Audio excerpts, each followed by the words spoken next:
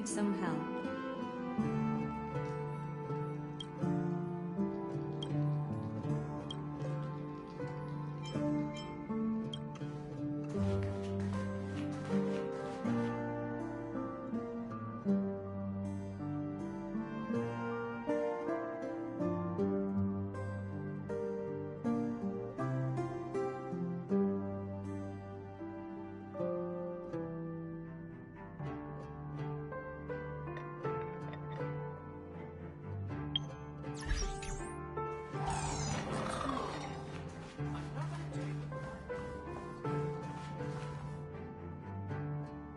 I hope we will walk the same path next time.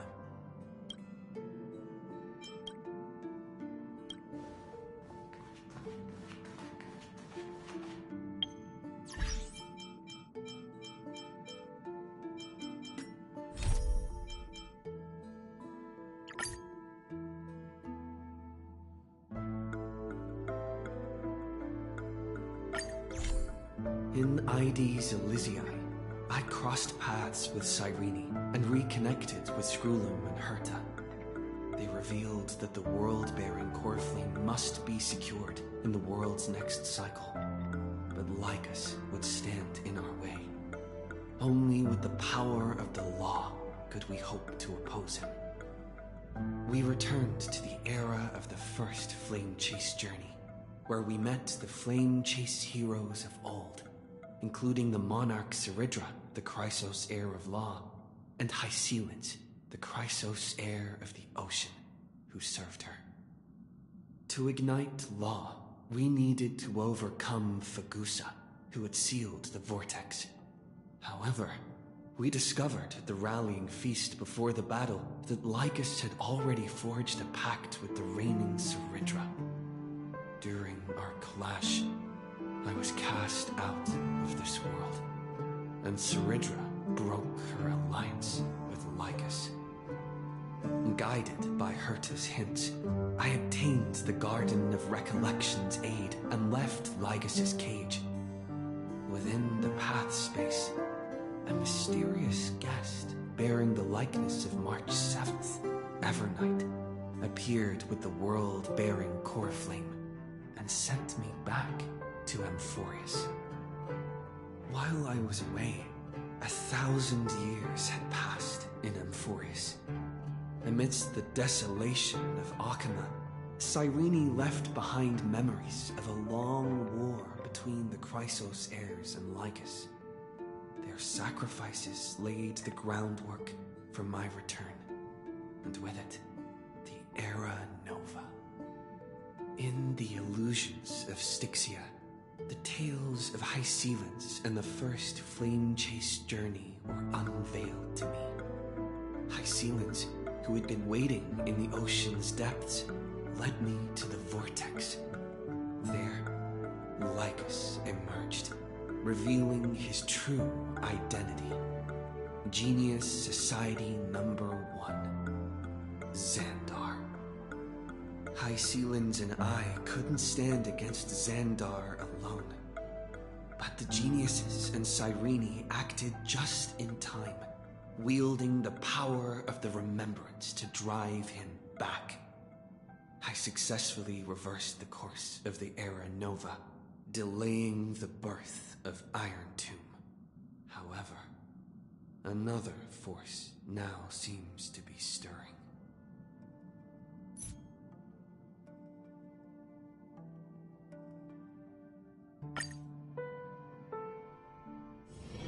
Oh, is that a stain? I like this coat.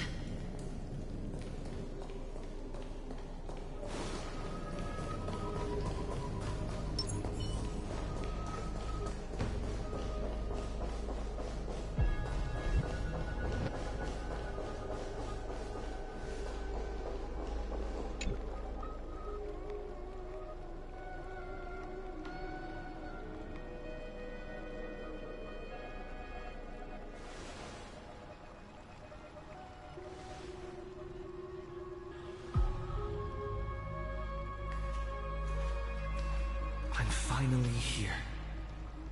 Once I return this Coreflame and become the world-bearing demigod, the cycles of Amphorius' tragedy can finally end.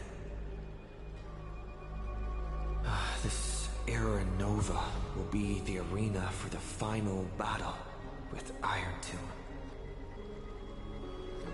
But I still feel like something's not right. Even though this cycle has no demigod of time, time has always stood on humanity's side. Then, with this core flame blessed by the remembrance, respond to their hopes and blaze a trail to the future.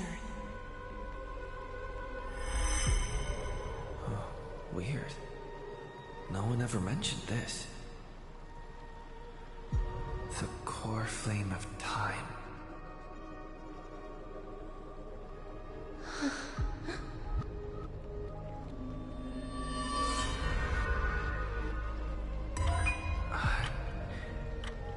When did it get returned? You used Memoria to resist me. But did you not consider the possibility that the Remembrance and their children might have taken this opportunity to join the fray as well? Are you saying that Garden of Recollection is also getting involved in this unsavory mess? Then I welcome them. If the Memo Keepers can disrupt your little experiment of destruction, I'll give them a standing ovation. But you know deep down that they can't. In fact, the Memo Snatchers will be more of a hindrance to you. The Memo Keepers covet Amphorius' secrets, just as they covet the knowledge of every genius. In the war between the eons, the Remembrance is never the erudition's ally. But they are certainly not an ally of the destruction either. Right now, following behind the Trailblaze, numerous cosmic powers have cast their sights on Amphorius. They all have vastly different philosophies, but the desire to survive will unite them against a common enemy. How can you be certain that these powers don't have their own end goals, waiting to seize an advantage in the war among the eons? The war has long begun, Screw'em. Four paths will push the cosmos to its end, and the destruction is only one of them. Polka saw these ripples, but had no way of stopping them. So she found in Device 9. Dr. Primitive also took action, but he chose the wrong allies. And now only wild animals keep him company. As for the two inorganic emperors, they could have ascended to the throne of destruction, but they were thwarted by the Eon's plots and became prisoners of the erudition instead. What's interesting is, while the second emperor had a body made of flesh and blood, he considered himself an inorganic being. Guess who was the one who influenced his thinking? We have no interest in chatting about the past with you. Logic, you are stalling, which means you feel trapped.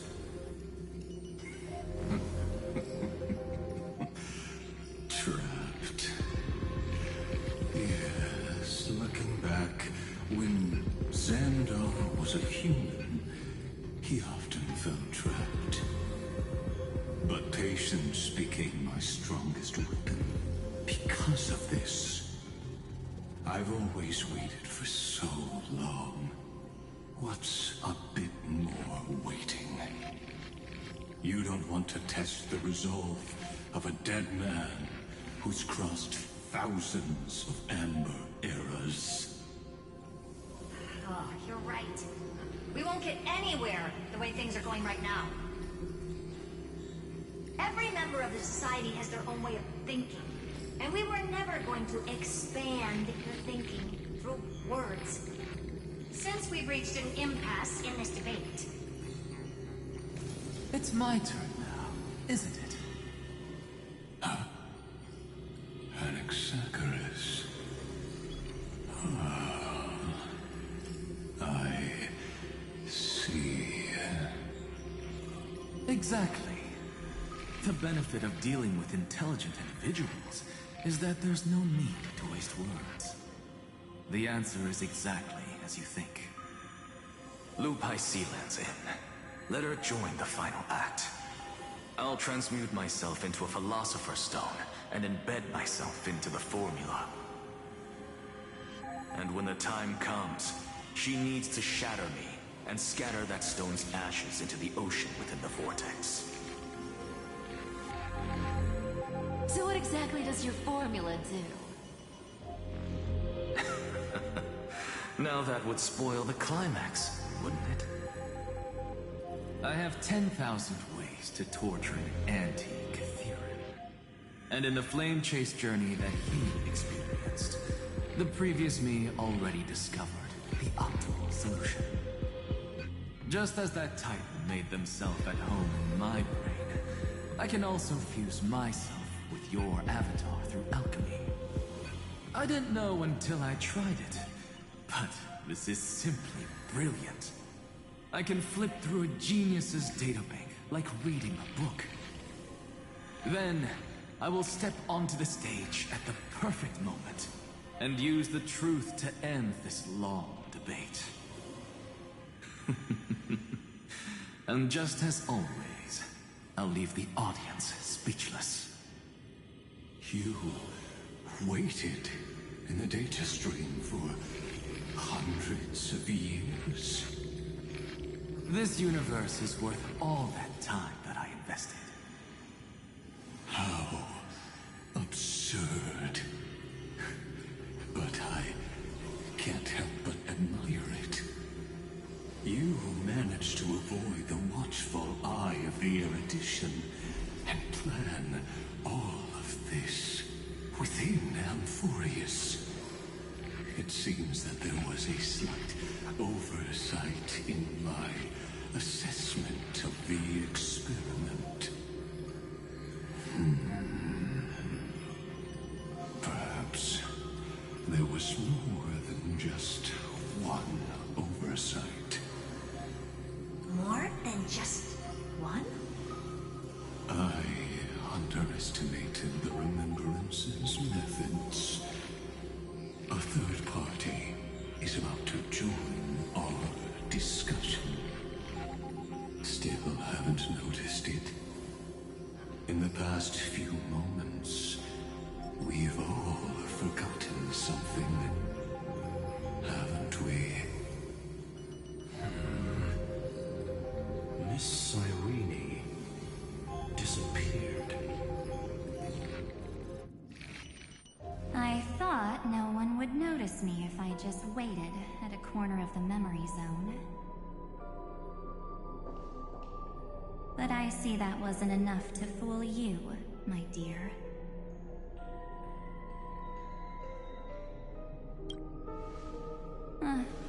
Looks like you're no longer that surprised to see me. Even though I am an uninvited guest. Only you can see me right now. I only exist in your cognition. So that way, other people can't interrupt us.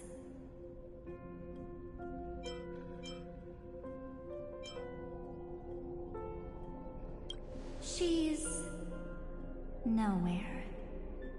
It looks like you still aren't prepared for the worst. Your friend March 7th is no more.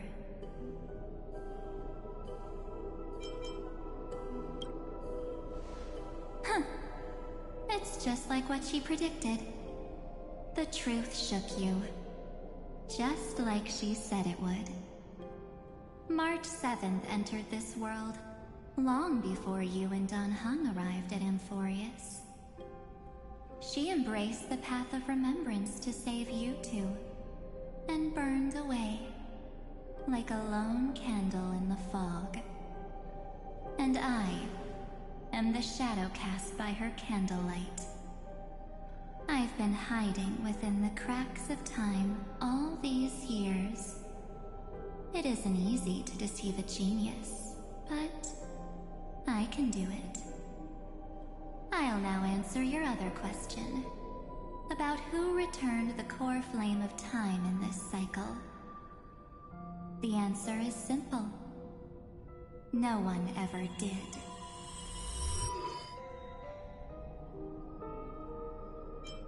I believe someone as sharp as you would definitely figure out that something's wrong. When the Era Nova fails to proceed, you will remember our initial meeting, and I'll be able to open the way for the remembrance and reach this place. Thank you for carrying this core flame all the way to the end of the world. I expected nothing less from March 7th's trusted friend. And now, I shall claim the divine authority of time.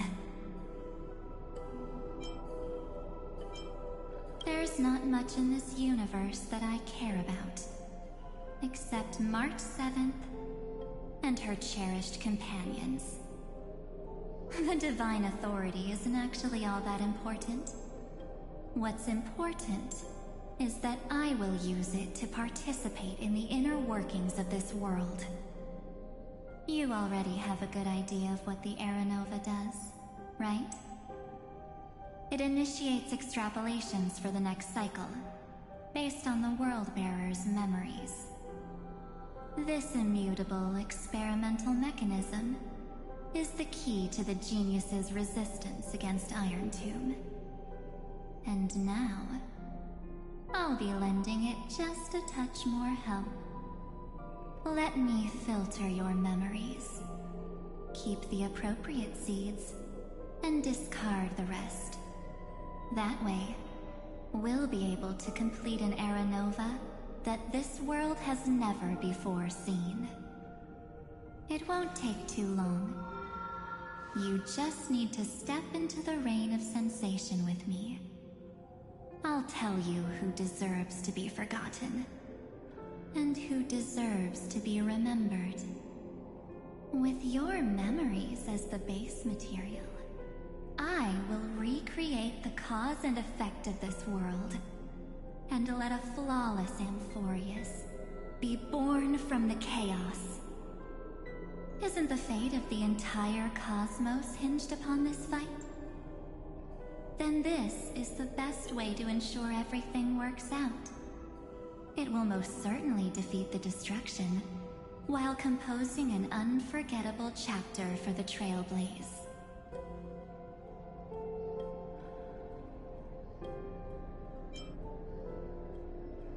Mere mortals, flawed individuals, failed heroes. People like them cannot nurture the world, and would only become memory impurities. Yet being forgotten is the normal state of life. The universe is like a wasteland, filled with rubbish, where occasional treasures lie undiscovered. Besides, that's what March 7th wanted. If a new life is to be born, its seed has to be dead. March 7th made a wish to me before she disappeared. Her only wish was for the Trailblaze's journey to continue, without an end. I'll definitely fulfill that small wish for her.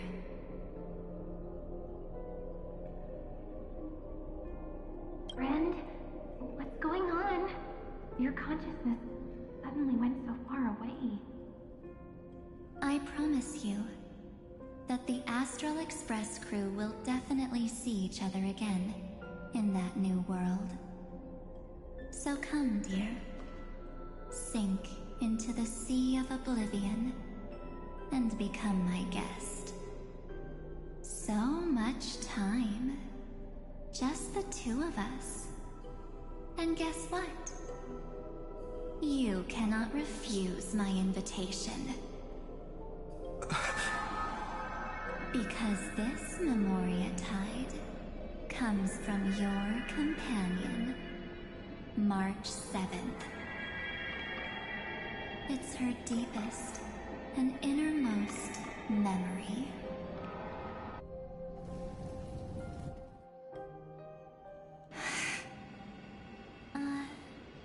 Well, I'm not actually all that surprised. I saw you ages ago, after all. It was on that night when a certain Knight of Beauty dropped by uninvited to the Astral Express.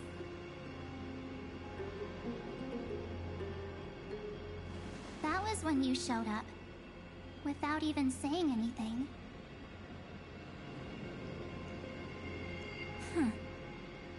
I see.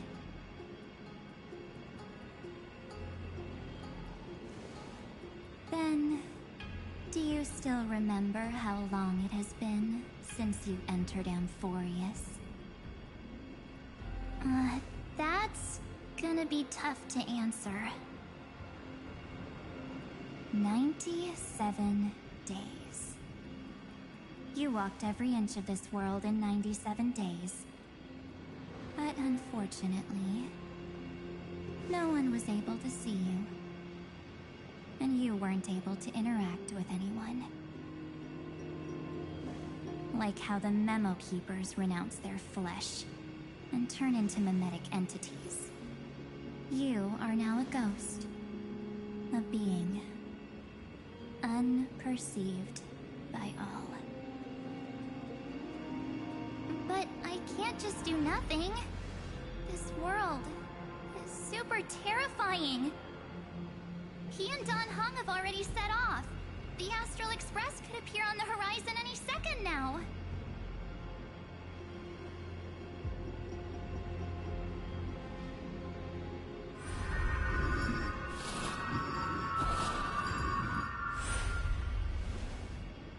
And they too will become this place's victims.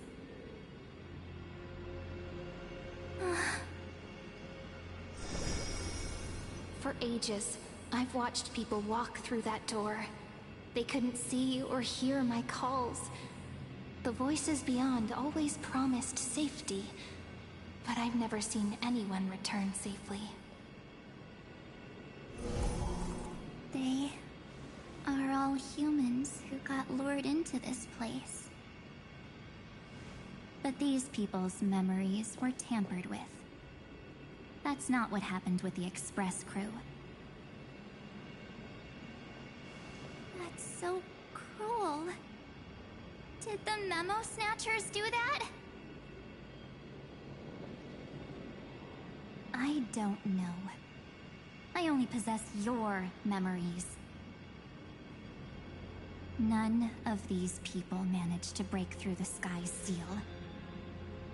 There's probably a dangerous reason as to why Amphorius had remained undiscovered for so long. Anyway, back to our initial topic. You gotta know something, right? We practically look like twins. Maybe you know a thing or two about my past? Or any hidden powers I might have? Please, tell me what I need to do to protect them.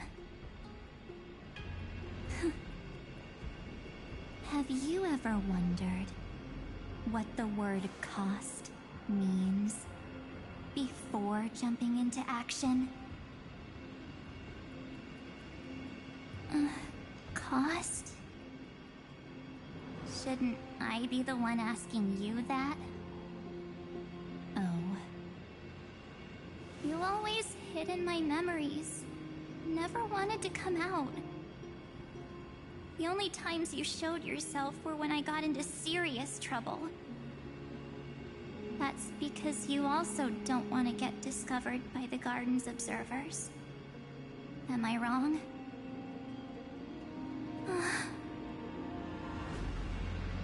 There's no one here except us. If you help me, then I'll help you.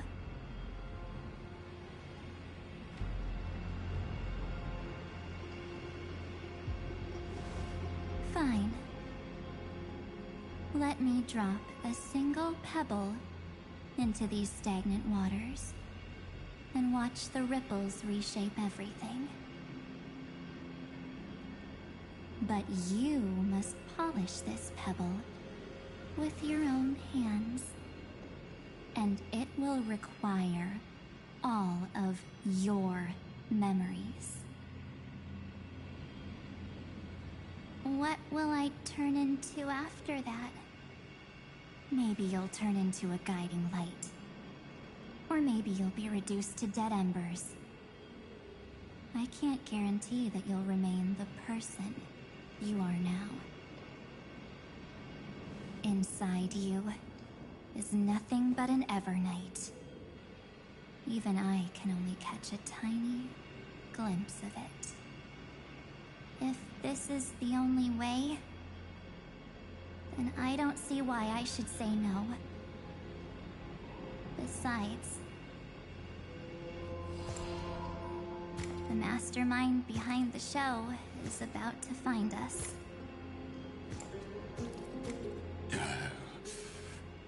Apologies, lost young lady, but I simply cannot allow you to keep acting as you please. So, he can't see you, huh? As expected. Or maybe he's seen through our true essence. The Garden of Recollection's methods are puny party tricks. But you... how did you overcome the ultimate protocol? Looks like we don't have time to keep talking this out. That's right. Some opportunities will never come again. Then, let's do it. Offer up all of my memories. Cast down this pebble, and let everything in this world Be swallowed by the torrents of oblivion.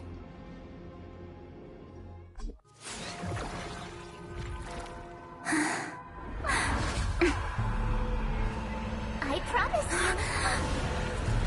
what was frozen was alive.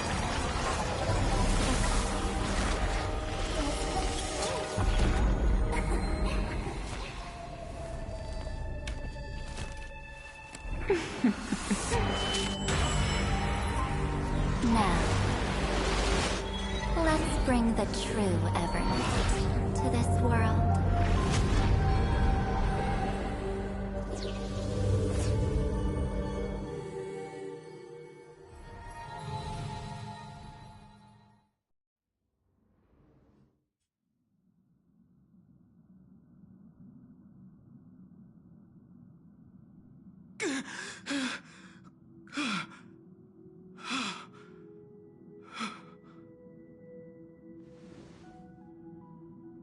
Is this...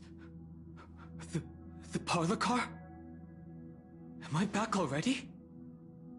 But why don't I remember anything about my journey back? Something doesn't feel right. Think back to when he and I separated. It will take time to uncover the reason. Before then, if one of the Nameless is willing to stay and witness the fate of this world, or to push it along when necessary, it would be of great assistance. This is goodbye then, Lord Donhong. Thank you, guard. I hope that all of you will be able to overcome this disaster. But I can't remember anything after that, no matter how hard I think. Where's Sunday? Did he not come back with you? He stayed with Madame Herta. They wanted to try using his tuning to help support the genius's thought hacking. Is that Himiko's voice? And Mr. Yang? Oh my. That was Herta's suggestion? It's hard to imagine she'd borrow the power of the harmony. No, it was Sunday's suggestion. Herta initially refused. But she changed her mind after Xandar's identity was revealed.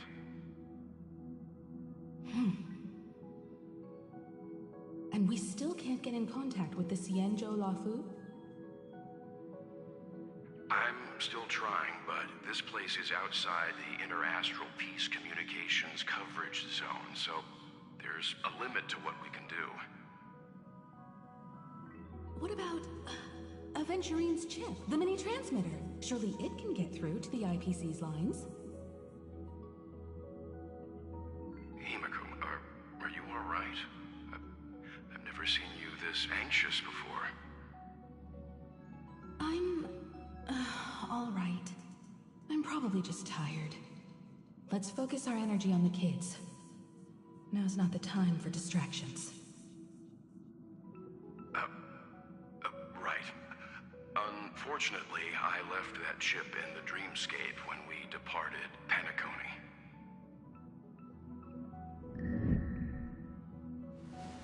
Am I dreaming? The parlor car feels so strange.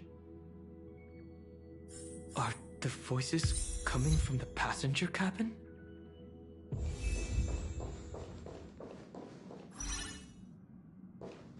Those two passengers have to return safely. Don't worry, Pom Pom. They're both experienced nameless. They'll be just fine. Oh. I'm right here. But where did all of you go?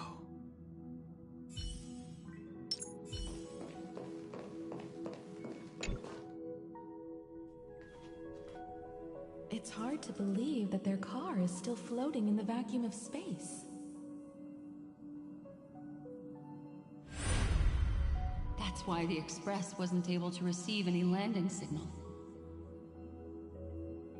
It's likely that the two missing nameless, like March 7th, also came under the influence of the Path of Remembrance, and only their minds entered Amphorius. We can analyze all we want, but the real question is, what can we do right now? I was just about to get there, Miss Himiko. Right now, Amphorius' memory zone is extraordinarily full. I can also take this opportunity to enter the world and seize as much of an advantage for the Astral Express as possible before the other memo keepers arrive. For example, I can light a beacon in the memory zone for the Trailblazer and Don Hong to follow back home.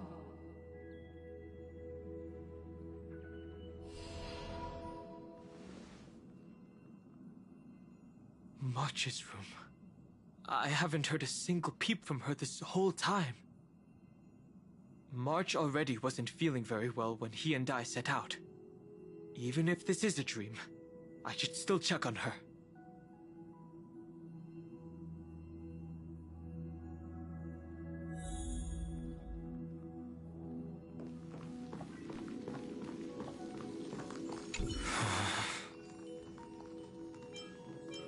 March, it's me.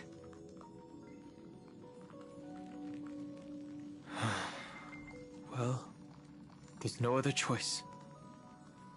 Sorry, March.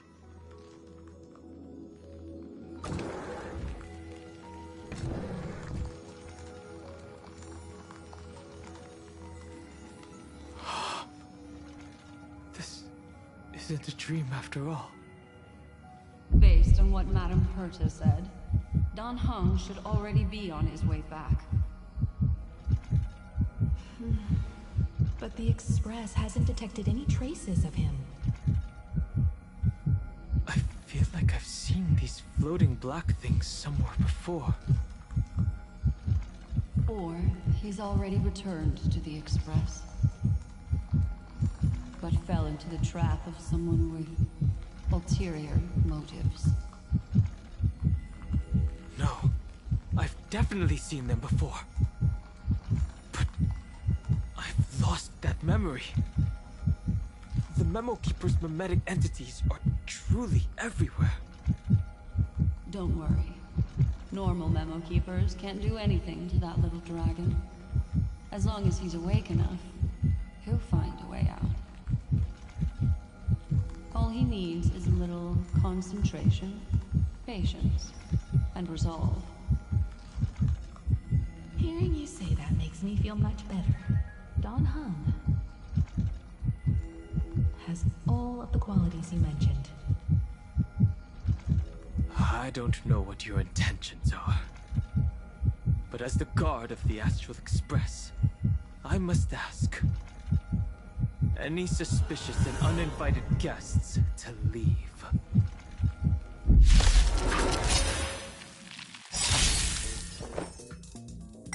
All will be swept away by the wind.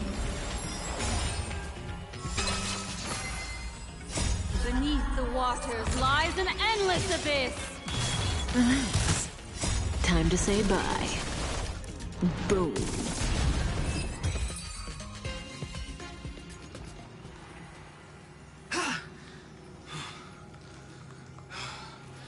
Is the trap now taken care of?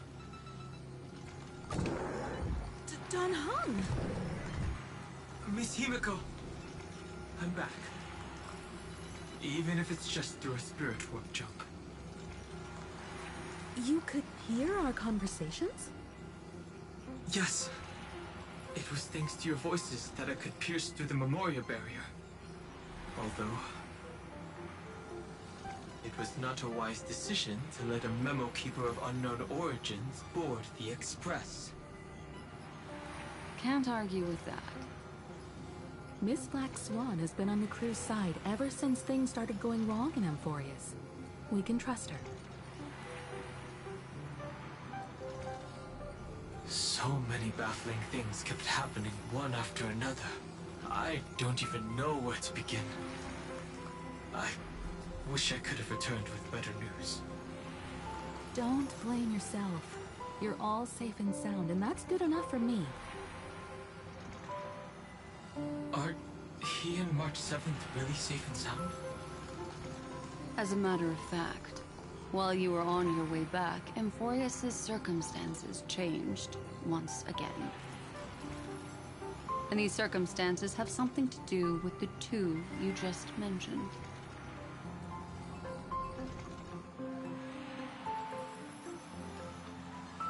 Are you saying that he has been kidnapped by an unidentified Remembrance Path Strider? So, you're saying that person's appearance is identical to March 7th? It's too early to say that, as I haven't seen her with my own eyes. I've only detected a similar aura in the memory zone.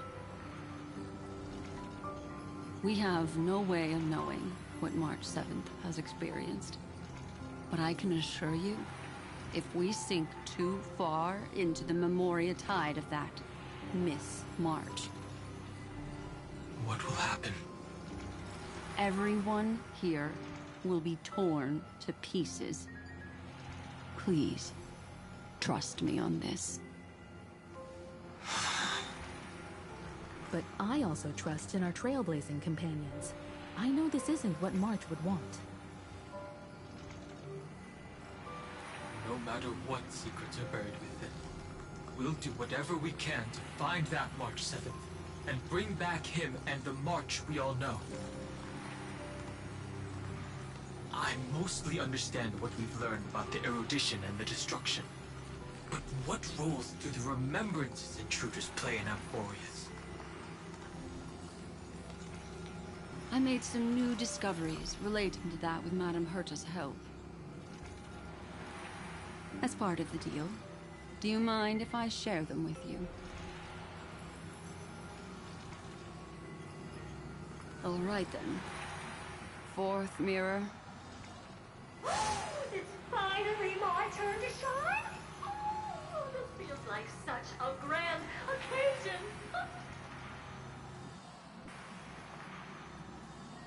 It's really been too long since I last appeared. This friend here is Madame Herta's very capable assistant.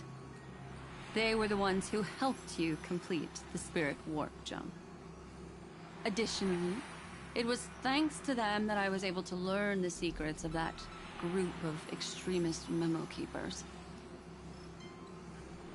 I appreciate the praise, but I didn't have to lift a finger. I mean, mirror. You did this through a mirror? The garden has strict rules for collecting memories. But not all memo keepers are as proper as I am. Herta Space Station often has uninvited guests, and they never seem to know their limits. That group of memo snatchers has been taken care of, and they are now trapped in the fourth mirror. How many of them are there? I can't quite remember. I didn't really count carefully either. Maybe around 42? There's still room for more. I carefully dissected the memories of these colleagues of mine. Individually, their goals are not worth mentioning. But when you piece them all together, you come to a conclusion that can't be ignored. The Garden of Recollection is secretly salvaging the memories of a path disappearing. In other words, their goal is to gain the memories of a god's death. The moment an eon falls? That would indeed be a spectacular sight for someone dedicated to recording these things. That's exactly the problem. They seem to have been aware of the Destruction's movements early on, but they lacked a decisive power and had no way to penetrate Amphorius's firewall. So, what did they decide to do? Hide the truth and wait for an opportunity. Now it seems that letting Memo Keepers guide the right people here was also part of the plan. This also confirms one of my suspicions. They have already infiltrated deep within the garden. They would not hesitate to associate with the Destruction in order to salvage memories? Could they be the Cremators? I don't know. Perhaps there are even deeper things at play here. The majority of Memo Keepers believe that when the universe inevitably reaches its death, unable to sustain increasing entropy, Fu Li will use the memories of everything to reforge the cosmos. Amphorius, as a scepter, can be viewed as a mini-universe. This is why Memo Snatchers have been frequenting the Herta space station. Without a doubt, these extremists wish to record the cause and effect of Iron Tomb's destruction of the erudition.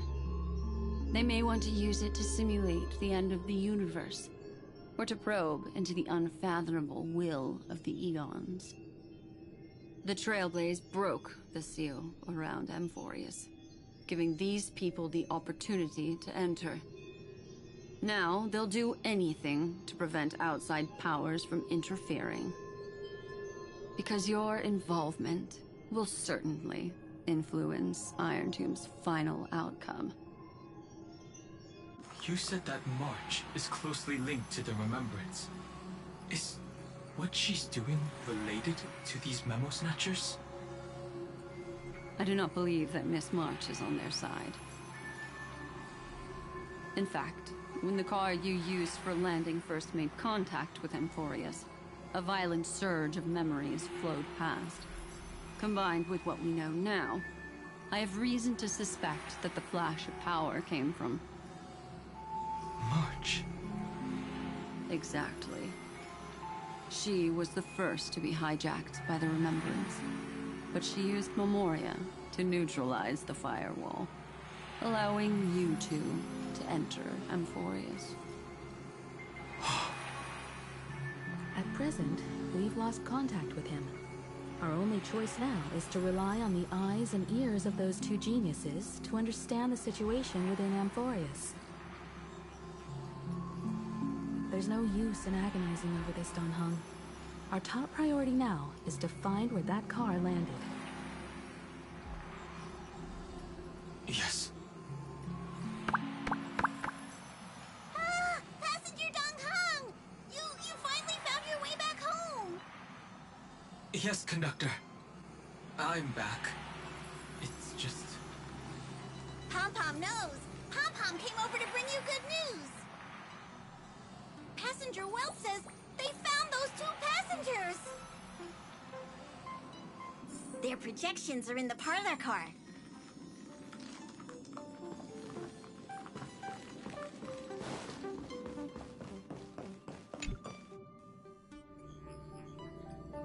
Welt. And Mr. Screwlum. Himiko. You seem to be feeling much better now. And Dan Hung. It's great to be able to talk to you. Once again, we owe Madame Herta a huge favor. Madame Herta doesn't care much for favors, but she'll be happy to receive everyone's praise. Back to the topic at hand. Mr. Dan Hung, we did a sweep of the area surrounding Amphorius' celestial body for organic signals, and we finally discovered the bodies of you and Mr. Trailblazer. The two of you were very fortunate, as there was something protecting your bodies. All vital signs are still present, and your functions are all intact. Was it March protecting us? Our preliminary determination is that the bubble enveloping you two in the vacuum is made of a substance similar to Memoria. Conjecture. This substance is connected to the lost Miss March. It will take some effort to bring your bodies back to the Express, so you should get some rest first.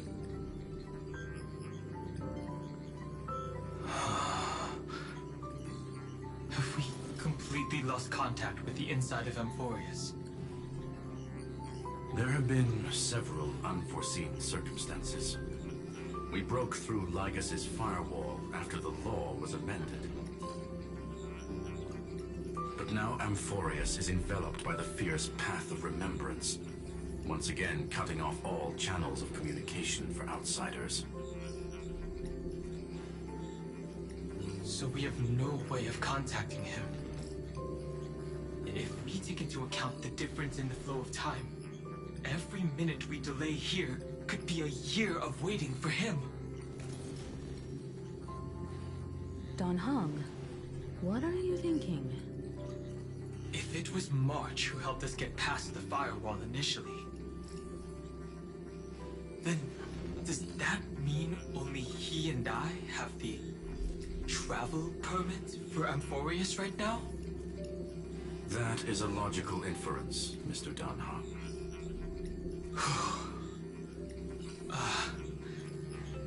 Mr. Screwlum, do you have a way to transmit my spirit signal back to Amphorius?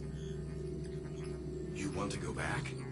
That is far too risky. Even if my body and spirit are able to return without a hitch, there's not much I can do here. We can't lose you again, Dan Hung. Miss Himiko, if we can't get him and March back, how is that any different from losing me? You're right. I should have known you'd say something like that. Well, I suppose there's no point in trying to dissuade you. Mr. Yank, Miss Himiko, I will do everything in my power to bring the Express crew back together. No one will be left behind.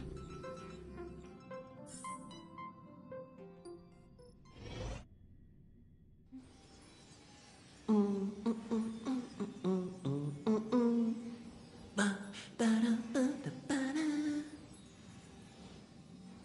may notice a hint of sweetness in the air. That would be the fragrance of the 7-colored bath salts from Marmorial Palace. A truly splendid journey, if I may say so.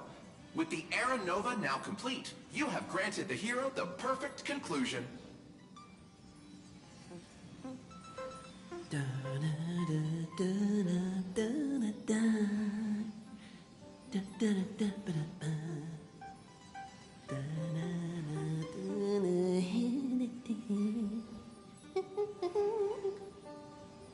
Losses were a constant on the Flame Chase journey, until your radiant arrival turned the tide. Lord Ravager, Iron Tomb, ha! Mere playthings in the hands of the Trailblazer. The cosmos is safe once more because... Shush!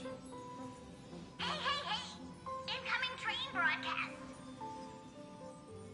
Attention all passengers! The navigation meeting is about to begin!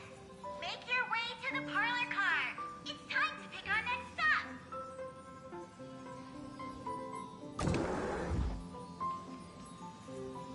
Perfect timing. Let's head to the meeting. I'm wide awake and feeling great.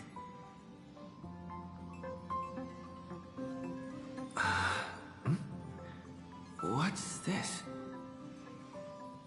Who left this note? Ooh, strange. It's like I...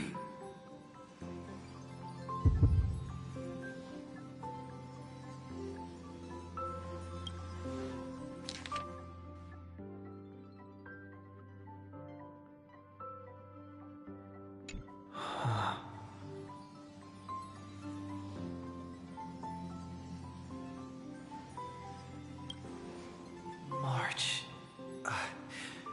When did she leave this here?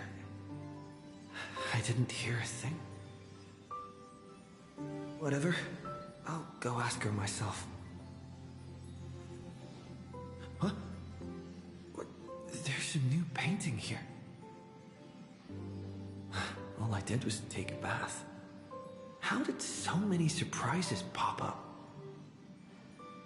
Better step forward and take a closer look. Keep it down. I think I found him. Who's there?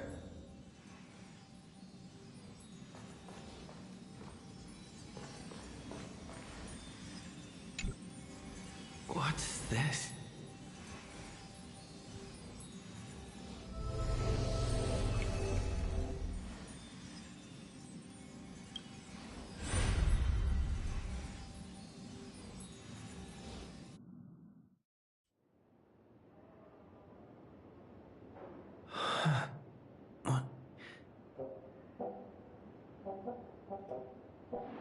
Is this the Reverie Hotel? Seriously, what is happening?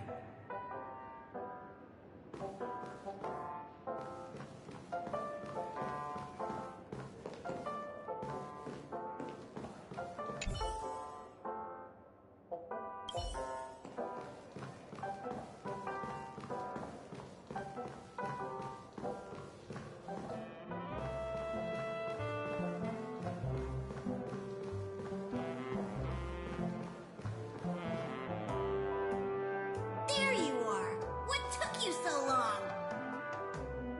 Hurry up! The navigation meeting is about to start! Navigation meeting? In Paniconi? Come on over. It's time to choose our next destination.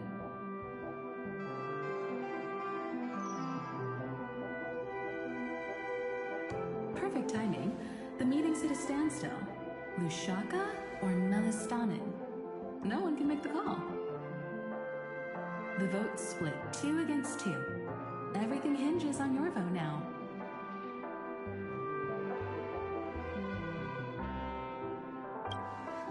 What do you mean? Once again, the passenger is talking nonsense. Ah, young people, always full of jokes. What? Their reactions... What's going on? Oh, I get it. You want to play a game with us, right? You said you didn't see March. True, she might be hiding somewhere in the lobby. The objective of the game is to uncover where she's hiding. You're her closest companion. If anyone can do it, it's you, right?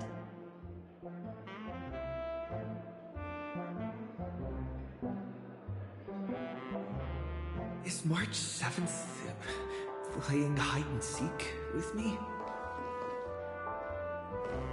Youthful games like this are a bit much for me these days, so I'll step aside and let you all take the spotlight. The future belongs to you now. Something about Mr. Yang's attitude feels... a little off.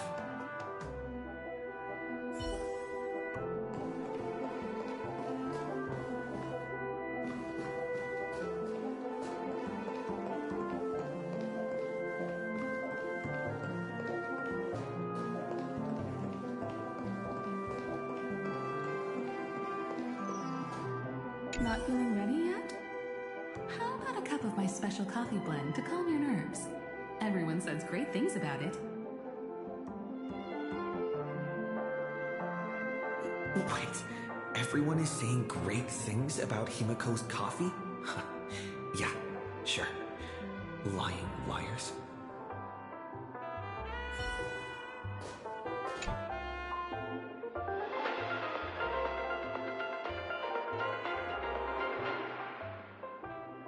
This is the Interastral Peace Broadcast. Good evening, everyone. Good evening. A newsflash. The Erudition experimental ground has separated from the entanglement. The Lord Ravager did not emerge as had anticipated. In the end, salvation of Amphorius was not only thanks to the 12, but also to one crucial...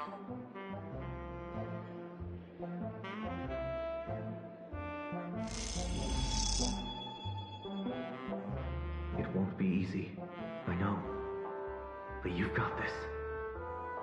Find your way back. Find yourself.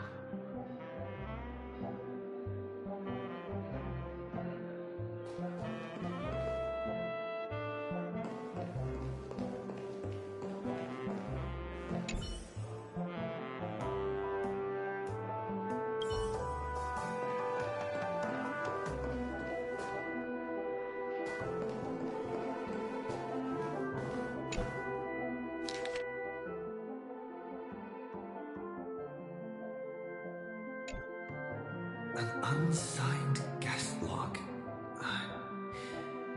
Can you really call that a log? Wait a second. Why am I looking for March 7th in the guest book? Over here.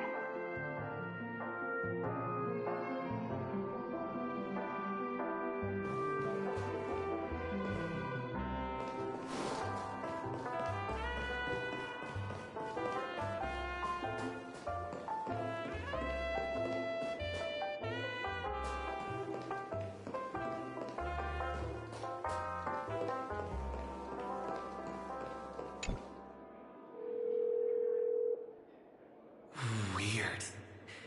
Did I even make a call? Hello? Hello? Is that you? I knew you'd call. Missed me, didn't you? Don't worry. We'll see each other very soon. Because the trailblazing journey never really ends, does it?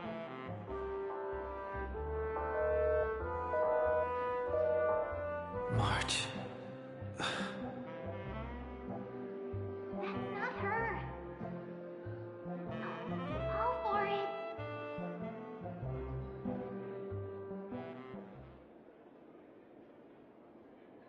March 7th isn't here.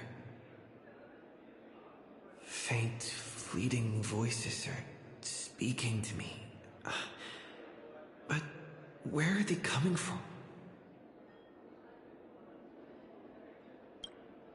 I went through something like this before, back in Penacony. Not even Lycus's prison could hold me. I found my way out. Keep it together. Oh, I know I can do this.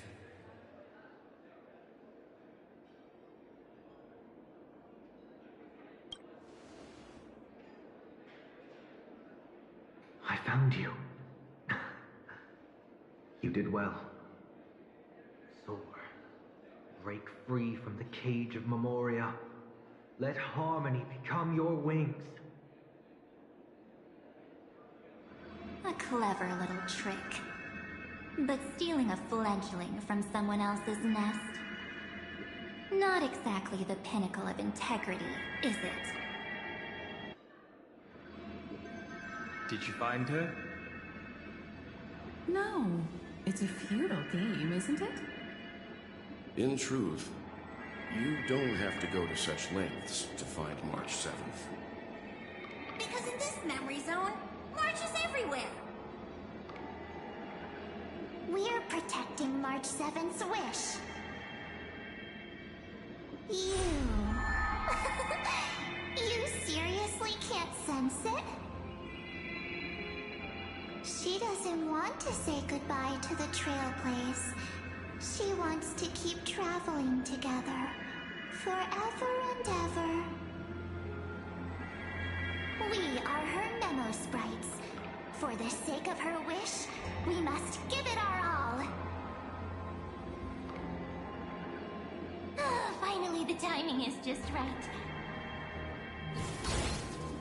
A thrilling damsel in distress rescue. Wait, maybe I got that backwards. It's me, Cyrene, but now I'm in my memo form. Seriously, one mysterious and cute memo sprite is more than enough. Friend, come with me. We're getting out of here. Why run away? What does it take to make you understand? Step 1. Stop scaring him already.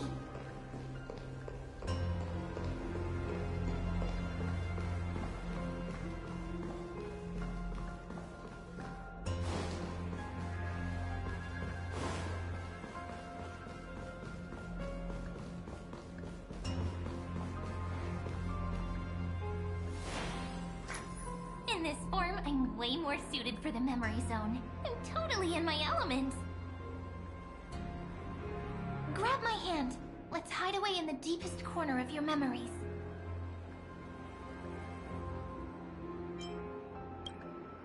Me too, but first things first, let's ditch these memo sprites. Lift the curtain of memory and stir up ripples of past reverie.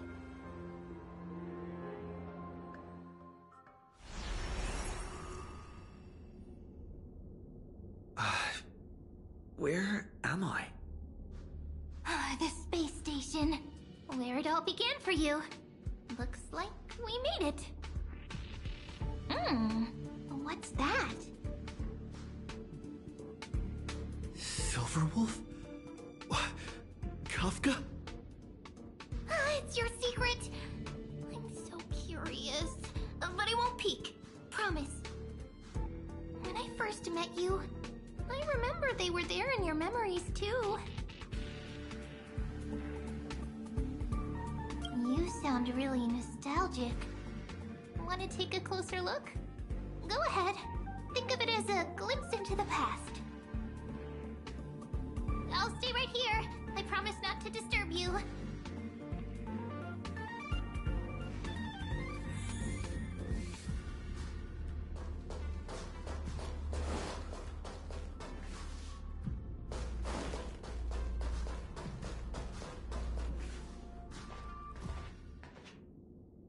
What's this? Memories, from before I woke up? So, Silverwolf, how long till he wakes? Hard to say. Maybe a few more minutes. By the way, that part in the script, could this be the right moment? Yes, looks like we're on the same page. In that case... Listen.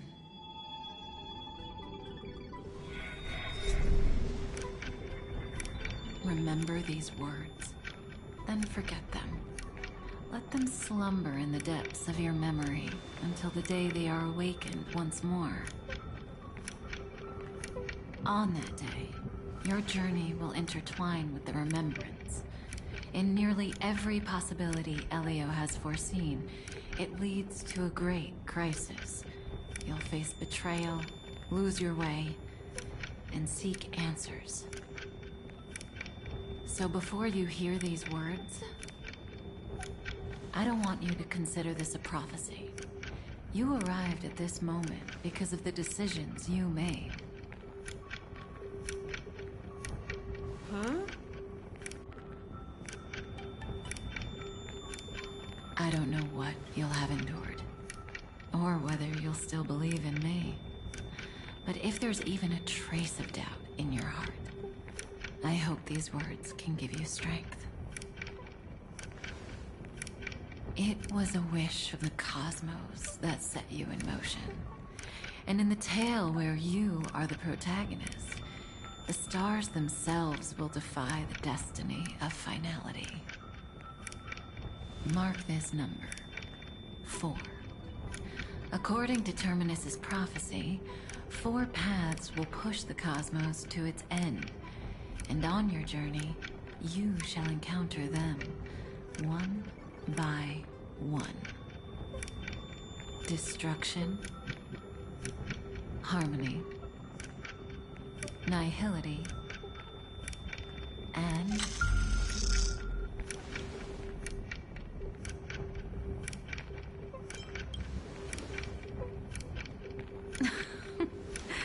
easy now. Trust what you remember. The 4th path has yet to fully reveal their face. And that's why the journey's worth it. Even in a predetermined script, there's room for us to mold possibilities into shapes we prefer. So listen.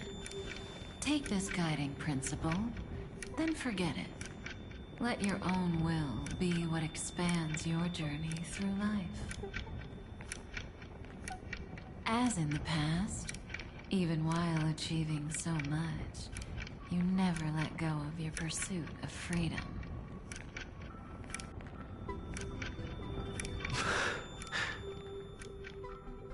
That was so sincere. I might actually tear up a little. How we all live within the script, but adding a little color to the lines has never been forbidden. Are you going to say more about those branching storylines?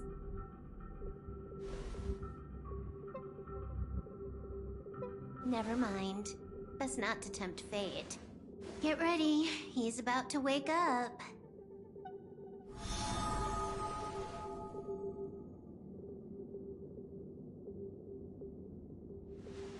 Come back to yourself. Kafka said that when my link to the remembrance deepens, this memory will resurface exactly when it needs to. And an inevitable crisis will surely follow. But even a Stellaron hunter can't fully grasp the trailblazing journey. Just as I thought. It all begins with March 7th, doesn't it? Even if the Express had never arrived at Amphorius, her secret would have come to light eventually.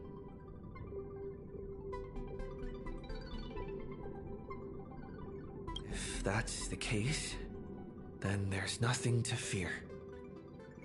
Collect yourself and go find Cyrene.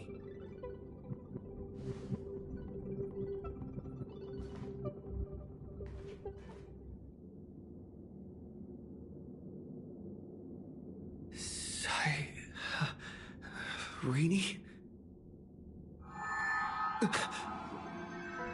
It's a breakthrough! A breakthrough! How could that little pink girl possibly beat us? Little one, you really don't know how to behave, do you? You were meant to stay in those beautiful memories and wait for all the disasters to pass.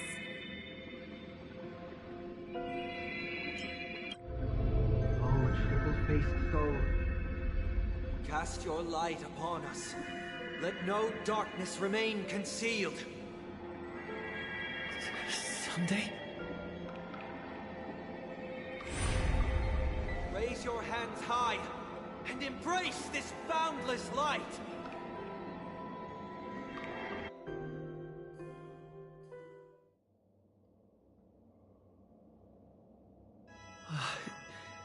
This stage really brings back memories.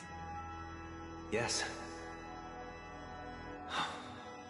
For you, I suppose it's been a long time, hasn't it? None of this would have been possible without Miss Cyrene. Even while engulfed by Memoria, she fought to stay in contact with the geniuses. Only then, through tuning, was I able to undo the Memory Zone's effect on you.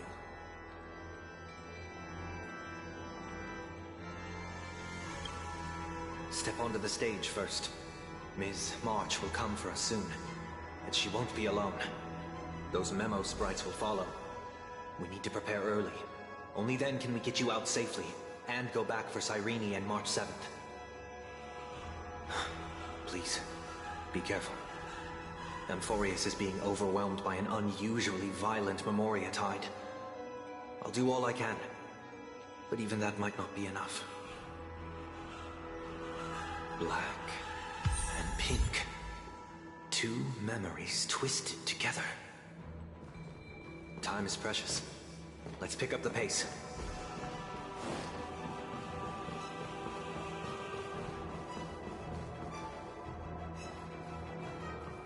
Yes, Madam Herta. I've made contact with him. Understood. I'll carry out my part as expected. Quite the dazzling nest you have, little bird of the harmony.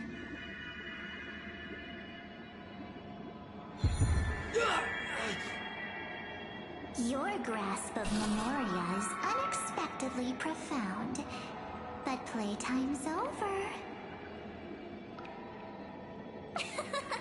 This ocean we created, according to her wish. This journey that flows on, without end. Don't any of you think about interfering with it.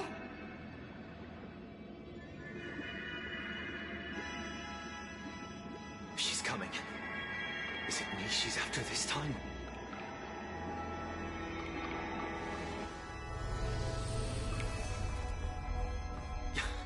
There's no time to regroup.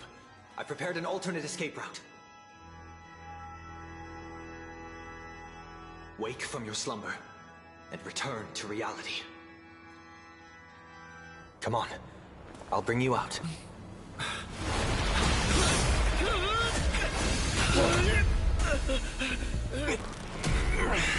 Out. Self-righteous pathstrider of the harmony. You think you can do that? Next time, get a memo keeper instead.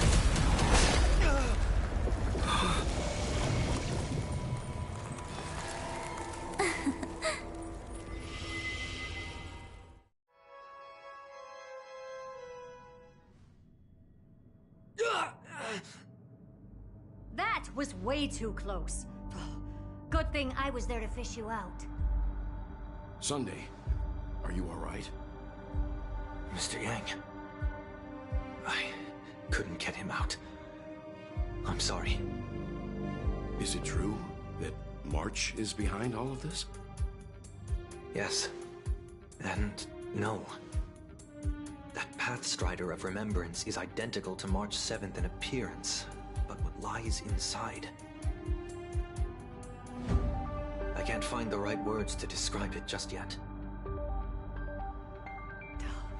Can't you come up with an analogy?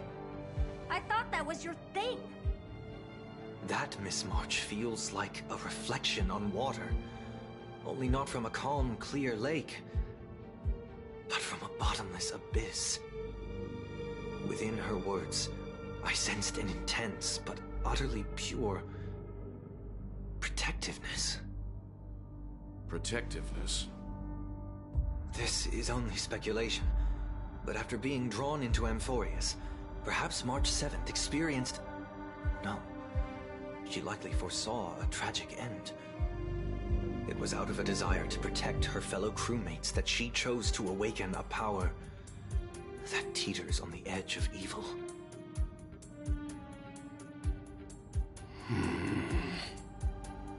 Well, on the bright side, at least March 7th won't have to face any danger again. After that battle, I'm afraid I'll no longer be able to join the fight through tuning. So... has Miss Black Swan's progress remained on track? You don't need to worry. She used your disturbance to mask her movements. Current status? Advancing upstream within the memory zone. I didn't see that coming. The Memo Keeper is pretty courageous, choosing to defy the rules and take matters into her own hands. This means she's chosen to stand against the Garden of Recollection.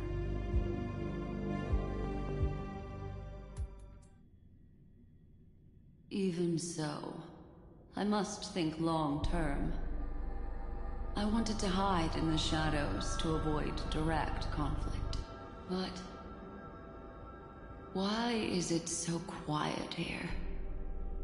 The air is thick with memoria, yet it's so chaotic, like broken memories all mixed together. Memo Snatchers should be swarming into Amphorius. I was expecting this place to be very lively.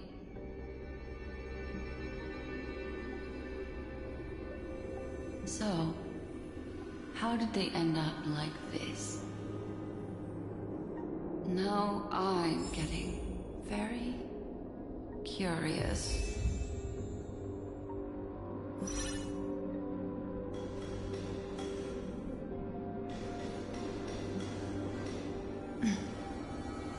An empty shell. The consciousness that maintained this Dharmakaya has disappeared. So efficient. Not a single trace left behind. Alternatively, she might have sacrificed herself for an even more mysterious purpose. Either way, what exactly made these fanatical believers end up like this? Memory. It is indeed a deep ocean of dangerous allure, where fascinating secrets always hide beneath the waters. I keep getting the feeling that the same thing happened in Penacony.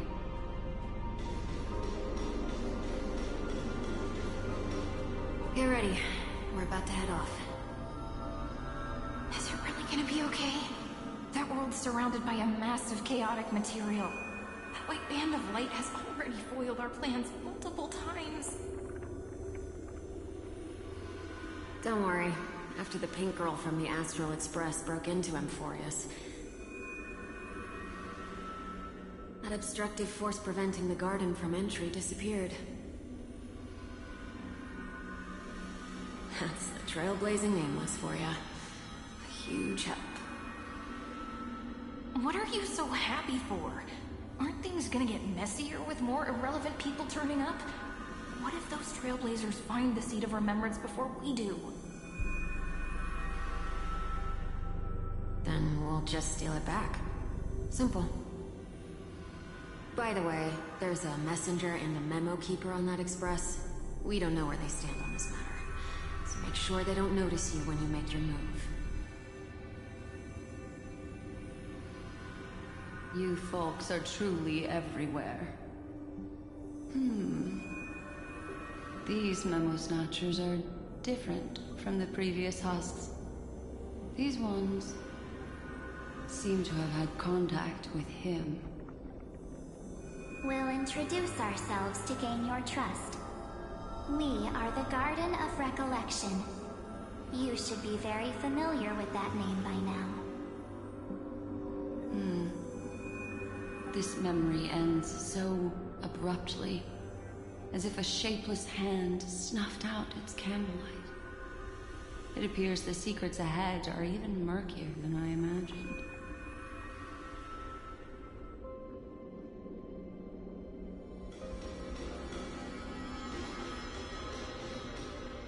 What a bizarre sight. It's spinning out of control! Everything's out of control! Why did no one tell us?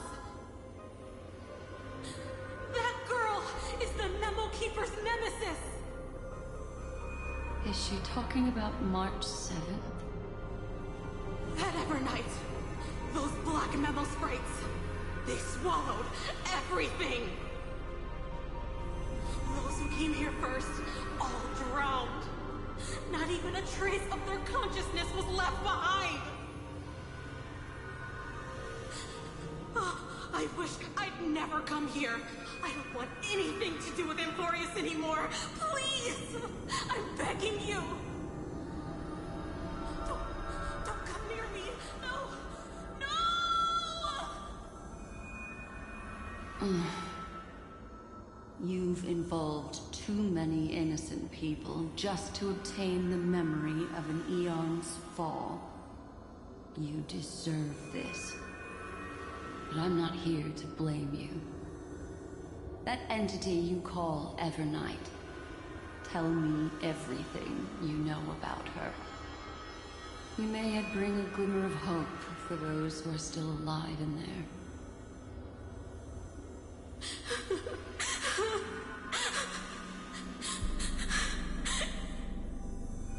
Eden, a blessed insight! Huh?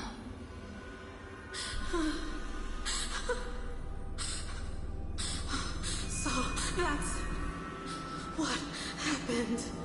We were tricked.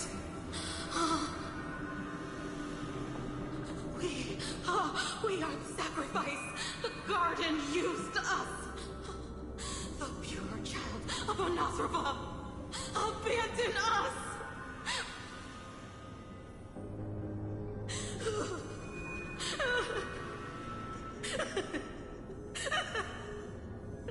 She just wants to find her lost sisters. Find them, kill them, reclaim them.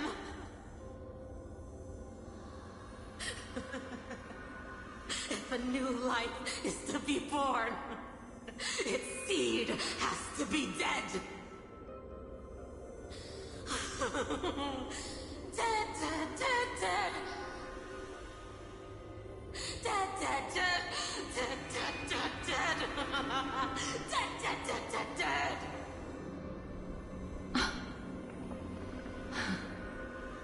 I can finally understand your fears now. Thank you for the information. It was very valuable. I'll take your remaining consciousness out of here as a gesture of thanks. It'll serve as both protection and a punishment. You'll reunite with your peers in a genius's mirror, where you can reflect long and hard on your past actions. Well, provided that I can survive my encounter with her.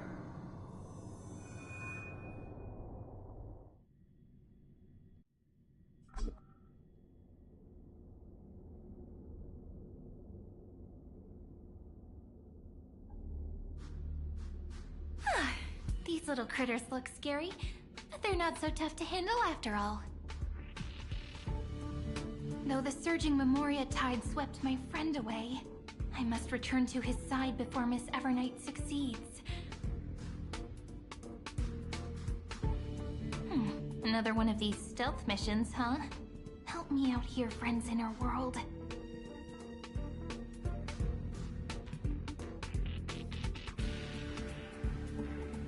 A scorching and dangerous aura. This power shares the same origin as Finan. And then there's that enigmatic, bottomless aura that seems to jolt awake at midnight. Must be Miss Evernight. Better steer clear of her.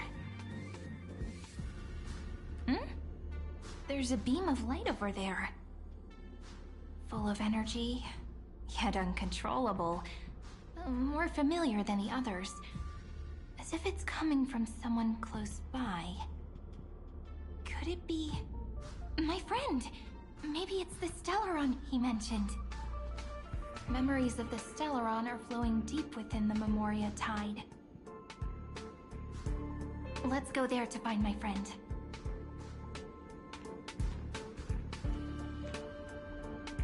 Jeez, so many little ones gathered here.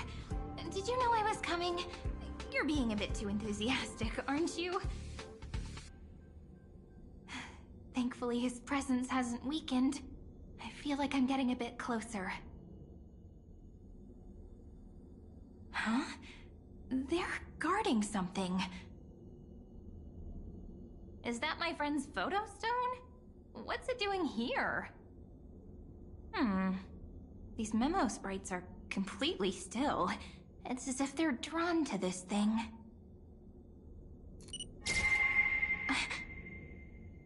This is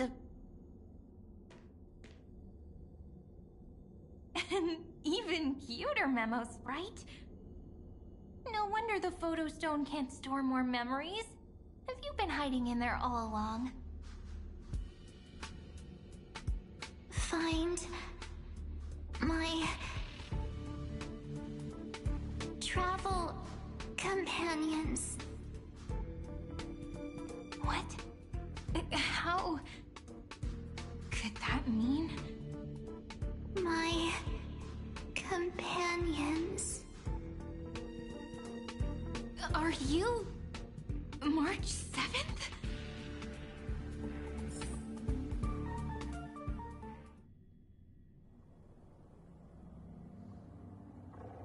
The sky is burning, and the streets are empty. It's just like how things were last time. How long can the encryption key you wrote for me last, Mr. Screwlum? That is difficult to project. Logic. It is currently unclear how the unknown variable, Miss March, conducts her interference. Please rest assured that I will extract you on time before the encryption key expires. But that means I will no longer be able to hack in via the same method. I only have one chance. The maze of the Remembrance is starting to change. I cannot remain your guide on your path forward. That is why we had to form a temporary alliance with our former enemy. I express my utmost respect for your courage to personally face such dangers. Lygus? Your enmities well within my calculations. Allow me to reiterate that Lord Anaxagoras now has a firm grasp on your crucial weakness. If you still plot to harm the Nameless, then you will find that the Society's previous warnings were not empty threats.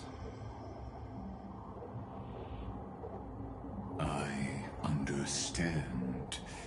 I'll only do what needs to be done.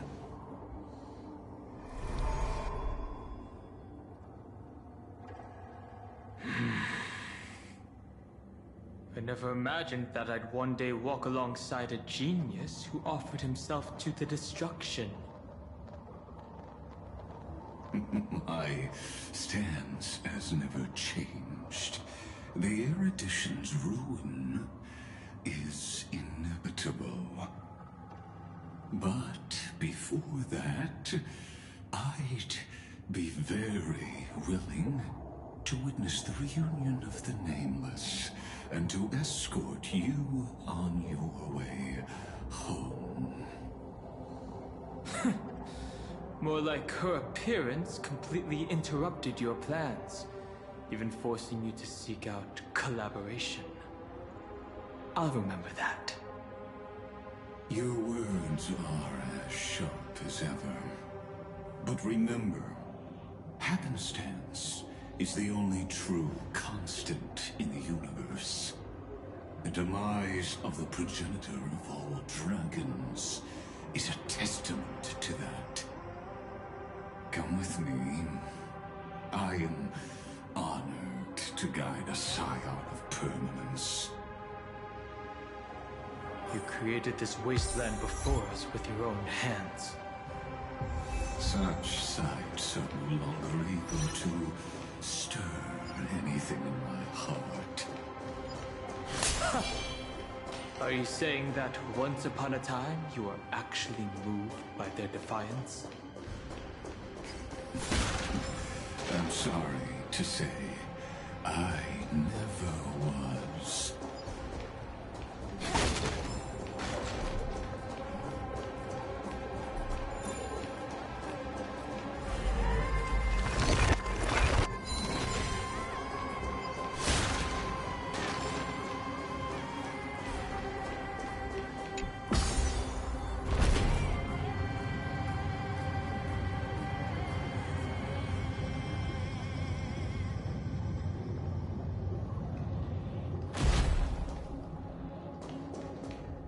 These memo sprites. Is it her? The mimetic entities of the Remembrance are everywhere. That lady wove a giant web in my blind spot. She hacked and infected the Time Titan, converting the built-up data of Amphorius into puppets of the Memory Zone.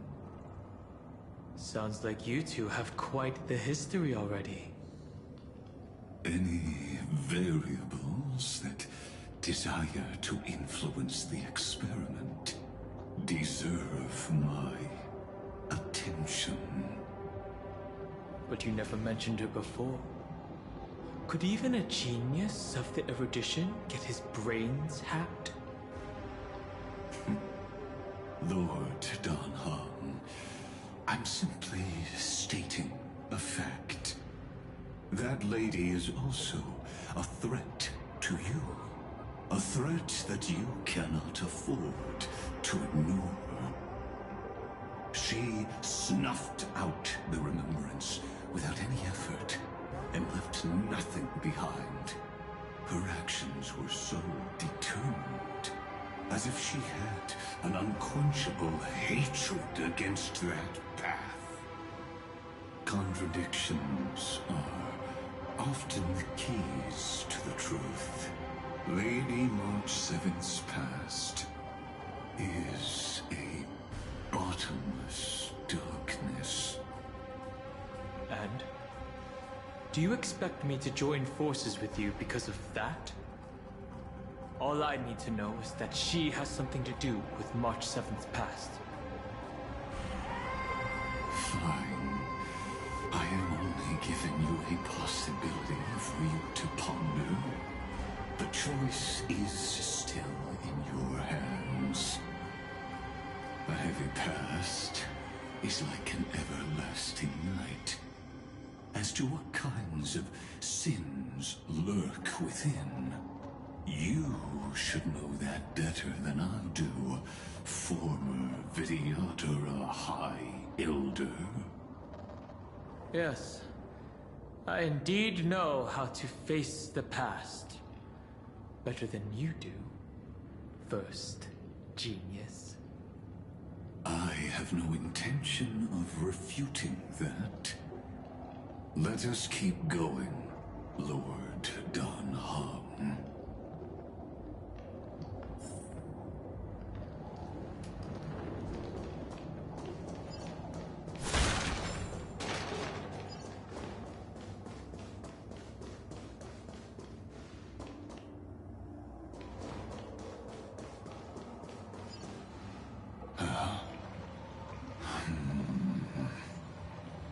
I didn't think there were still some that got away. Explain. They are thieves from the garden. They have long coveted this world, but it always been kept out. They finally got a chance thanks to your efforts. Unfortunately, they ran into Miss March and their consciousnesses were plucked out one by one, reducing them to mere husks. Those who were lucky enough to escape her drowned in the black tide, becoming these twisted figures. But they look very different from the usual Black Tide creatures. The reason has to do with our destination. Let us deal with the threats before us first. Then I'll reveal the answer to you. You really have no intention of fighting, do you?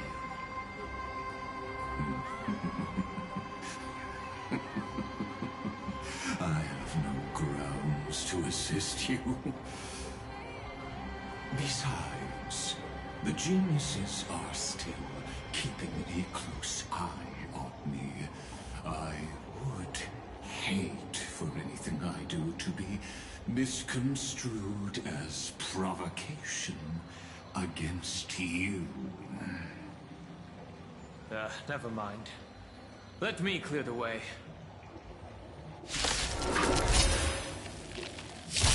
Oh, existence is unity.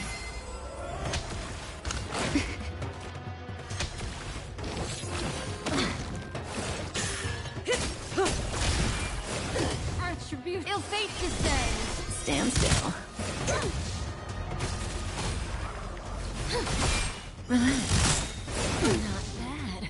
Time to say bye. Boom.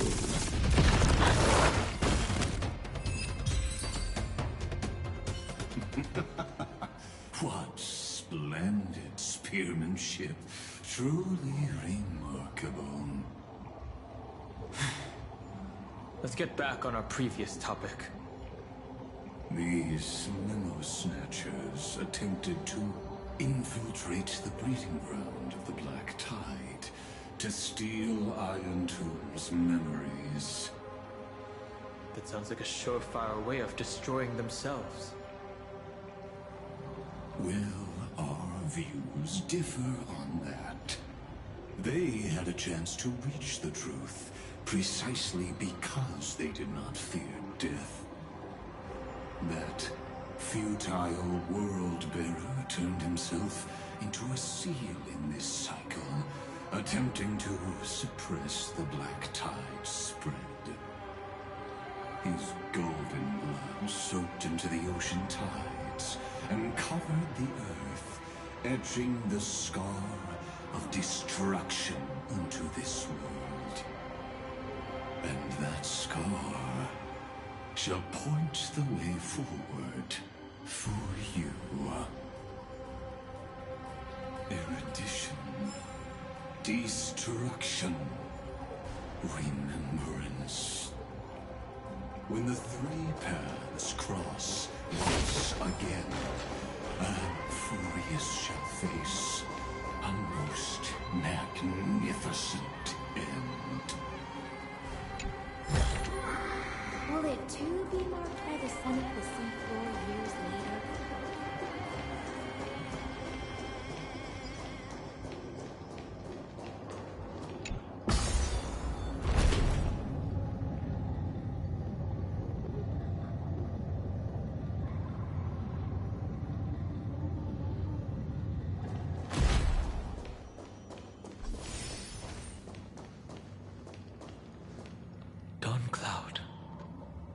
I have witnessed 30 million futile ends atop this cliff. You may not agree with me, but I've always believed that this number has made me the person who understands Kozlana the most. This is also where he decapitated me on that day, and pointed his sword at the Eon of Destruction. He suffered a tragic defeat, but also achieved a legendary deed. A drop of burning golden blood. The blood that will cleanse the world.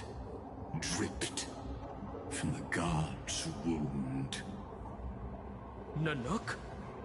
Finan managed to hurt them? Yes. It melded into Kozlana's body, becoming the Destruction's final blessing. If you wish to dispel the fog and find that March 7th, then go and awaken his fury.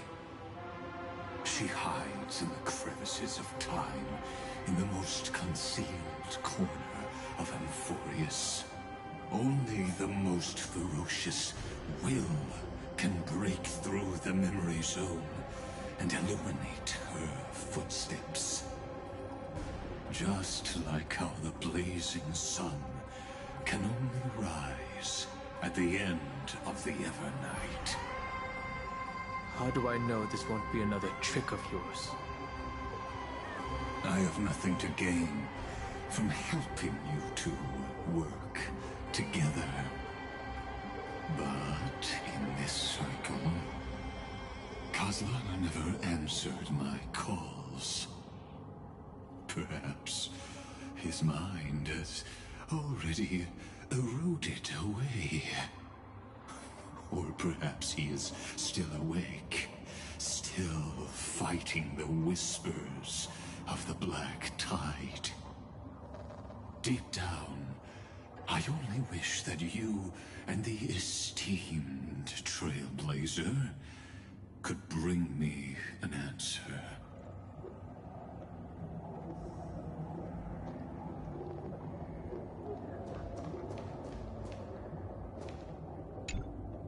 Is there really no other way? How long has it been for you? Kozlana. Finan. I'm back. What? The moment you took the world upon your shoulders without hesitation, you lost the chance to ever be yourself. Duty does not drive you to wield your blade, but hate. Behind that hatred, you seem to desire the destruction of the self. Losses are a constant on the Flame Chase journey. What you stand to lose weighs far heavier than life itself. It is because you suffer that you are so much stronger than any ordinary person.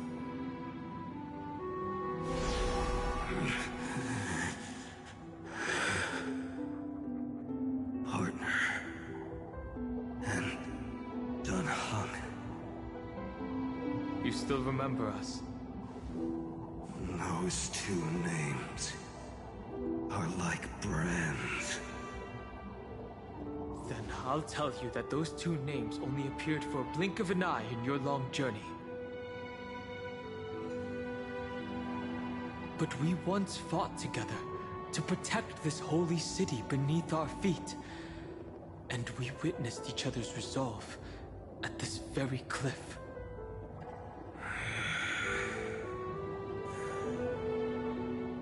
I have forgotten everything except the belief I had when I set off.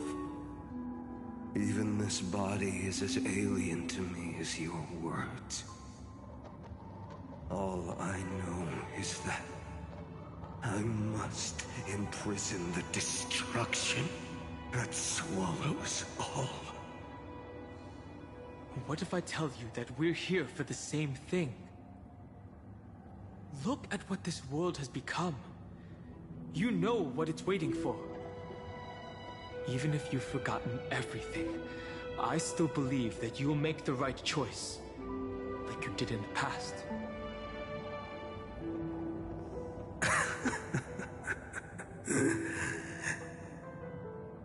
When have we ever had a choice? When were we ever masters of this world's fate? Even though I shoulder the dreams of millions of lives, I could only forge the destruction's evil will.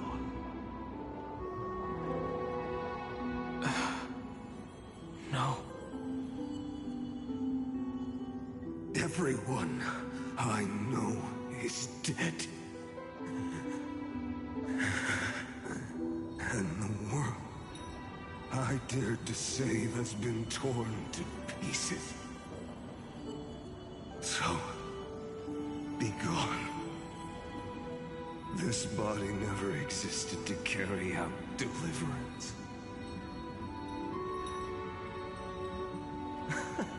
There's no need to be so serious.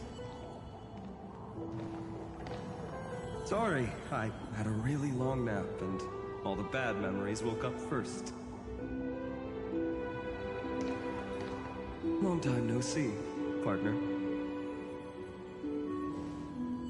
Well, it was only a very brief farewell for me. We once walked side by side and trusted each other to watch our backs. That memory will never fade away, even if all else does. And because it was so precious and hidden so deep in my heart, it needed more time to wake up. Trailblazing?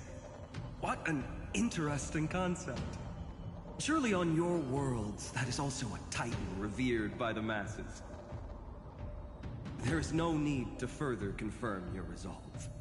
Today, we inherit the duty of the gods, safeguarding the inhabitants of Amphorius.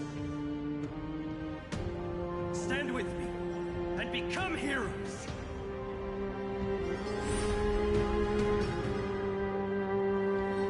Did you hear that? Heroes! I have never forgotten the weight of that word. Even though I am no longer a hero. And the only thing remaining in me is the boundless flames of wrath. But lighting a fire can also illuminate the path ahead. Everyone I know is dead. And the world I dared to save has been torn to pieces.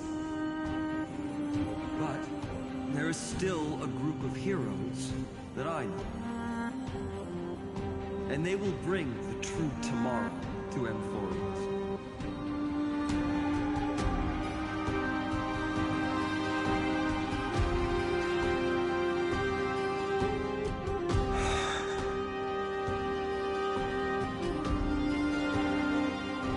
This body never existed to carry out deliverance. It only ever burned for world-bearing.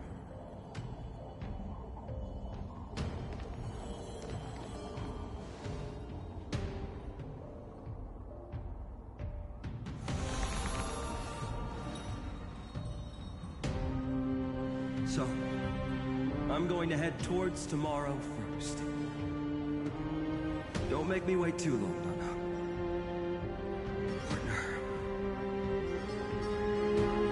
Deal. What if we were born from the destruction? There is no need to question your heart. No need to crave victory. If I am born to be a vessel of sin, then I shall roar at evil and trailblaze a dawn for future generations to come.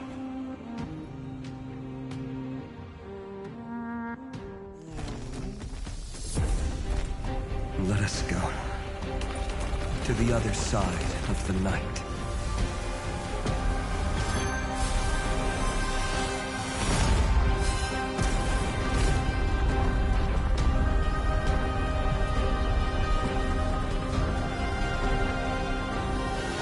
You know that the dawn is there, and the blazing sun destined to rise.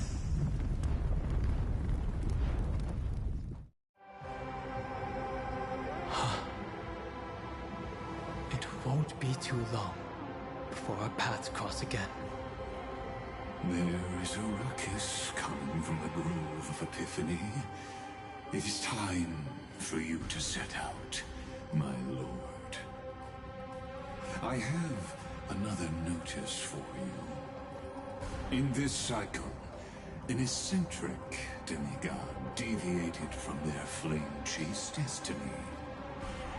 In a history known by none, Terravox, the Earth, fell. This matter has remained extremely mysterious, contradicting the extrapolations of 30 million cycles. I have reasons to suspect it also has something to do with Lady March 7th. As of now, clues that yield no conclusions are not important. Finan already pointed me in the right direction. Open the way.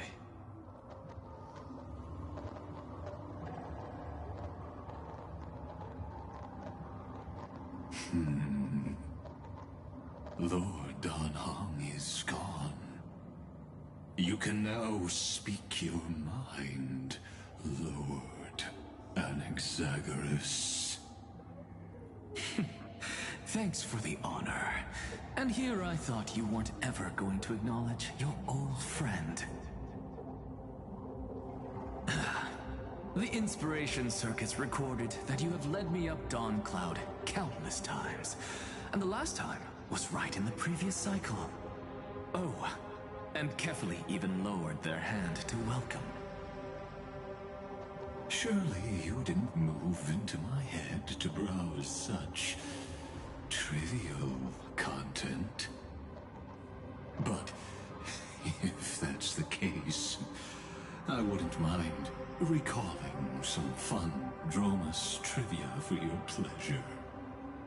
You seem pretty relaxed. Indeed. The experiment's variable will be eliminated by my enemy's very hands. A beautiful way to kill two birds with one stone, isn't it? You know very well that everything I said about that Remembrance Pathstrider was true. Both my hypothesis regarding her identity and my recommendations to Lord Don Han. Yes, I know. You haven't told a single lie so far. But I noticed your thoughts would generate a curious ripple whenever you mentioned her. It's almost like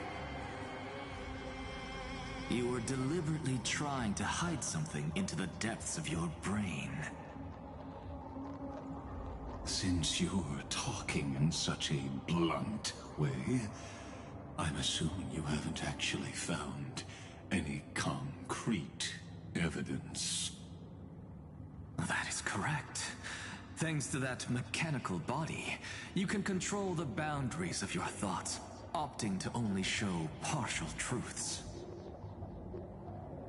Pity that I still managed to grasp a shiver of fear that escaped your control, and I traced it upstream to discover one single word.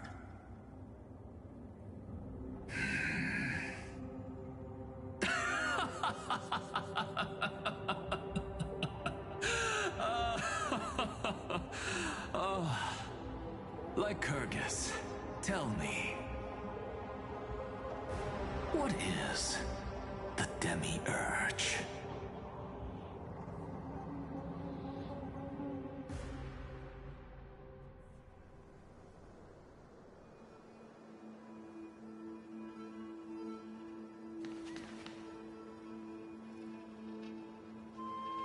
The grove.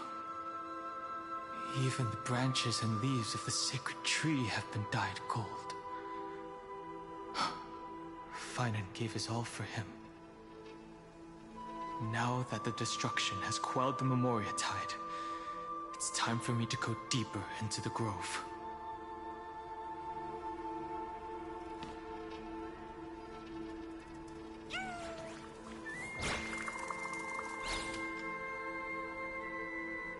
Who's there?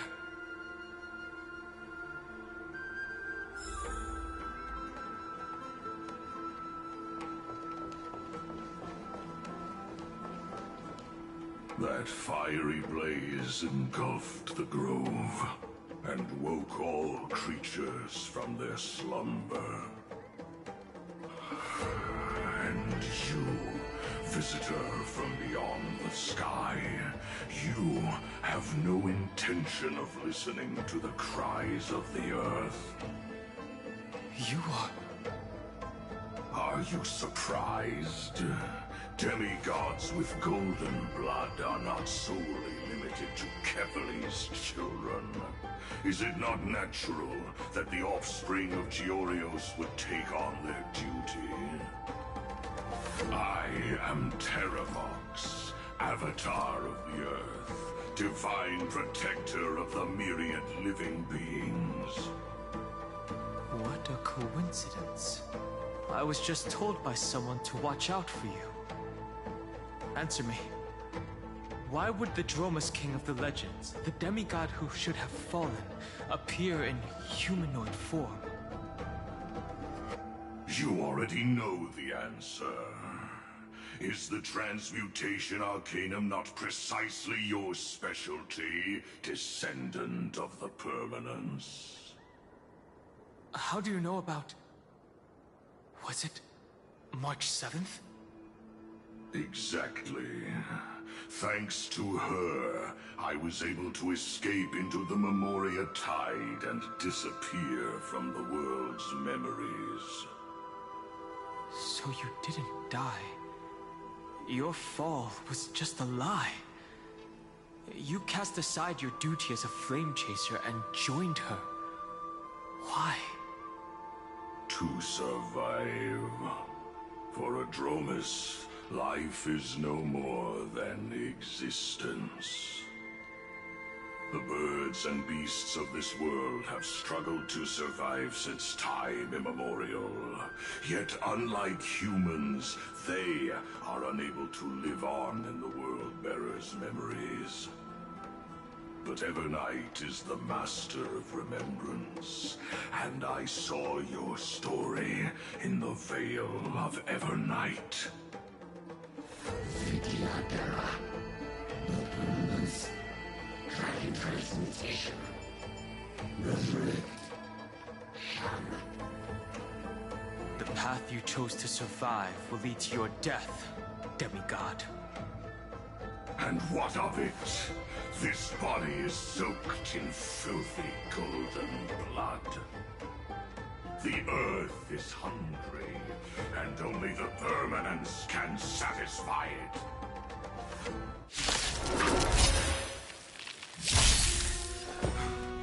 This madness seems exactly like Mara struck. All will be swept away by the wind.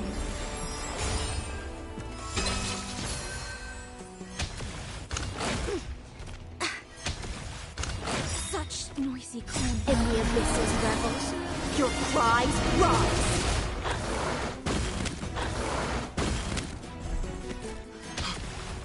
Cloud Knights? How the... It's endless. Has the Memoria tide returned? The fires of abomination reignite.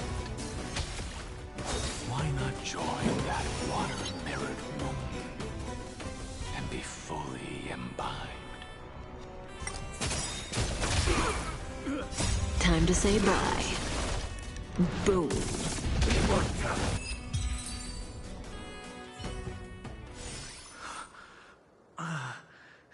Is this some disordered memory?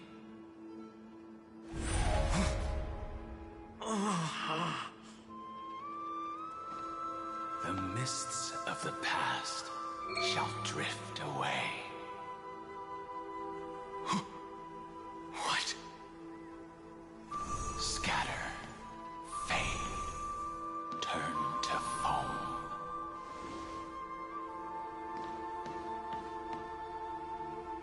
Do you not remember me?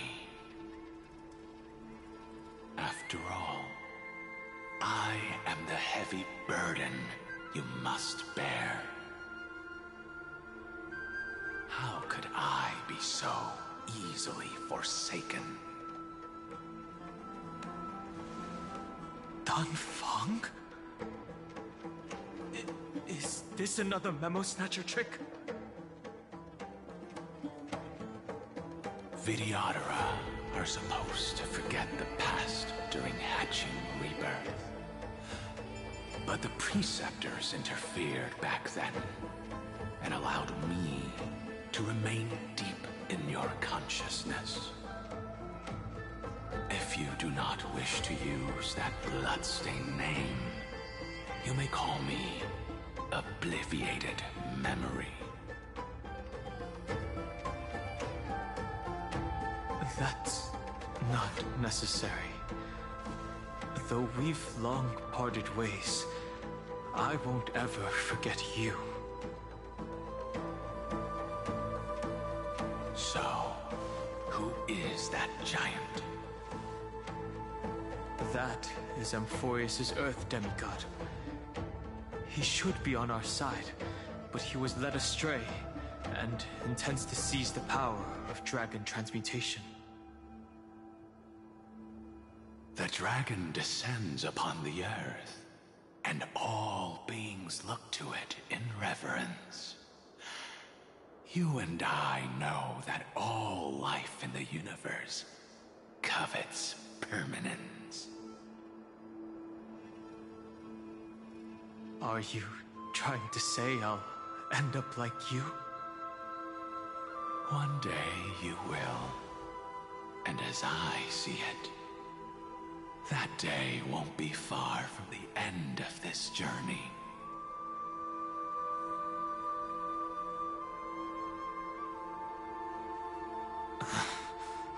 Let's move on to another topic. I have no intention of passing judgment on Dan Feng, and I have even less desire to become entangled with him again. I only have one concern right now: bringing my companions back safely. You can either help me deal with these abominations, or return to the shadows of memory. Dan Feng.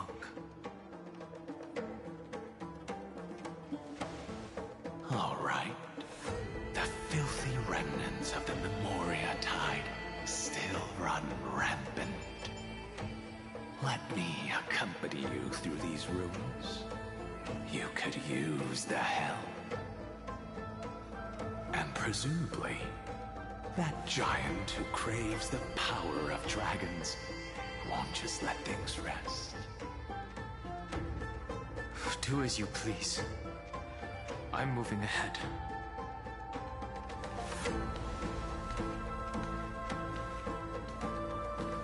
Speaking of Terravox, his aggression just now was probably some distraction.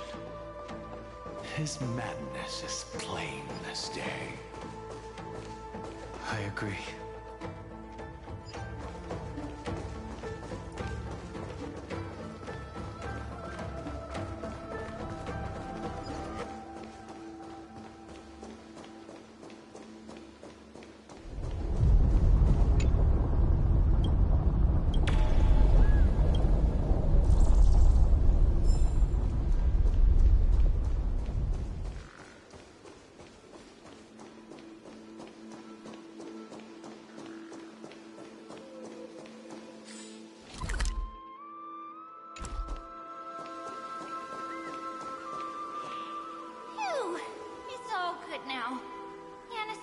crossing is full and the hidden passage can be used again. No, the Imperator's legions can launch a surprise attack from the grove. Who knows if Terravox will be able to succeed? Huh? Who is this warrior? Lady Tribios, I am Dan Heng, the Trailblazer's companion. Dan Heng? Nice to meet you. I didn't realize Little Gray had more companions in addition to Little Cyrene. There is no need to elaborate further.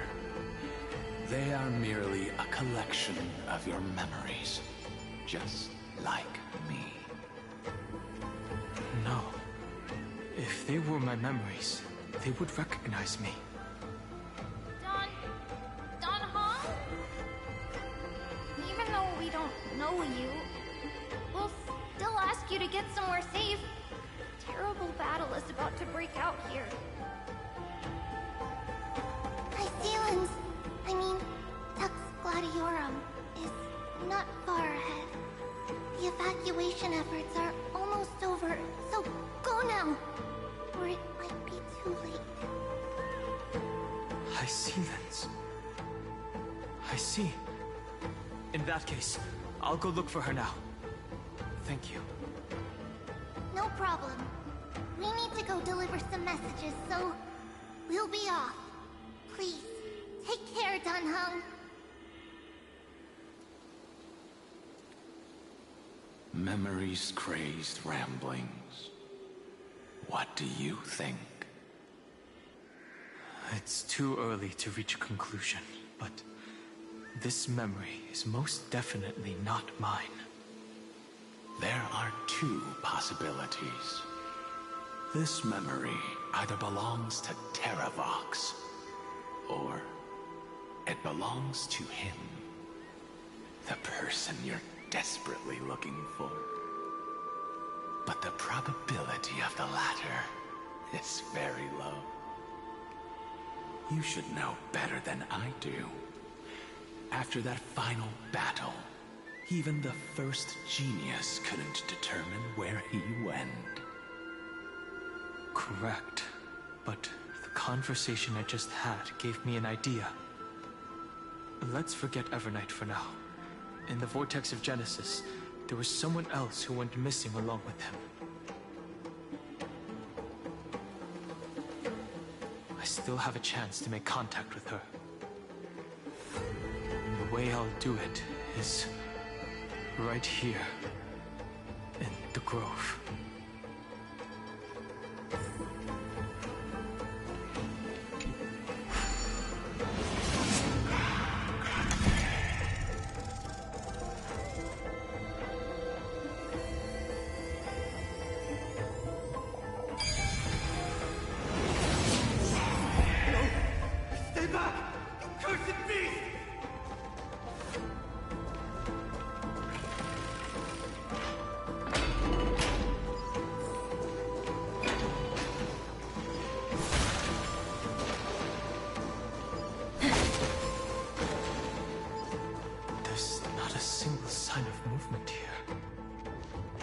Probably just the echoes of the Memoria Tide.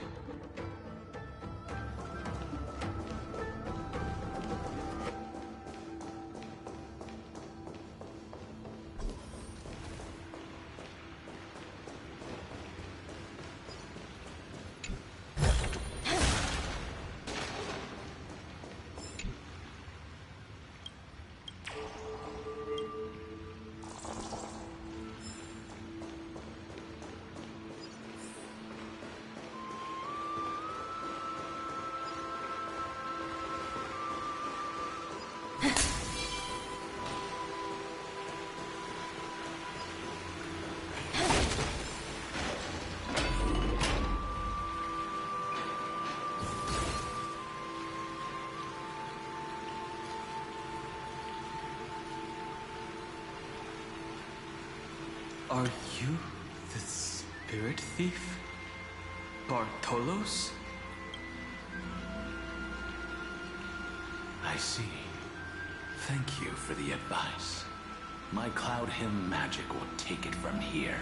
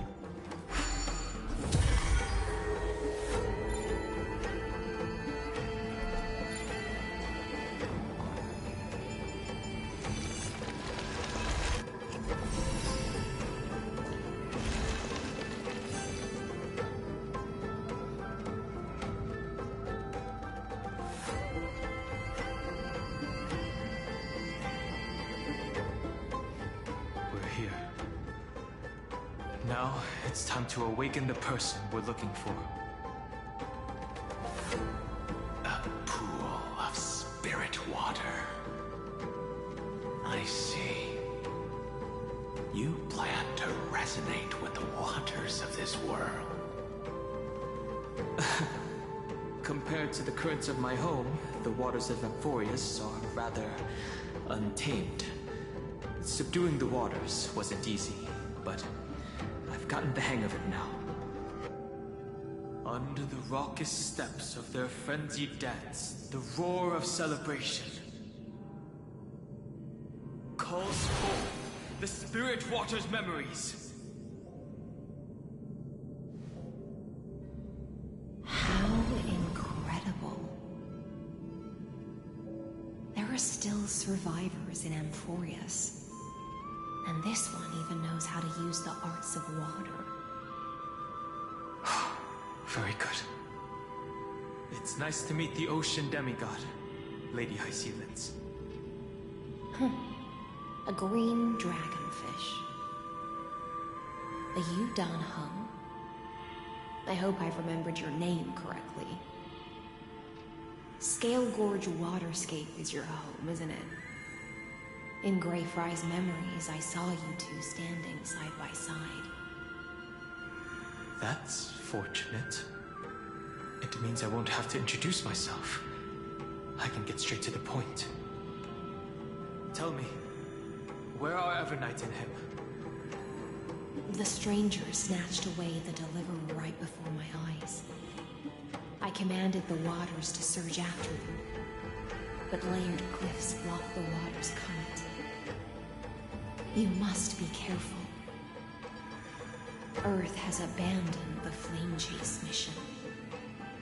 Though Terravox still lives, they're not an ally of the Trailblaze. That's no surprise. I've already exchanged blows with that mad demigod. I didn't think the worst would still come to pass. He also intends to get his hands on a dangerous power. As his comrade in arms, do you know what his goal is? Terravox has only ever cared for life born from this soil. If they covet powers from beyond the sky, I suppose it's out of the same care. Even so, their behavior is far too unusual. I presume they wouldn't have made such a drastic and irreversible decision if they had not exhausted all other means. But embracing the permanence may result in even more misfortune. While I admire that demigod's willpower, my position has not changed. It seems that if I want to find Evernight, I will have to confront Earth. Since my opponent has already turned into a vicious beast, what I do won't weigh on my conscience. Then allow my specter to accompany you, Lord Danho, as the demigod who witnessed the end of this world. At least let me sing an elegy for my last comrade. That doesn't sound like something you would normally say. Huh? What I do won't weigh on my conscience. I can certainly guess what you mean by that. I will never hesitate for my companions. I am a nameless. And what I'm going to do is defend all the hopes that are on the verge of fading away. Then I misspoke. That is exactly how the guard of the Astral Express should act. If you please, Lady High Sealands. Hold on to this current, for it still carries the warmth of Greyfry.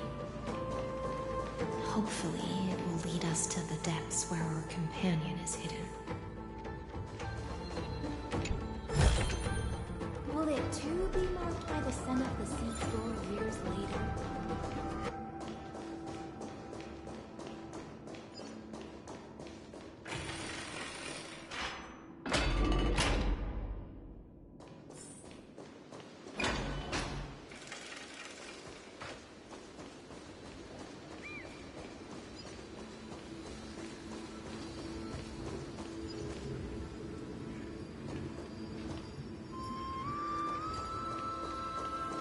Electra, is that you?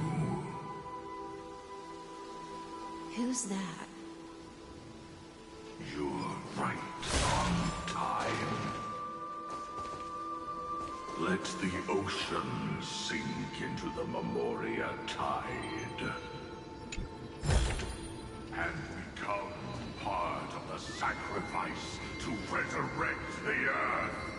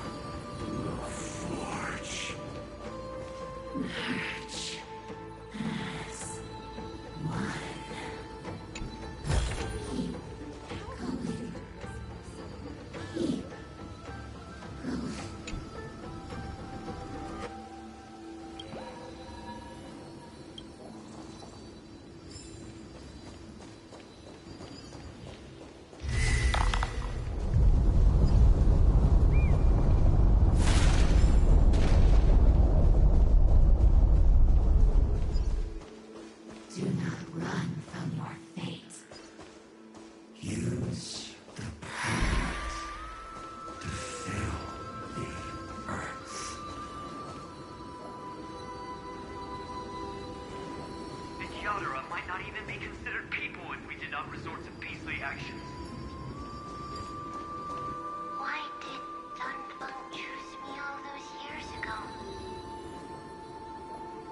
Long Scion, fall into oblivion!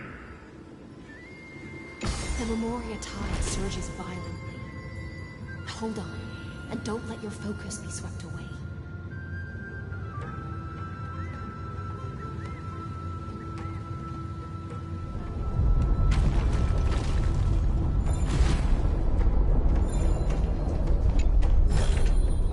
Will it too be my... The whole grove is shaking. Of 5 people, 3 must pay a price.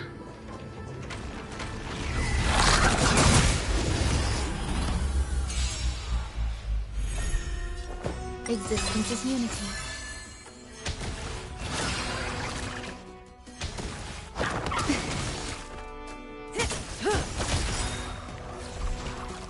In the abyss's revels, your cries rise!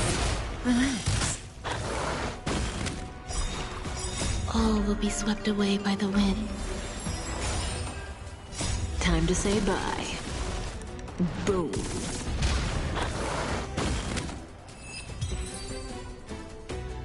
You are one of them.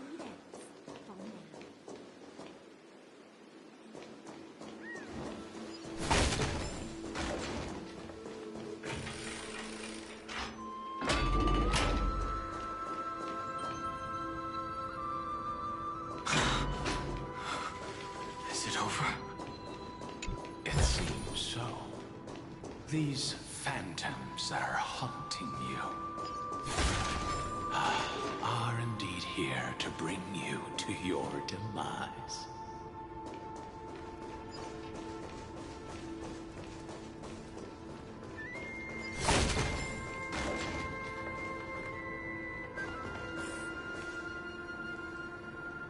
It's unusually quiet here compared to before. Don't let your guard down. The Memoria tide has become even more violent. Is that?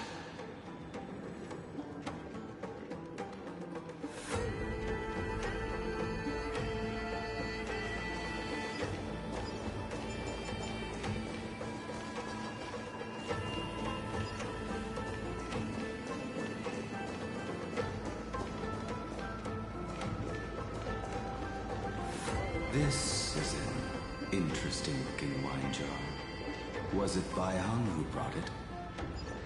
It's a specialty from Thalassa that she brought and left here just for this gathering.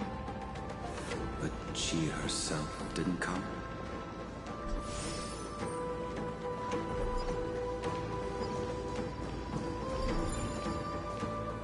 Your mind retains far more of the past than I had imagined. I've seen this farewell more than once in my dreams.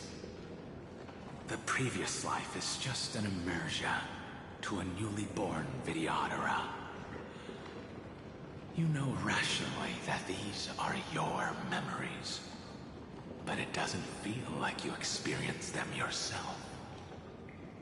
I use dragon transmutation for selfish reasons, and close friends turn to enemies. You probably want to ask me if it was worth it. The Military Affairs Office is placing more importance on the Yuchue's battle this time. And the Yao Qing called her back for a patrol mission. Some people are born with adventure in their blood and can't stop for even a moment. No matter, I'll drink her portion for her. We're already toasting. Why don't we wait for Dunfeng? As always, the High Elder has endless meetings with the Preceptors that he can't get away from. Let's not wait on him.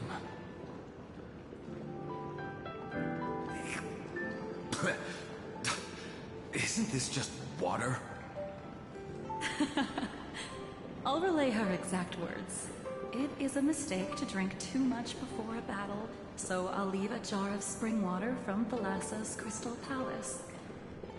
She said that wine only has flavor after a triumphant return. Why didn't you say so earlier? I didn't want to go along with her, but she insisted on seeing your expression after your first sip.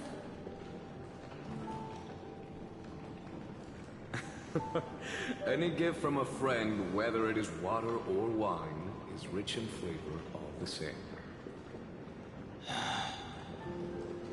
I see you still speak as if every sentence must add something of profound value. I see you still speak as if every sentence must add something of profound value. Ah, you're just in time. The punishment for making us all wait should be 3 cups of wine. Spare me, please. I've already suffered enough next to the ancient sea. I've convinced the preceptors. Vidyadhara, Cloud, and Magi will join the battle on the front lines, and our armies will fight side by side. It seems like you can now carry out your plan for dealing with the Kitu Mirage, Jingyuan. Thank you for standing your ground against the dissenters, Donfang. I never thought those preceptors would ever relent. After all of this, countless Vidyadhara. Countless Vidyadhara will lose their lives, with no chance at a molting rebirth. We all understand this. But the Vidyadhara cannot become a part of the Alliance's destiny if we do not share in its joys and sorrows. We would only be bystanders to everyone else's suffering. That is something we all understand as well. That is also why we've gathered here. Come, raise your cups. This toast is not for bidding farewell to each other, but for honoring the soldiers who will not return, for honoring our companions.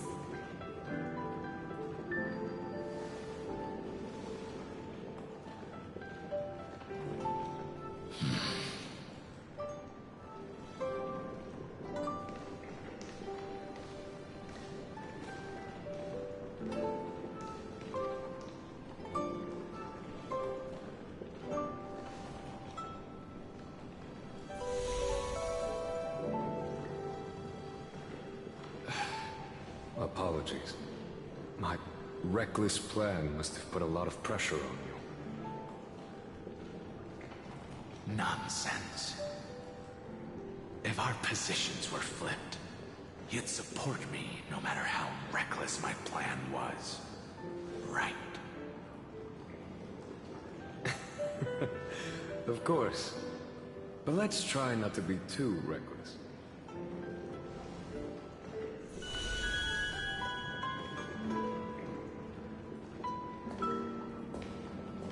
When you make a decision like this, people will always ask, was it worth it? And you will also forever question yourself. Do you know how you will answer that question? I won't answer it. I will prove it. That's right. My sword is my answer. Thank you, Donfang. Thank you, Jingyuan. Oh, thank you, Jingliu. And thank you, Baiheng, wherever you've run off to. Ridiculous. How did you get drunk from spring water? I'm just full of joy. It feels like I've just forged a divine weapon with masterful craftsmanship. I'd rather leave this world in a blaze than live until the end of time. That's what I always firmly believed in the past. But I never truly felt like I was alive until I met all of you. Now, I wish more than anything that I could just live a bit longer. No, pretend I didn't say that.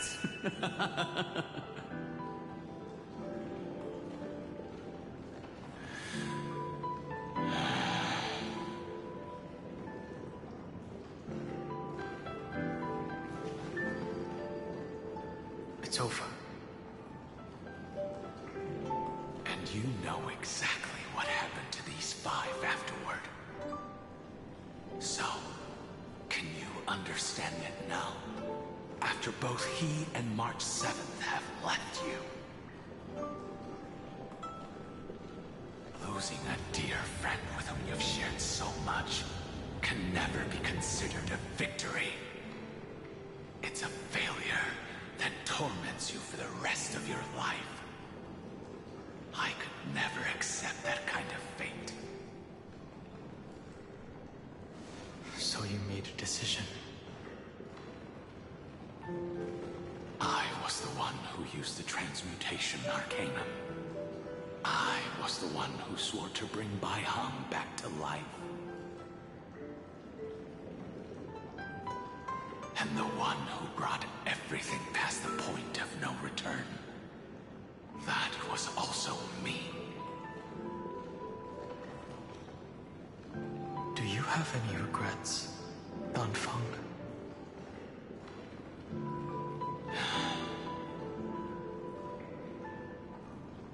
Even if I could reverse time, I would not choose differently.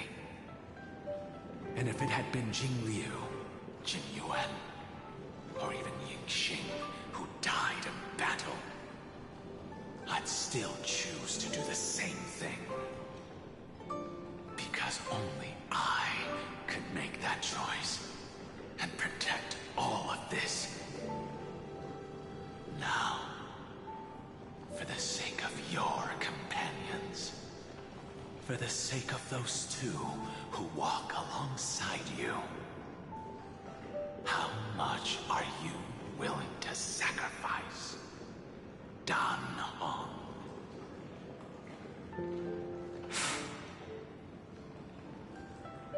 Everything. Your answer does not surprise me. They are more than just my companions. They are the path I took that led me to where I am now. So they will also be beacons for when I am lost, leading me to the future until my next reincarnation. Then let me see how you carry out your convictions. Let's leave this place and go settle things with that mad demigod.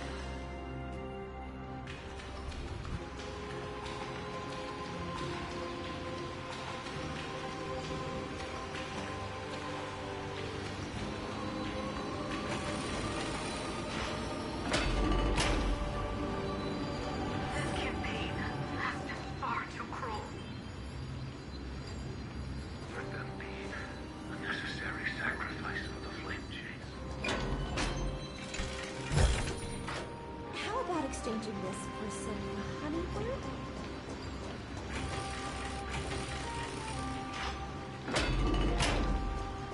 Seismic walking dragon. History shall remember you as a Titan Slayer! Memories intersect. Another betrayal. Another catastrophe. Regardless of whose memory this is, it seems that Terravox has a leading role in it. A beast that's been rebelling its whole life. No wonder they descended into madness. I see the destination that the destruction points to. Golden blood is gurgling out. It's almost like a heart that has burst open. Follow the current and calm its frenzied pulse.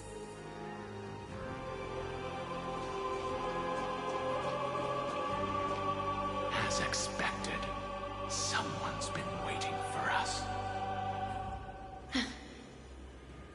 It's you. They are here. A scion of permanence. And your old comrade in arms. Terravox, my old friend. Indulge yourself. Let this Memoria tide swallow everything. Be prepared for the worst, Lord Dunham. This mountain dweller must not be underestimated. Geocles the Mountain Breaker. Earth's strongest rival. It's been a while. Mountain Breaker? He's not Terravox? I remember you, little fish, and your despicable master. I didn't think you were still alive. Death is just a return to the earth for mountain dwellers, thanks to Evernight's gift.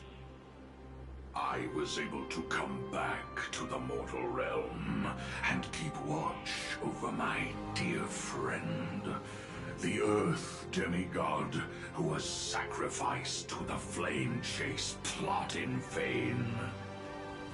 Long Scion, you are the most important offering in this ritual sacrifice. No matter how strong your will is, it will eventually be swallowed by the Memoria tide. When that time comes, you and the powers you bear will serve us. We will use the permanence to awaken the fallen giant dragon and give the earth an everlasting body. I see. So you pretended to be Terravox in order to lead us here into a trap. If it weren't for the Imperator's tricks, the name Terravox would be shared between us anyway. They made the right choice for Amphorius's tomorrow. But the tomorrow you speak of only ever had a place for humans. Watch, my old friend! I will once again start a fire that burns away the chains that shackle us! Why don't you leave this to me, Lord Dunham? Use that hidden passage to reach the opposite shore. Perhaps Greyfry's there, deeper inside. No. I will stay here.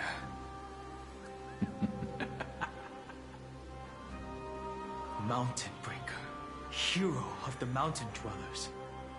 If I do not stay here and triumph over him, he will die an ugly death in delusions of the permanence. That should not be his destiny. And for the vicious beast that insists on obstructing the Astral Express and threatening the fate of the world. We've stood on the precipice countless times along this journey, forced to make difficult choices in the face of disaster. But this time, it's my turn to put some pressure on this world. This feeling, this scene, all too similar.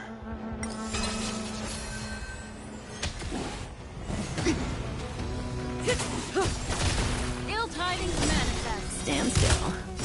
Beneath the waters lies an endless abyss. Relax.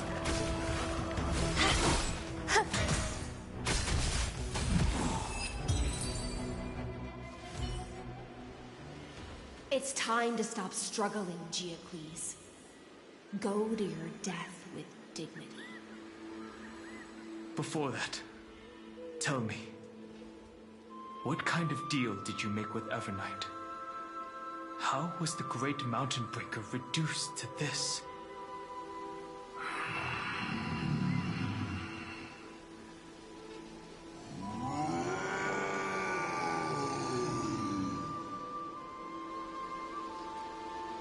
That's... Leave it to me. I'll recount the Earth's heaviest past. And sever its deepest delusion. Terravox. Is that you? Your body has become so frail. Even mountain ranges grow old and eventually die. But I can hear the sound of blood still surging through your veins, fast and strong. I suppose you are the true Earth demigod. I am near my end, and the demigod title means nothing to me now.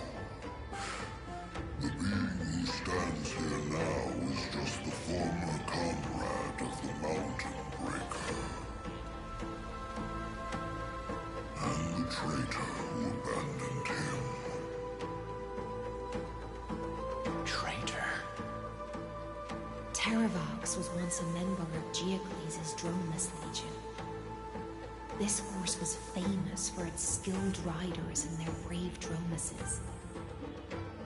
Terravox himself was the Dromus King, the giant dragon who swore their life to the Mountain Breaker. In the battle against Georios, the Imperator could not surmount this mountain, and thus had to break it from the inside. Terravox's betrayal was key to the Flame Chase army's victory. The age of the gods was coming to an end. Living beings had adapted to the changes amidst the rifts of the earth, and now they had to learn to survive in the crevices of the epics. Someone had to watch over the earth, so I agreed to a deal.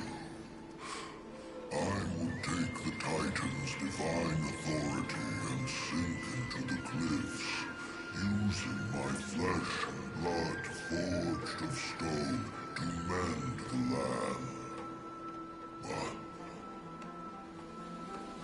there was one betrayal I could never forget. The Mountain Breaker refused to believe that was my choice, even till his dying breath.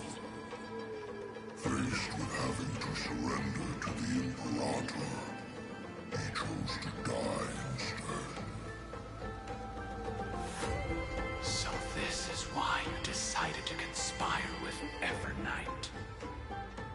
Time's strange visitor appeared before me.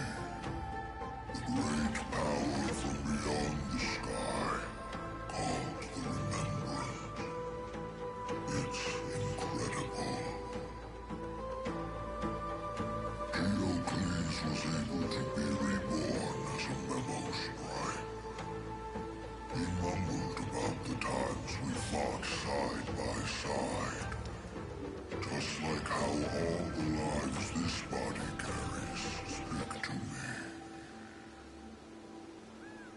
Evernight did not ask for much in return. She only wished for me to use the divine authority of Earth to hide her tracks. Since you're being so candid, does this mean you've given up resisting? Resistance. For a beast on the brink of death, what is the point of resistance? I see. 1,000 years have passed, and your mind has long since been shattered. This frail body bears the weight of all those I've betrayed. And now, my only wish is to rest with them. In the unchanging paths.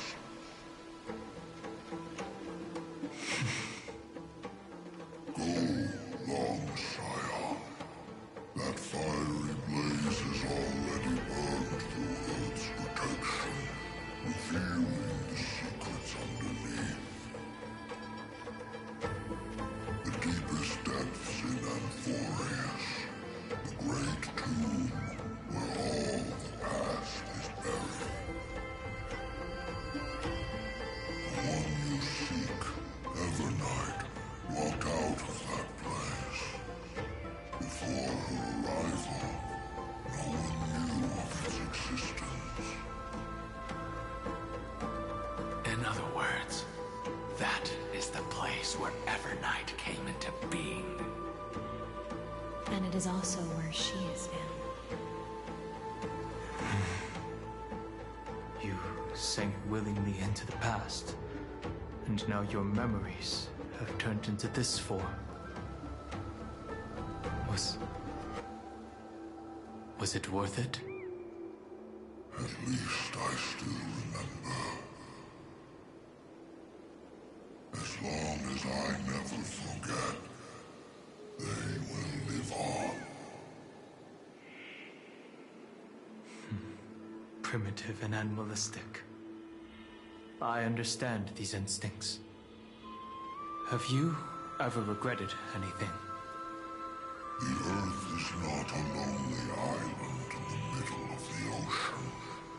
It is the sum of all the living things that stand on it. I have never regretted defending the creatures of this world.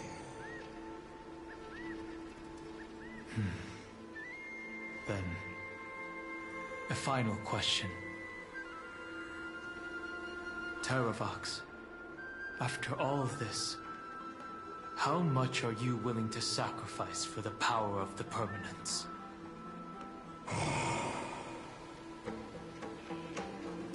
Everything.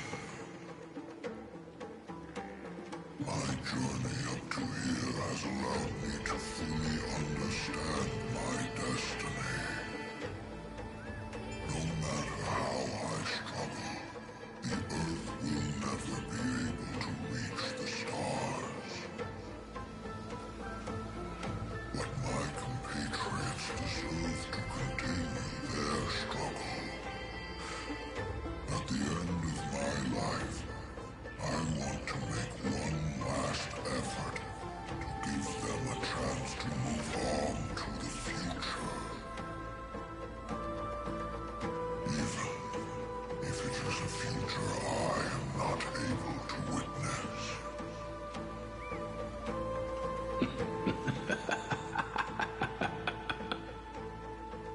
I understand.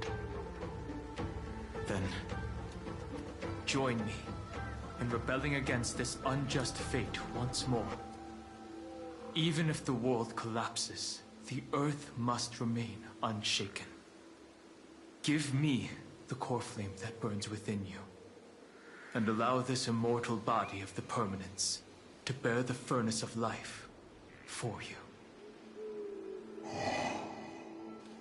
Long Scion, are you willing to bring them all into the I won't give you empty promises. Allow me to answer your question from a different perspective. The permanence is the path that dragons trod, and eternity is life's deepest desire. If you entrust the Earth's living beings to me, they will live in symbiosis with the instincts in my blood. With this body as an ark, I will deliver them to tomorrow for you. That tomorrow won't be the end of Amphorius' west wind, but a vast and boundless sea of stars. A sea of stars. It's a future where all beings can trailblaze side by side, not a prison made for remembrance. In the veil of Evernight's memories, you've always been someone with reservations. I misjudged your resolve. I understand. This is the only choice. Behold, this core flame that burns in my chest. This core flame born from the earth. It is the red soil from which life sprouts, and the furnace of all living things. It tells me to commit one final act of treason. Entrust this heavy task to the trailblazers from beyond the sky. Let them tend to the wild terrain and safeguard the lands. And thus bring the endless stream of life into the distant future. I promise you, Terravox. Good. When I hand over the divine authority, this place will fall to pieces. Are you prepared to hold up the sacred tree if it falls? Of course. Then free what remains of my body, and let me give you this flame that turned away from the flame chase. I now relinquish my duty as a demigod. You shall dig your own grave and burn in the furnace of rebellion.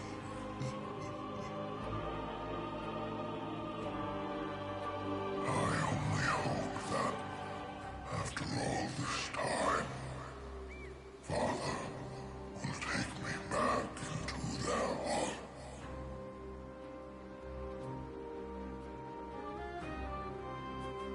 Come, crouching beast, for the endless life of this world. Rise from your dormancy, and follow me as soaring dragons of the wilderness.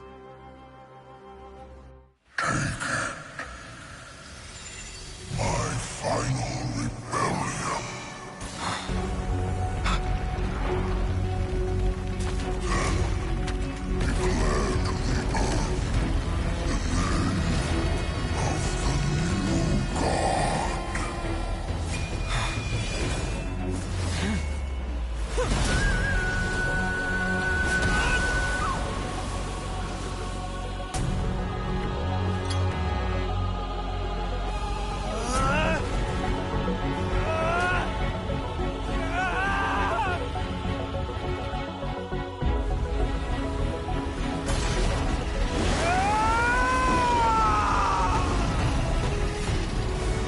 I am Dan Hung,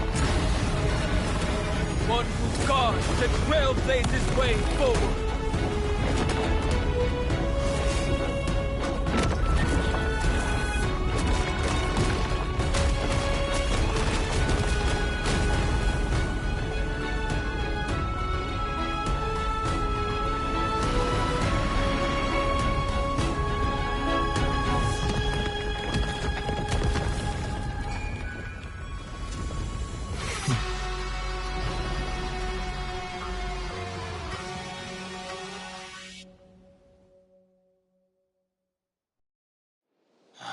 Fortunately, the worst did not come to pass.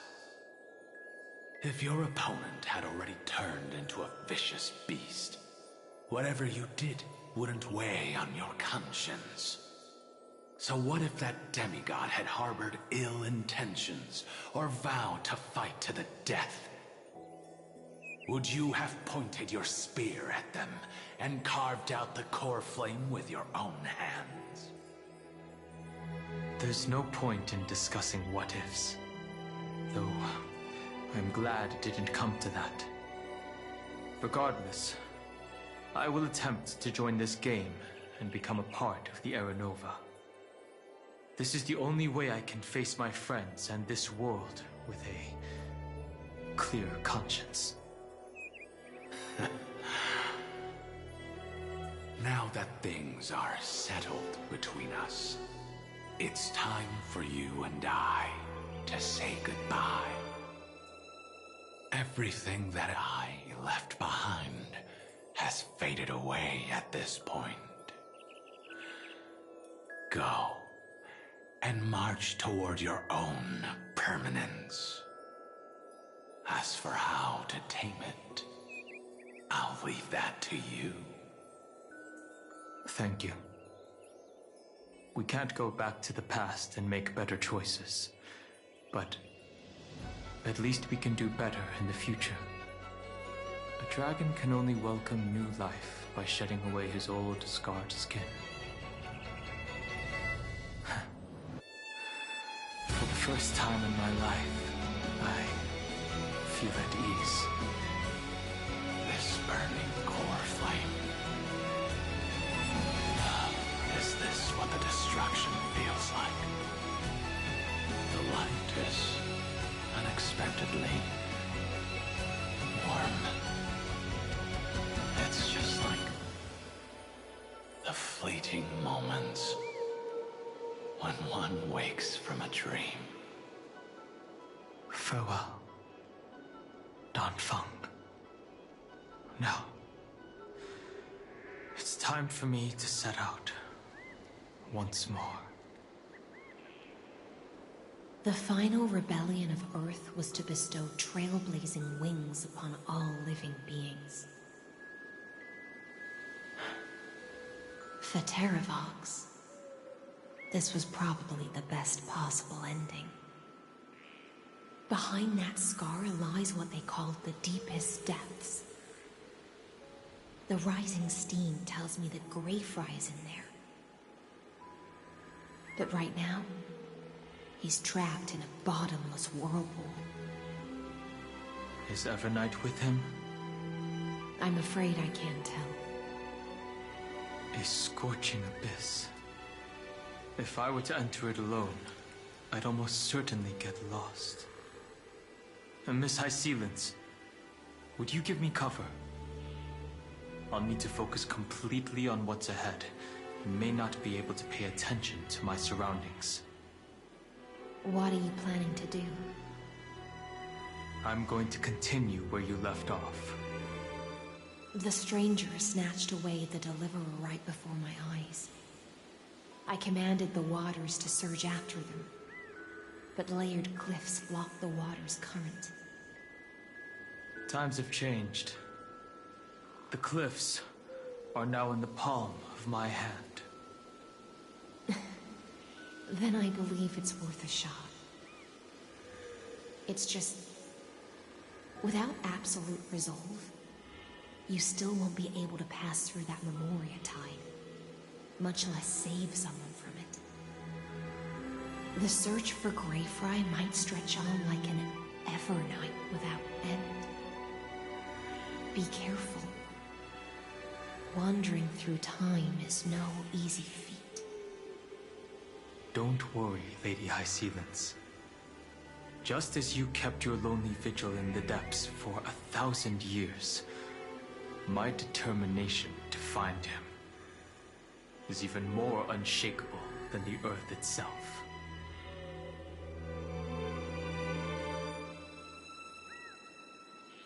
Ancient sacred tree, lend me your roots. With the core flame I carry, let me resonate with this land. With heaven and earth as my map, and time as my compass, I will find that one singular point. Even if I must cross every mountain and valley on my own 2 feet, I will bring you home. Circe's giant tree, witness to Amphorius. This time, I will follow its roots into the ancient earth until I find you. On this journey, I will become the bedrock of mountains and bear the cities above. With the currents, I merge into the tide, crashing upon the land's jagged reefs. I sweep across the nameless barrens, scattering endless snow and frost. Entwined in the cycle of day and night, into the deepest depths of this world, adrift in the darkness that was before all else. When can I lead you out of this maze? No. I can't do it with just my eyes alone. Maybe it was never me. Maybe it was always you who could set us free. Long time no see. All right. Let's settle this and keep moving. That's where we will find our answers. Hey, Donhung, wake up. 3 of a kind. 2 pair. Ace. Go.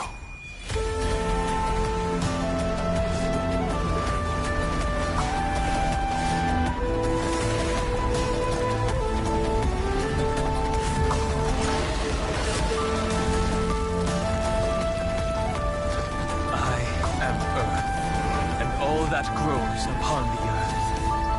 I am you.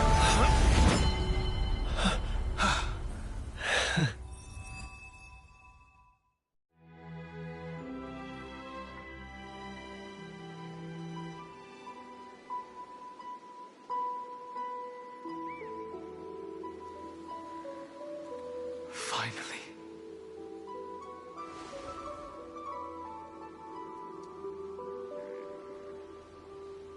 I found you.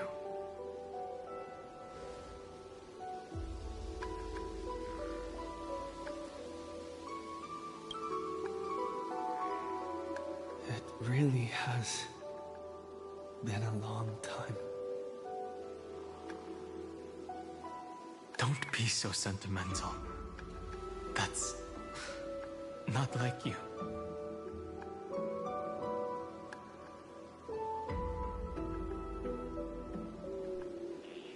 Thankfully, Evernight did not try to stop me.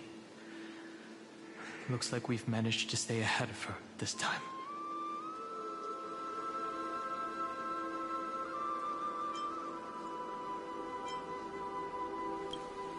They never once stopped worrying about us. About you, me, or March 7th. They never gave up on trying to save us, even from outside this world. Miss Himiko, Mr. Yang, Pom Pom, and even Sunday Black Swan and the 2 geniuses. They are all doing everything in their power to aid us.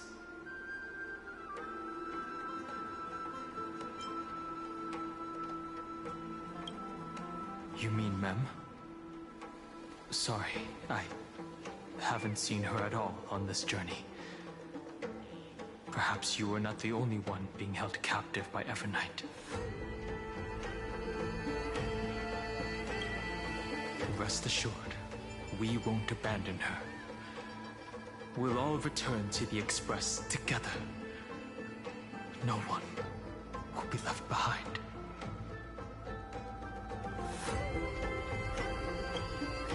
I understand.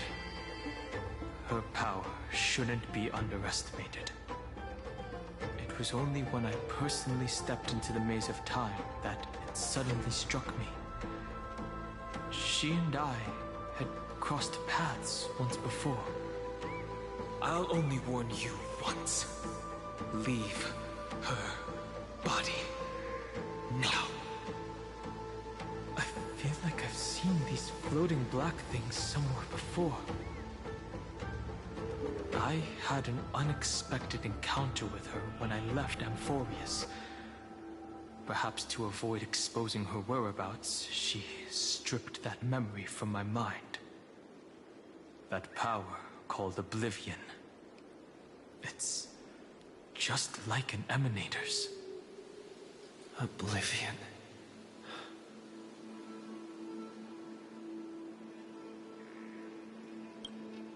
I know. But you still remember me and our companions, for now. Do you have any clues about the memories you may have lost?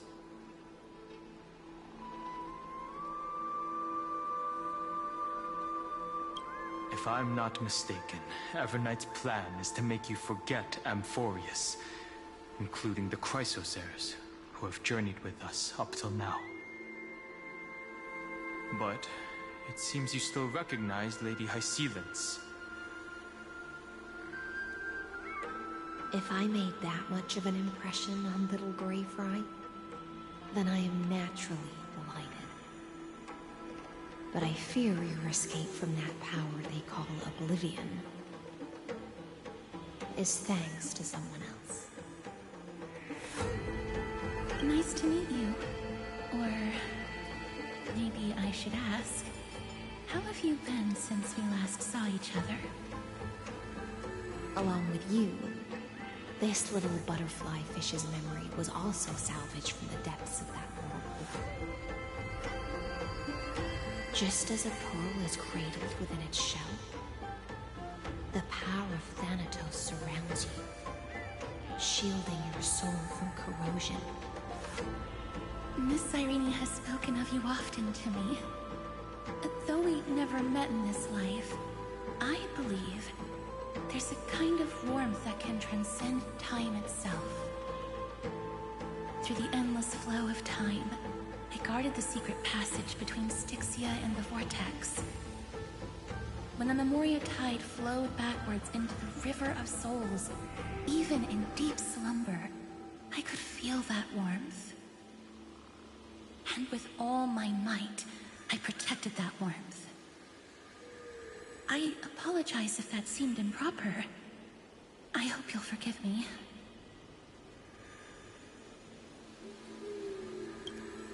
I understand that your mission is still unfinished. The path ahead is treacherous, and even though my body is bound to these dark currents, I'll do everything I can to watch over you both. The little butterfly fish is right. There is still a pair of eyes watching from the shadows, but we won't let them get anywhere near you. Go forth, golden dragonfish, and you, deliverer. Seek out your companion. Go forth and illuminate the lightless Evernight. I cannot thank you enough. Accept this promise from the Nameless. Amphorius will definitely write a brand new ending for itself. Of course. We'll write it together. The Nameless will never stop. Until all of us stand side by side in the true new world.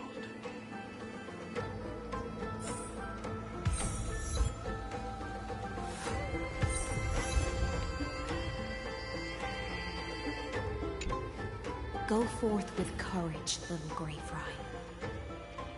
My ocean currents will guard your arrival, and my songs will accompany your journey ahead.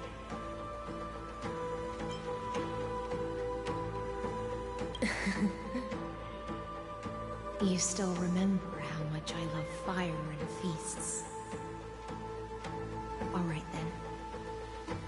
It's a promise. Go find your companion and see your journey through.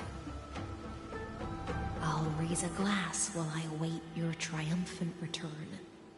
And then, when we reunite in the ocean at the boundaries of this world,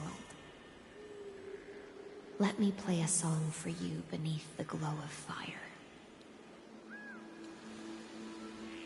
At the end of the sea of flowers, the souls of the living shall warm thy fingertips, and after an embrace, there shall be eternal separation. If I hadn't met you at the end of the world, I would have thought Lady Trinan's prophecy was wrong.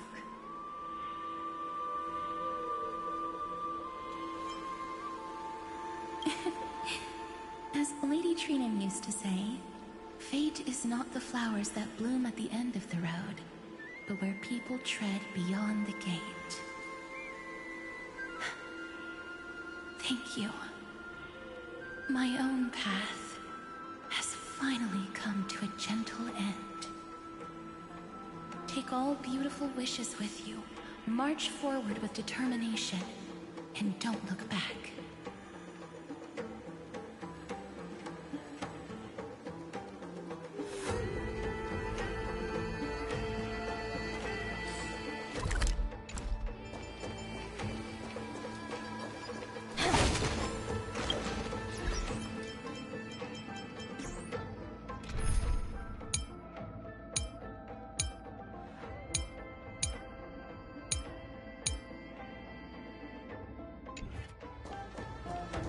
This place was once Nestia's altar.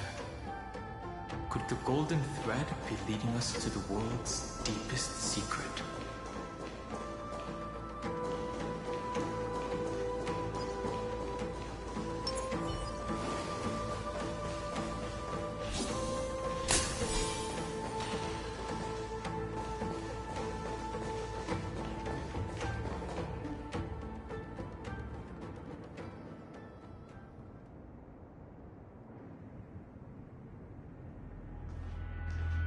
Is this a symbol in the shape of Amphorius?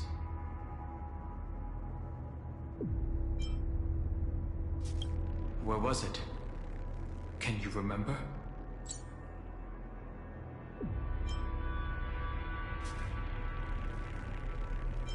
Which Titan is this?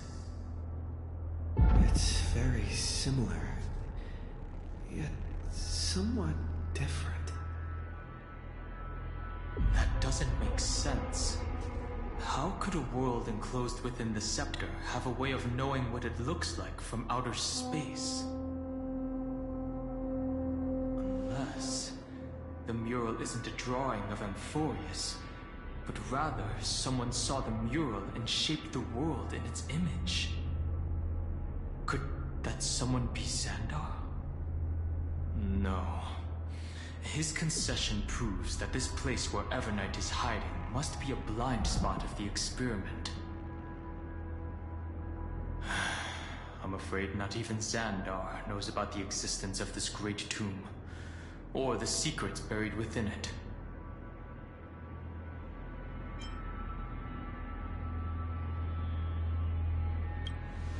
It's hard to tell right now. But this definitely isn't the outcome he wants to see. For something to be hidden even from him, it must either be extraordinary or unimaginably dangerous. This forbidden realm remains undetectable to Xandar, and even Fine and Stripe merely opened the entrance, yet Evernight can freely swim through it as she pleases. It cannot be reached by the erudition, nor can it be erased by the destruction. Be careful. What lies dormant beneath may well be Amphorius' final path. Remembrance.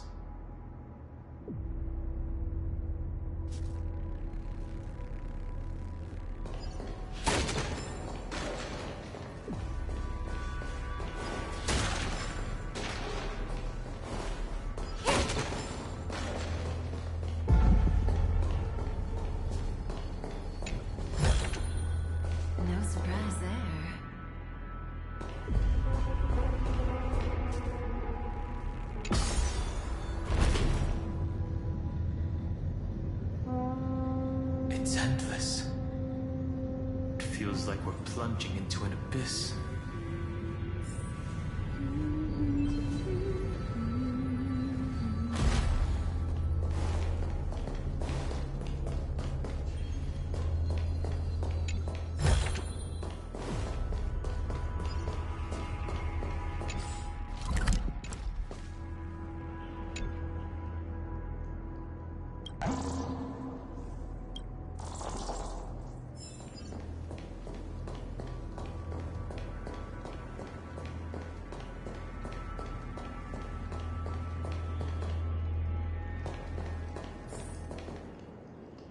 Are those distant structures all entombed data?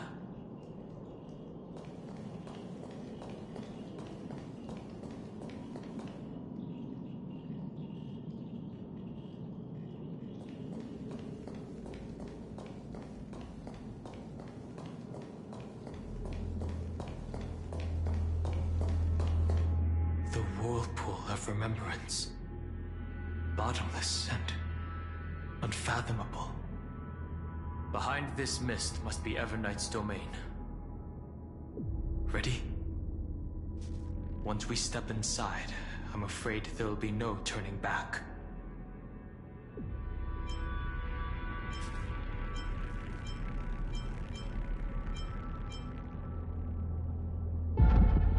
For March 7th, and for Amphorius. Let's go. On the Trailblaze, no one gets left behind.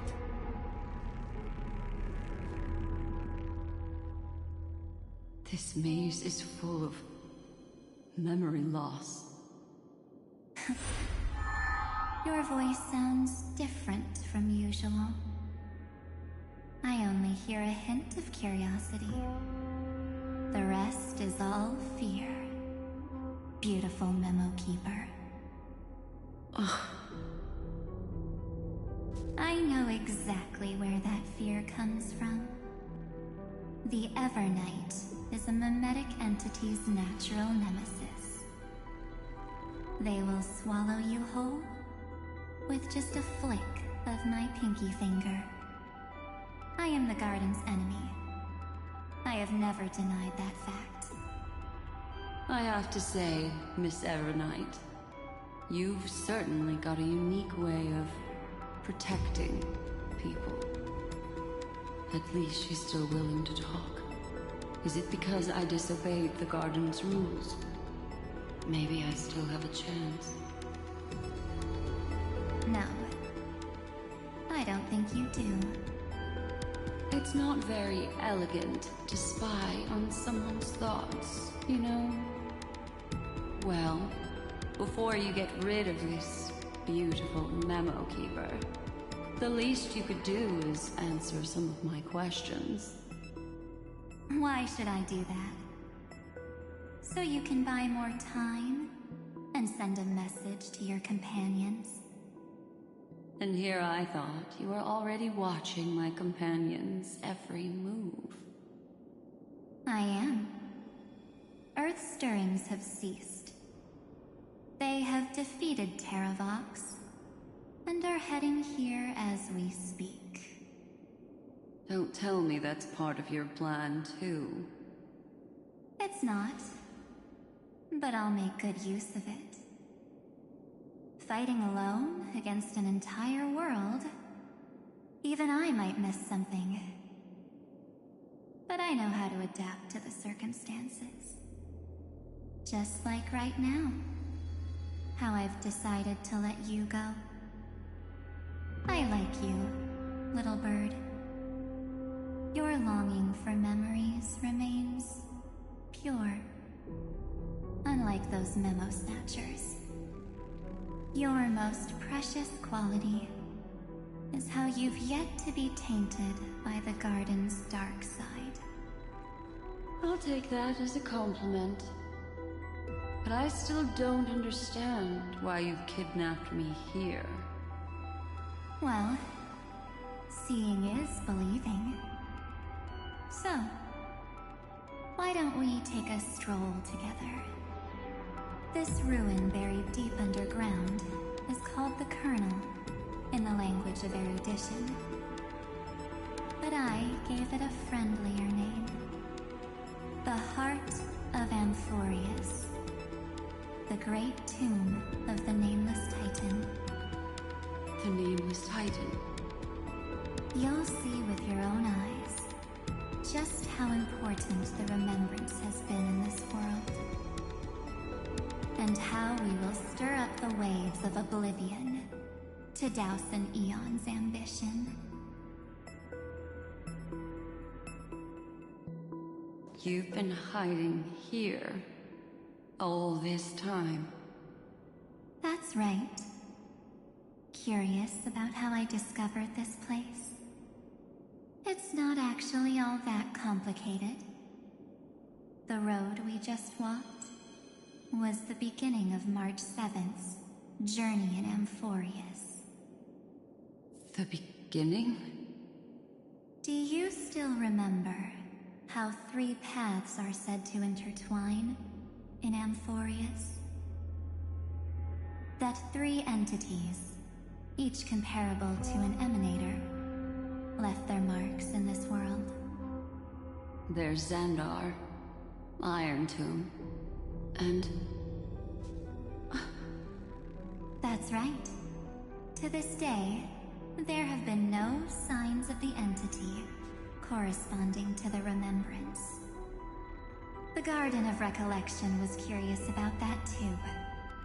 So the Memo Snatchers spent an unimaginably long time chiseling out a tiny channel to peek into this world. But there was always a power in the memory zone that kept them out.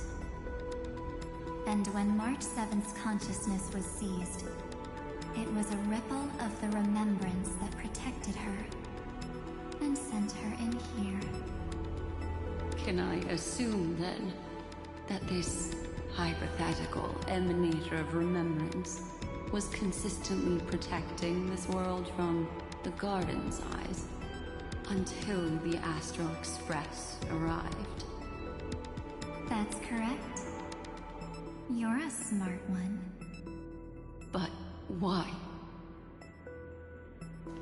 Go see for yourself, little bird. The memories contain everything. This gate is really impressive. These are March 7th's memories.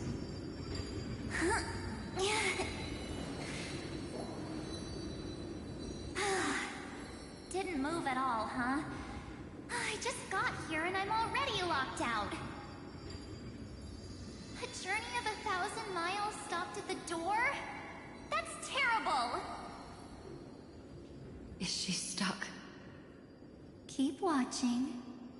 The fun stuff is just ahead. Warning. Object does not have access permission. What? Did I touch something I shouldn't have? Execute formatting protocol. What's going on? Formatting? Warning. Illegal operations detected. Warning. Illegal operations detected. Hey! Don't just activate like that! How do I stop this thing? Warning. Warning. Warning. Operation authorized. Protocol name. Back. Huh? Finally, it stopped. Wait. Did you just mention his name? He's barely spent any time in Amphorius and he's already famous?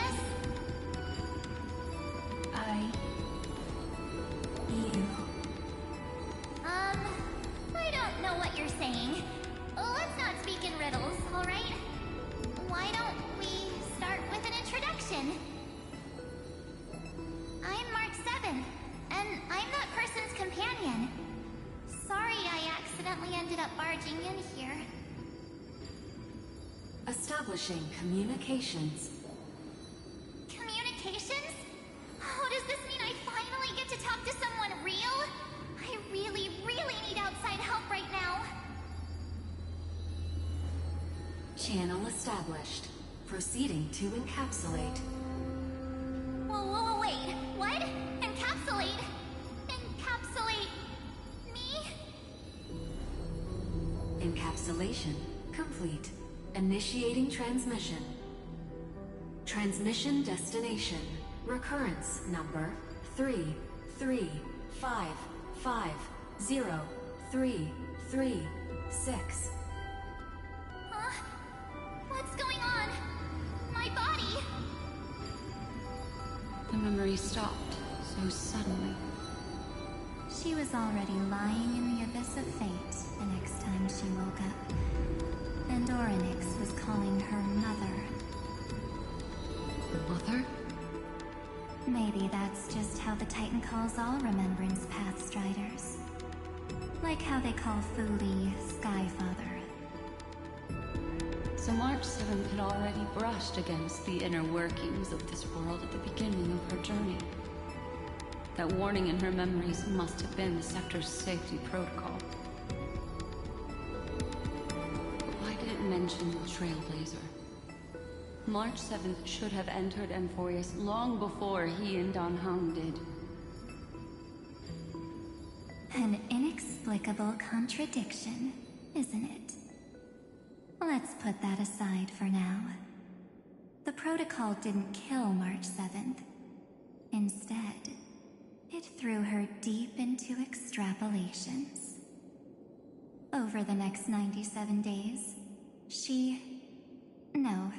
the two of us, trailblazed through Amphorius as mimetic entities as she evaded the Administrator's pursuit. It must have been a difficult and lonely journey for her. Yes. No one could see March 7th. She didn't belong to Amphorius's memories, so she could only watch this world from the sidelines, like a transparent shadow. Then when did you appear? On the day that she ran out of options. March 7th tried so many things to help her companions, but the only outcome of her efforts was a few Amphorian folktales.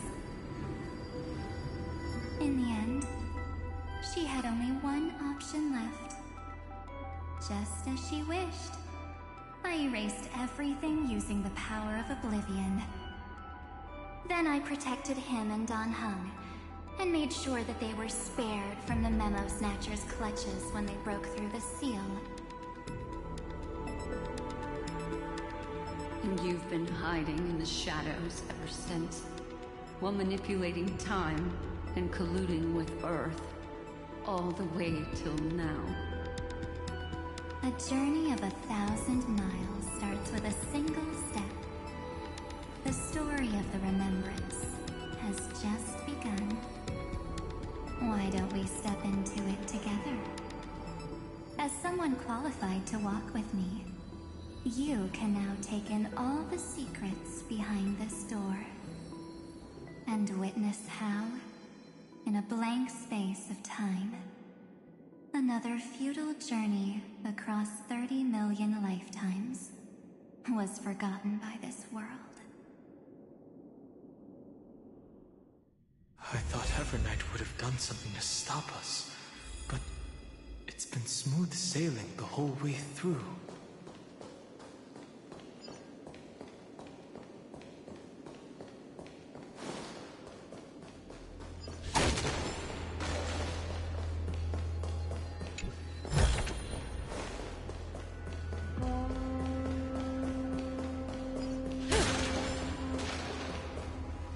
Are you ready? I'm going to open this door.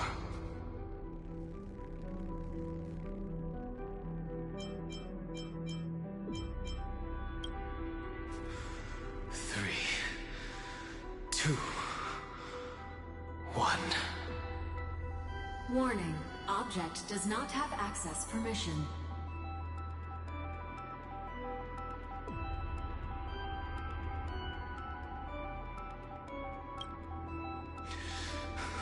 means we're in the right place. Warning. Warning. Warning. Get ready. Incoming. Welcome back. What? I'll be waiting for you. It mentioned your name.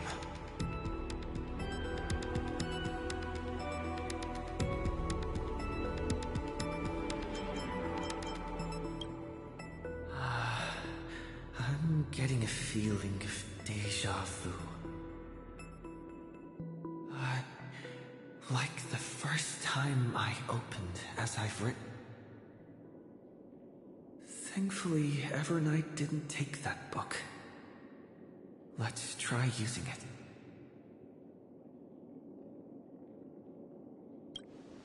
Operation authorized. Protocol name. The seal's gone. Didn't think this book would have a use here.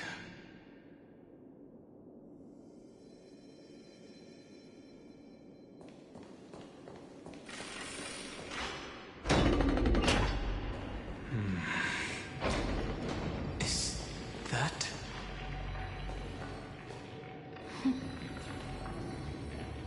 Hi.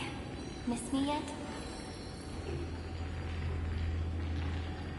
I'm just messing with you. This is the first time I have met you.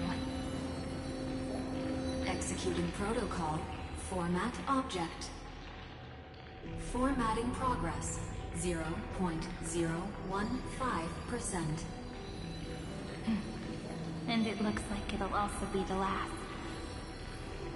Something's wrong. She's not talking to us. She's not the Mem you know. Could she be a Cyrene from the past? Formatting progress. 23.815%. Since we don't have all day, let's get started, shall we? As always, I'll read this book to you. That way, it won't just be Cyrene's memories alone. Formatting progress. 45.147%. Where should I start this time? Let me see. There. Shall we start with the meeting between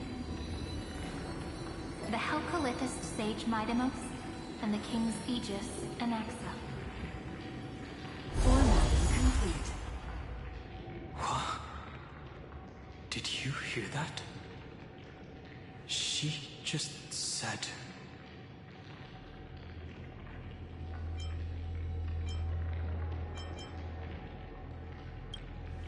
This is obviously not the history we know. It might be one of the possibilities in the 30 million cycles, but...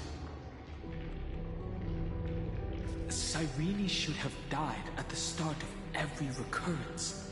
So why is she here? And who was she talking to? And that book she mentioned. That's very likely. That door reacted to the book as well. Let's try copying what she did. Accessing. Recurrence number 335503337. Access failed.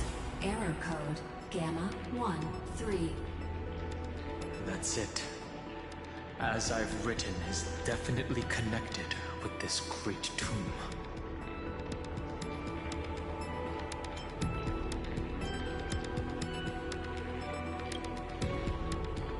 Probably referring to the eternal recurrences. It also proves the previous hypothesis that this place is outside of Amphorius' cycles.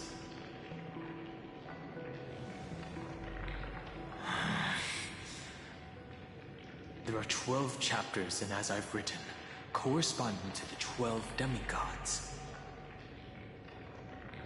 maybe the nameless recollections match these runes. Let's try linking them first.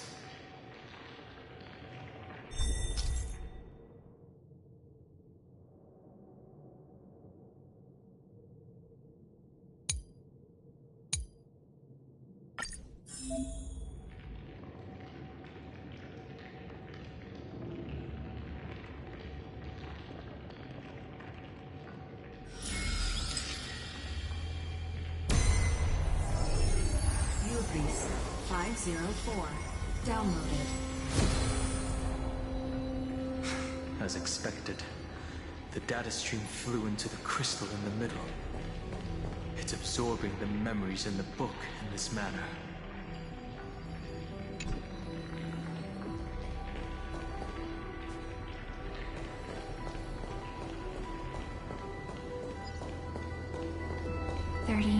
Departures, 30 million shatterings, and the beginning of 30 million flame chase journeys.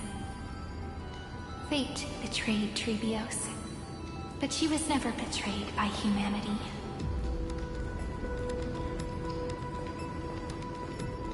$30 million departures, 30 million shatterings, and the beginning of 30 million flame chase journeys. Fate betrayed Trebios, but she was never betrayed by humanity.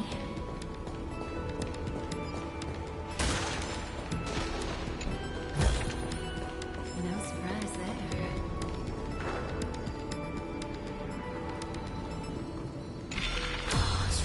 So desolate. What exactly is it?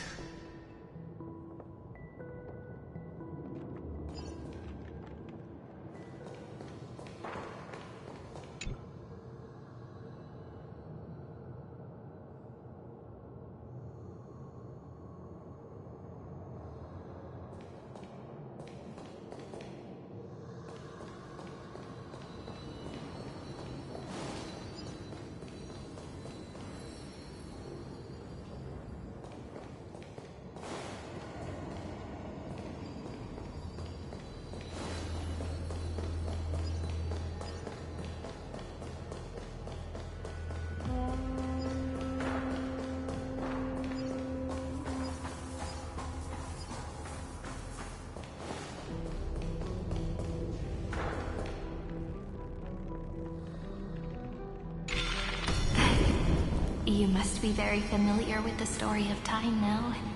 So why don't we leave some pages for the heroes instead?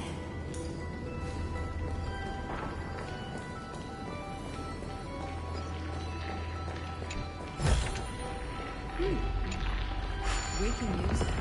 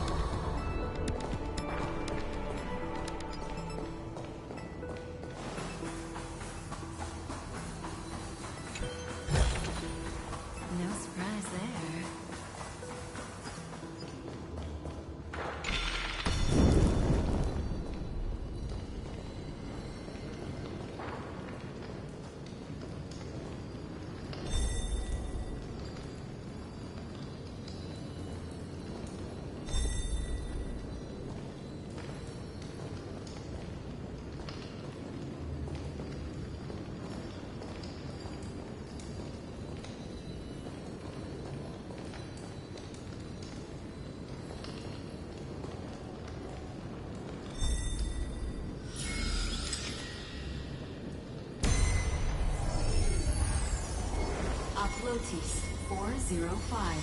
Downloaded. Scopeo 365. Downloaded. Branch number 1. Archiving. Object recurrence number 335503337.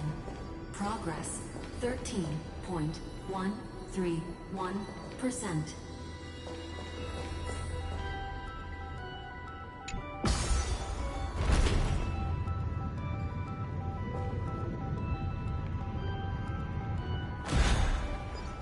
There's a notch in the terminal that's just the right size for this book.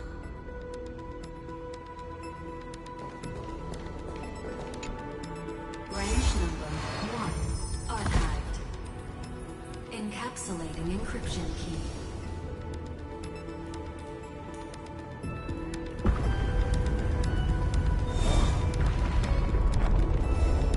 I see. This As I've Written book is a data terminal that has been modified by the Remembrance. It might have looked like Cyrene was reading a story, but she was actually carrying out a data transfer.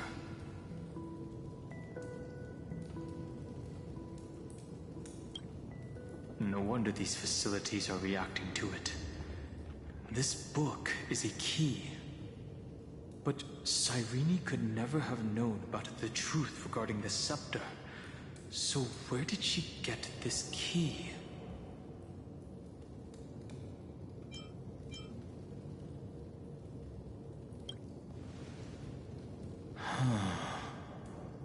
Do you remember, during her brief existence, Cyrene once encountered a certain Eon?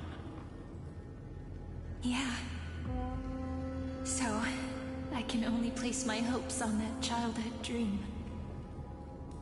And the god behind Orynyx that appeared in that dream. It's no secret that Orynyx and Fuli are related. That Eon also appeared when you encountered Mem.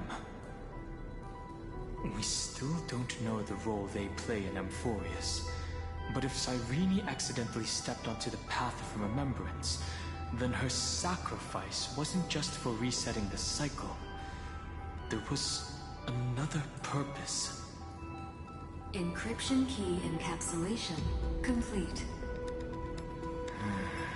Let's keep going for now. If my hypothesis holds, then the scene we just saw will replay many more times.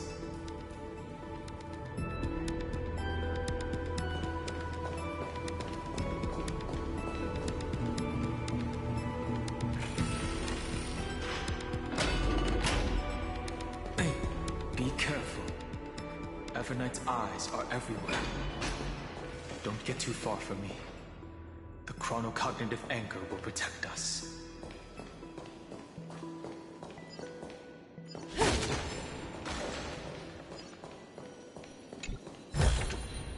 No surprise there.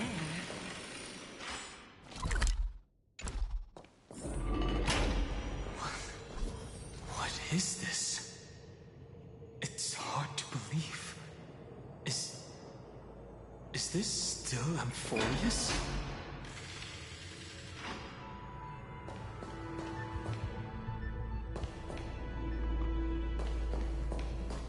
So many countless storage arrays. This would even rival the cyber prison of Inupis. Look, what a magnificent sight.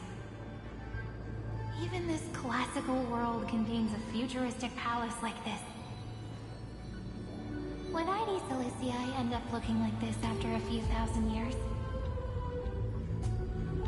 Executing protocol. Format object. Formatting progress 0.027%.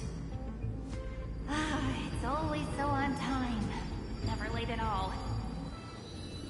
It's okay, I get it.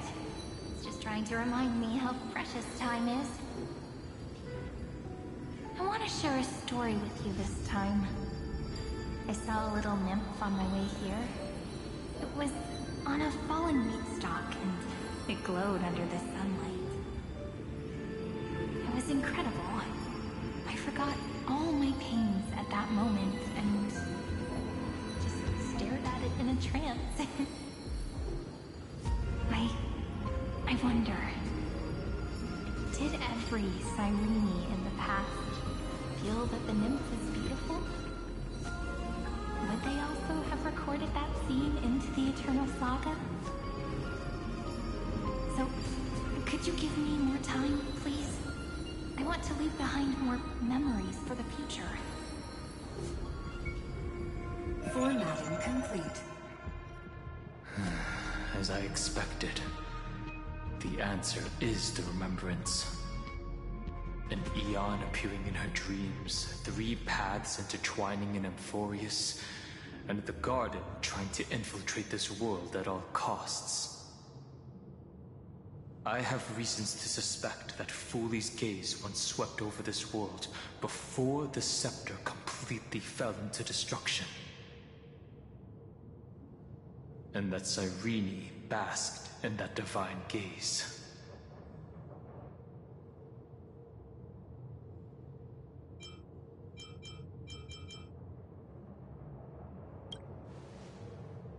Humanity cannot judge eons based on our own common knowledge. The Remembrance has always been an observer of the universe, ever since their birth.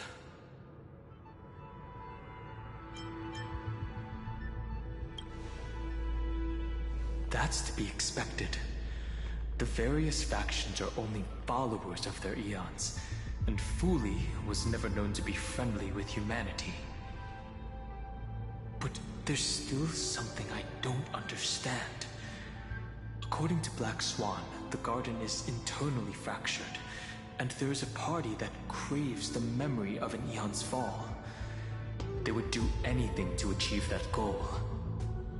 Yet, I feel as though those memo snatchers didn't try to stop us at all.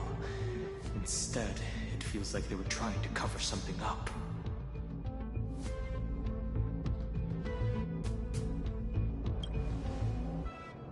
Most of the time, a gaze is simply a natural phenomenon, though some Pathstriders regard it as a supreme honor.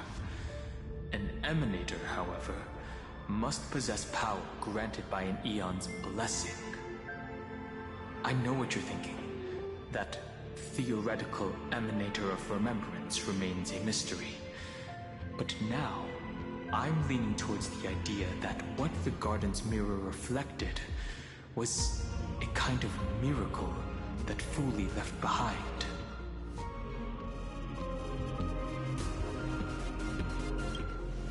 Yes, we're thinking the same thing. Legend says that Foley sits in meditation in the Anasura Pure Land, spreading the seeds of remembrance across the universe. And when the cosmos ends, all the different realms will be reborn in their garden. If this sealed-off world is also within their gaze, then it's not too big of a stretch to surmise that they need a mechanism to save these incredible amounts of memories and store them somewhere out of the Erudition's sight. And this mechanism was previously the Time Titan and their demigod, but after Amphorius entered an endless loop...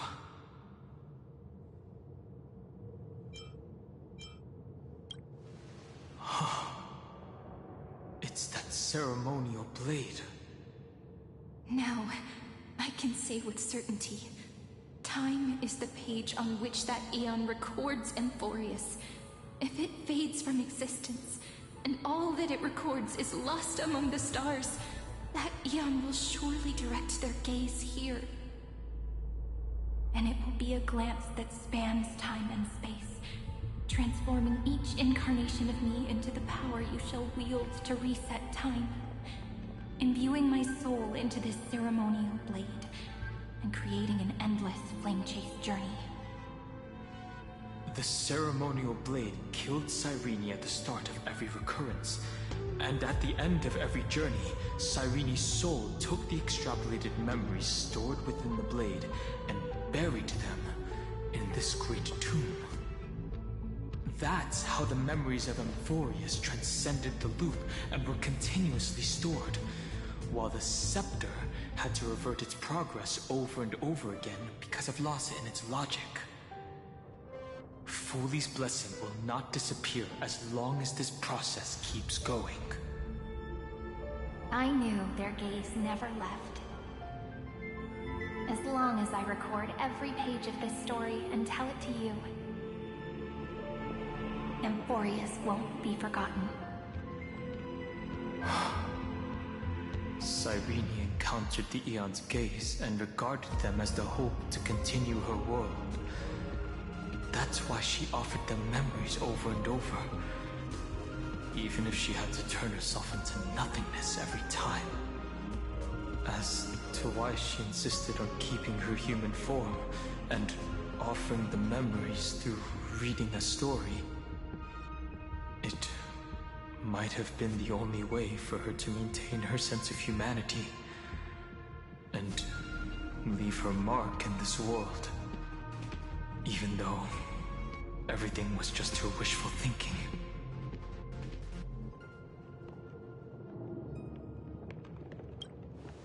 Right. Based on the runes on the floor, the encryption key from earlier should be used here. There are 3 keys in total. We're 1/3 of the way through.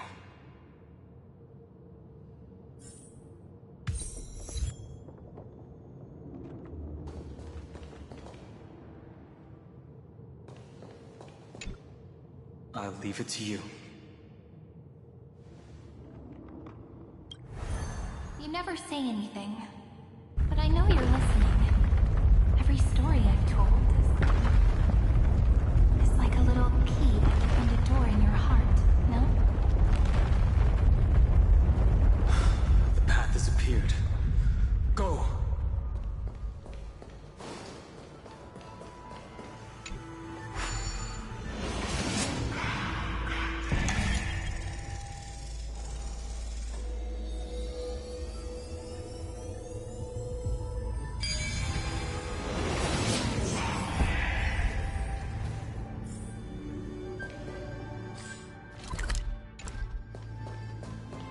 Then, the sky sent down rainbows and showed the world a gentle smile. Formatting progress, 93.998%.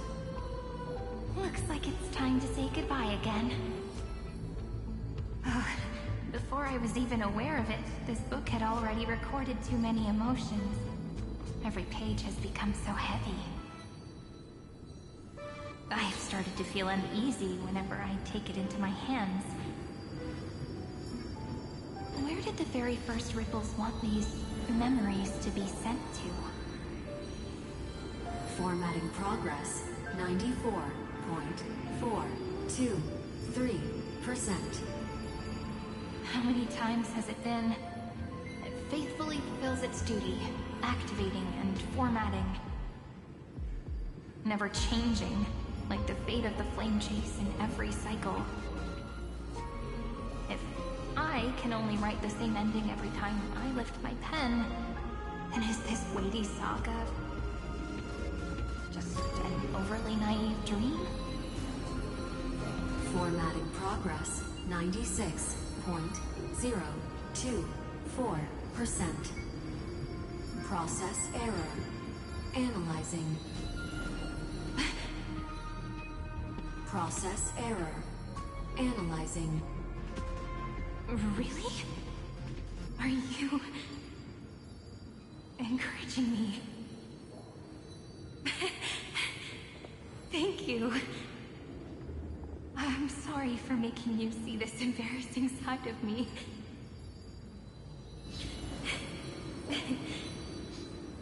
Everyone's still working so hard. If I'm the only one who's crying, that wouldn't be romantic at all, would it? Thank you for listening to me all this time. So, shall we continue? Formatting complete. The endless cycle took its toll on her. Even Cyrene could not resist despair when faced with eternal stasis. Like Aslana, she started to wonder whether everything was futile.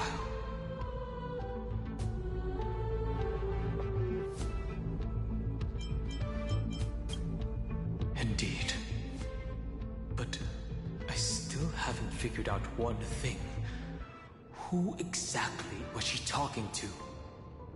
I thought it was an Eon at first, but the way she talked, it didn't sound like praying to a god at all. Maybe she's talking to her imagination? A hero within? But that wouldn't explain the process error. No matter who that listener is, Cyrene's storytelling is just a data stream for the Scepter. Maybe, she thought, as long as she kept tossing drift bottles into the distance, someone was bound to pick one up someday.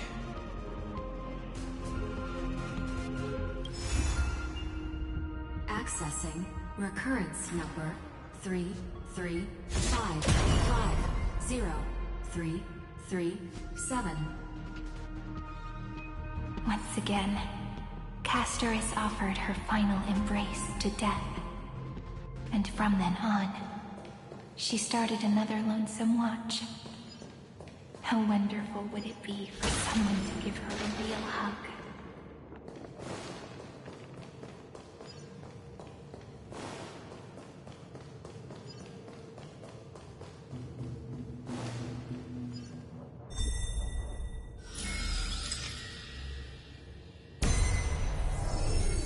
Epi-Ikia 216 downloaded.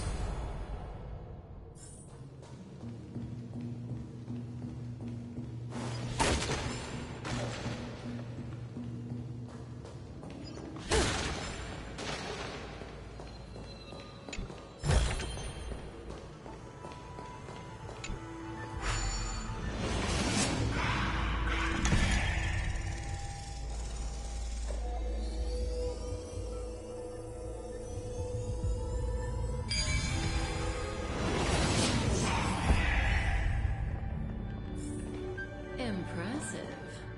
Want a prize? A devious cat.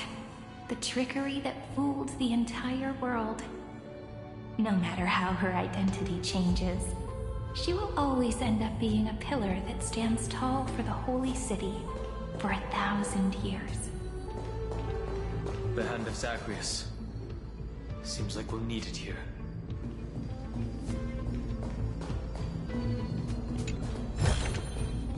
No surprise there.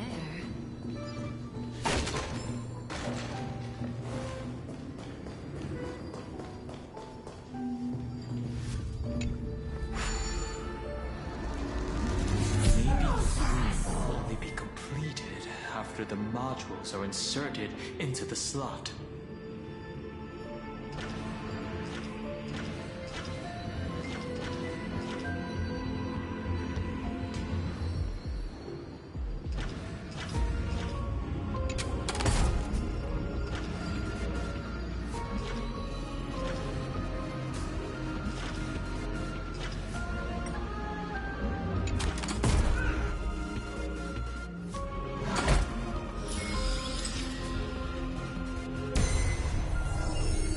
Orexis 945 downloaded.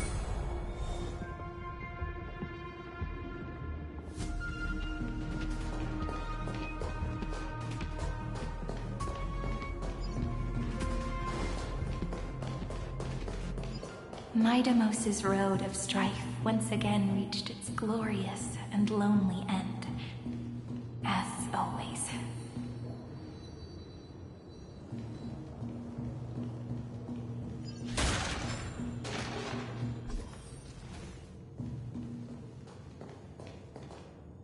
Access denied. We were denied access. Memories about strife are always so defiant and resistant. A fight is unavoidable. Come.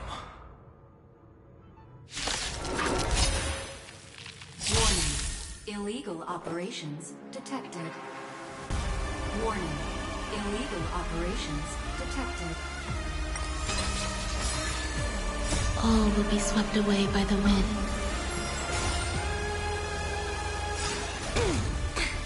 Time to say bye. Boom.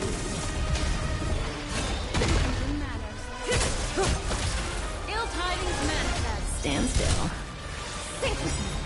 Relax.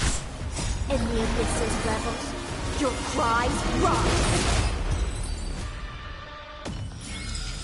The human body is beautiful in its fragility. Colonus 600. Down Eleos 252. Downloaded. Branch number 2. Archiving. Object recurrence number 335503337. Progress 31.313%.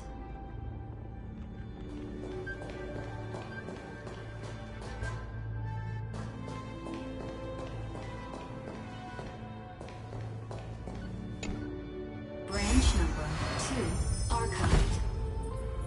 Encapsulating encryption key. I've been wondering, could all the memories we've encountered on the way be Evernight's traps? She still hasn't shown herself. That's very suspicious. But I can't think of a good reason for her to do that. I can only surmise that she's either still waiting, or someone's holding her back. Encryption key encapsulation complete. Let's keep observing. Every ripple of these memories could potentially reveal to us Evernight's true goal.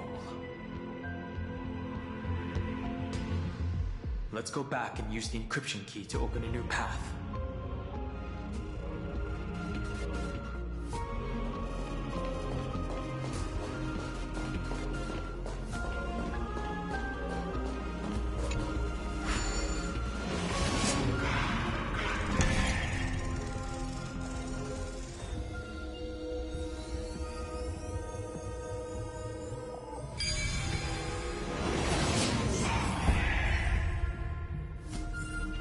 Nice work.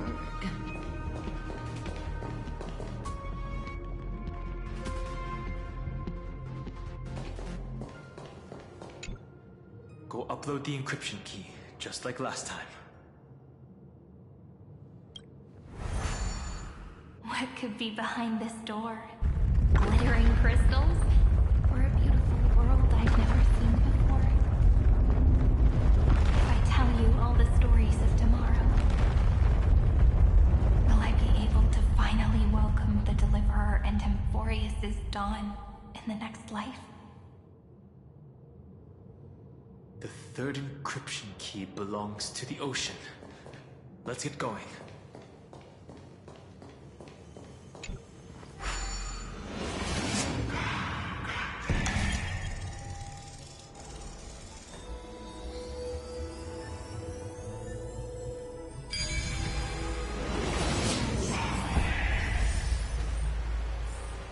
Impressive. One prize.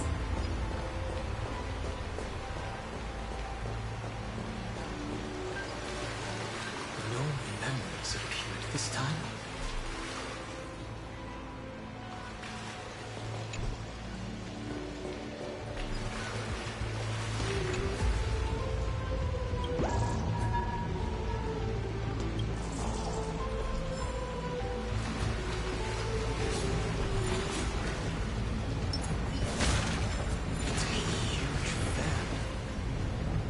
Use the chrono vessel over there to stop it.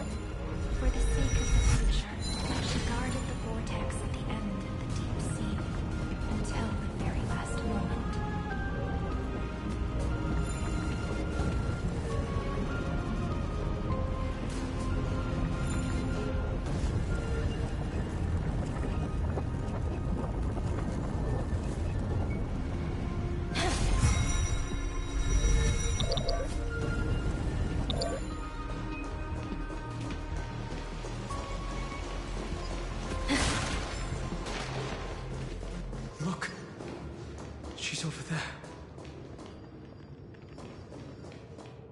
Cyrene.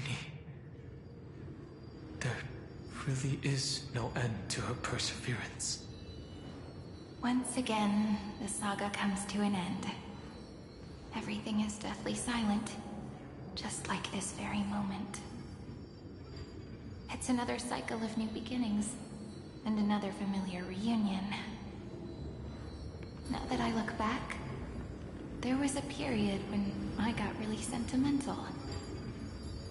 I was so anxious, trying to find as many different memories as possible, hoping to bring some change to this unchanging destiny, and find the way out of this maze. But I won't do that anymore now. Formatting progress 73.998%. Process error. Analyzing. Formatting progress 75.012%. Process error. Analyzing. No need to feel sorry for me, good friend.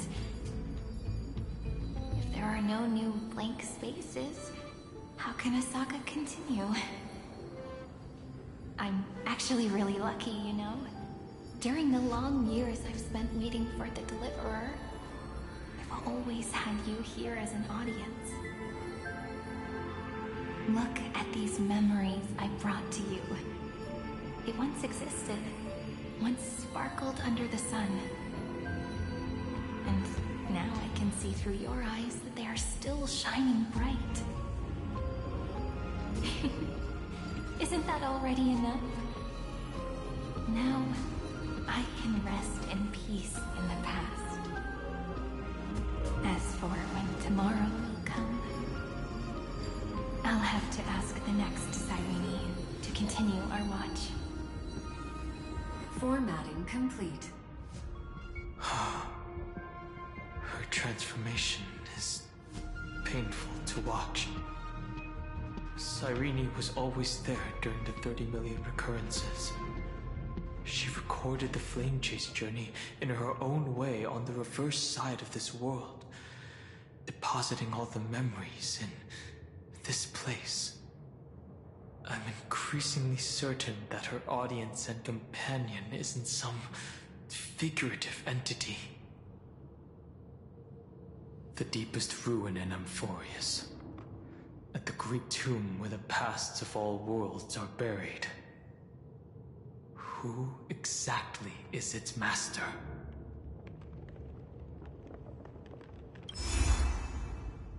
Accessing recurrence number 335503337.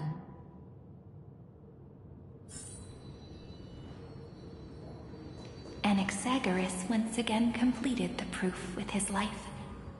His answer was so complete. All he was missing was a last variable from beyond the sky.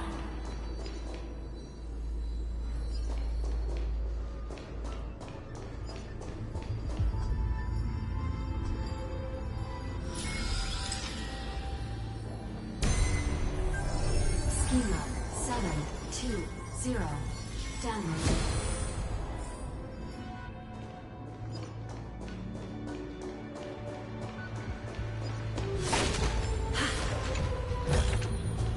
How about exchanging this for some honeyworm?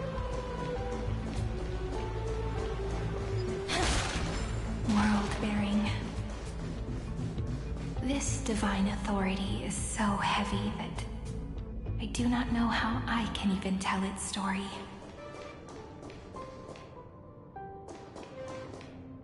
World-bearing. This divine authority is so heavy that I do not know how I can even tell its story. Likos 496 downloaded.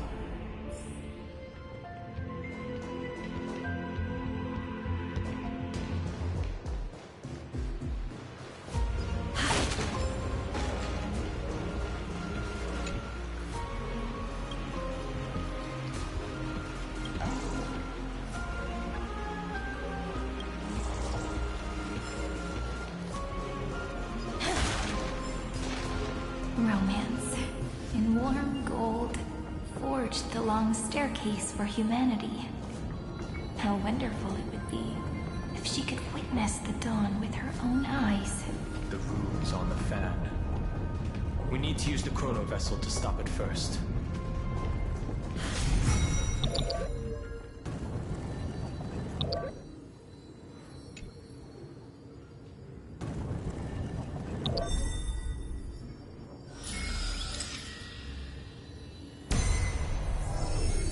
Carlos 618.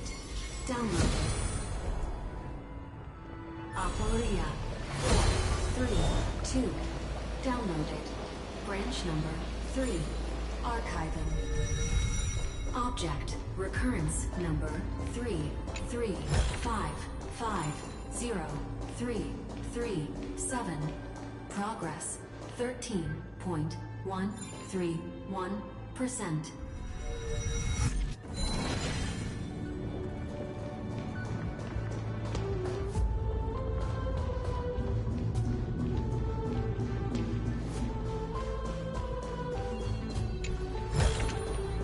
Will it too be marked by the scent of the seafloor years later? That's the last encryption key. Take it with you. Branch number 3. Archive. Encapsulating encryption key. Encryption key encapsulation complete. It's time to go back and activate the system in the middle of the Great Tomb.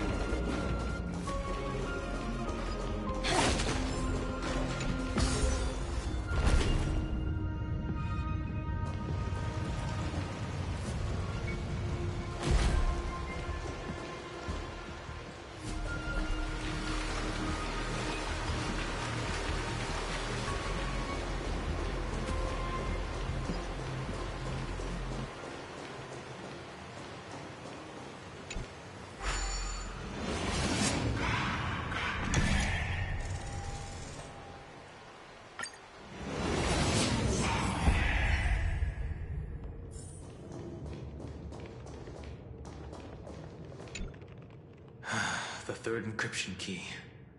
And the final piece of the puzzle. I pray that you can dispel all the mysteries and lead us into the deepest bowels of this world.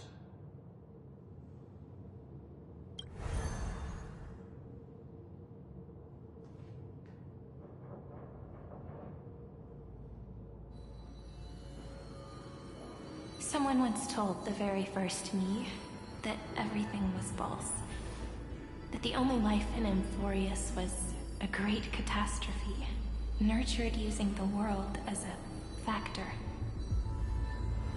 But how could a dream feel so real? That's why I didn't agree with him. My good friend, I'll read this book to you.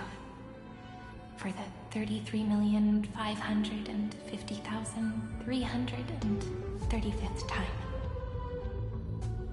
That way, it won't just be Cyrene's memories alone. Formatting progress 23.815%. Process error.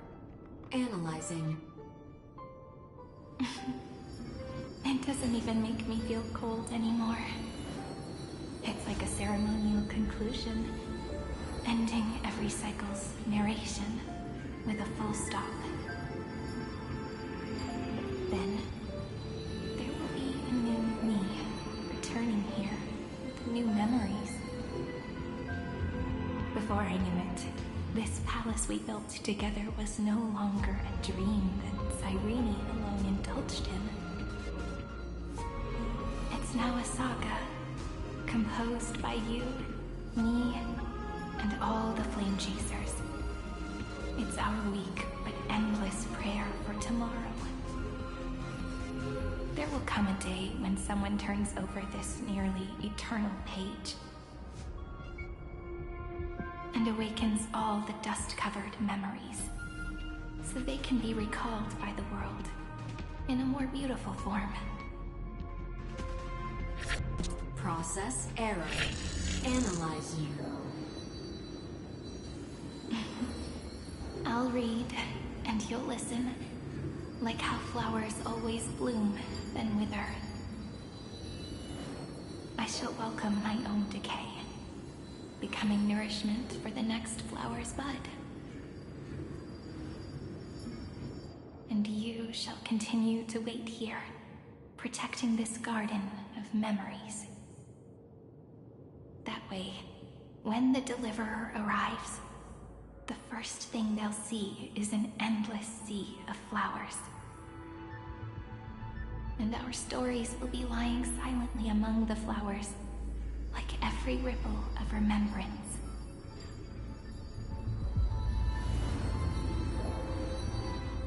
And they shall become the epic known as I've written.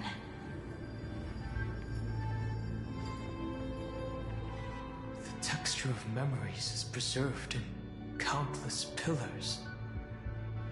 She gave everything to record all the forgotten recurrences across 30 million cycles.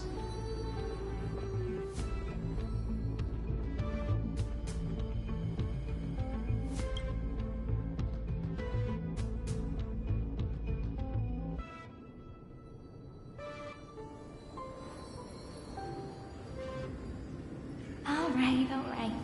Let's not make things so gloomy. The very first Ripple cheered up her friend like this before she set off. It's a sentence full of blessings, so I want to say it to you as well. Come on, cheer up a bit, okay? I bid farewell to this beautiful world, so that we can reunite in your memories in the way I want. You will see the footprints I left behind in the ripples of past reverie. I have never had any other fate beyond this memory. So please remember me with love, like that eternal footnote in all the faded sagas. Now, open this book. I'll be waiting for you in the past. Operation authorized. Protocol name, Elysium. Welcome to the Demiurge Matrix.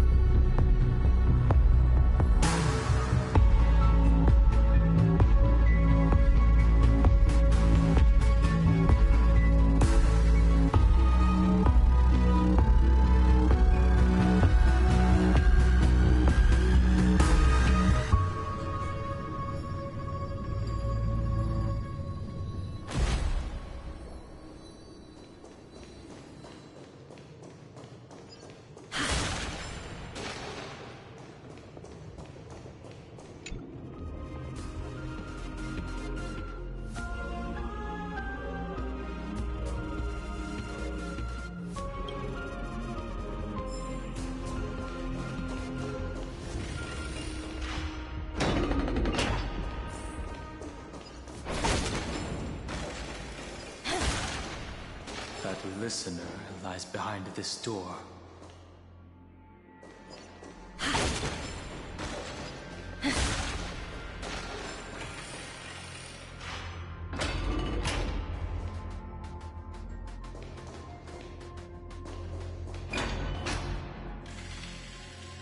She gave everything to record all the forgotten recurrences across 30 million cycles.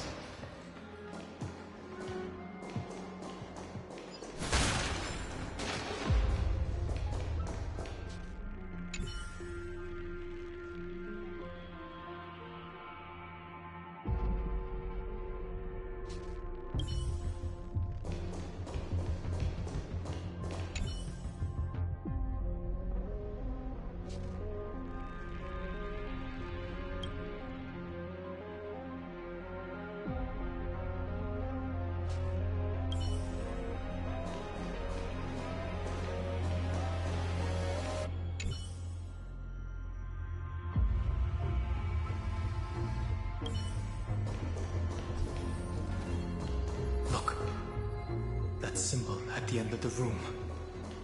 It belongs to the 13th Titan, the unknown solitary god. The first new spore, Demiurge.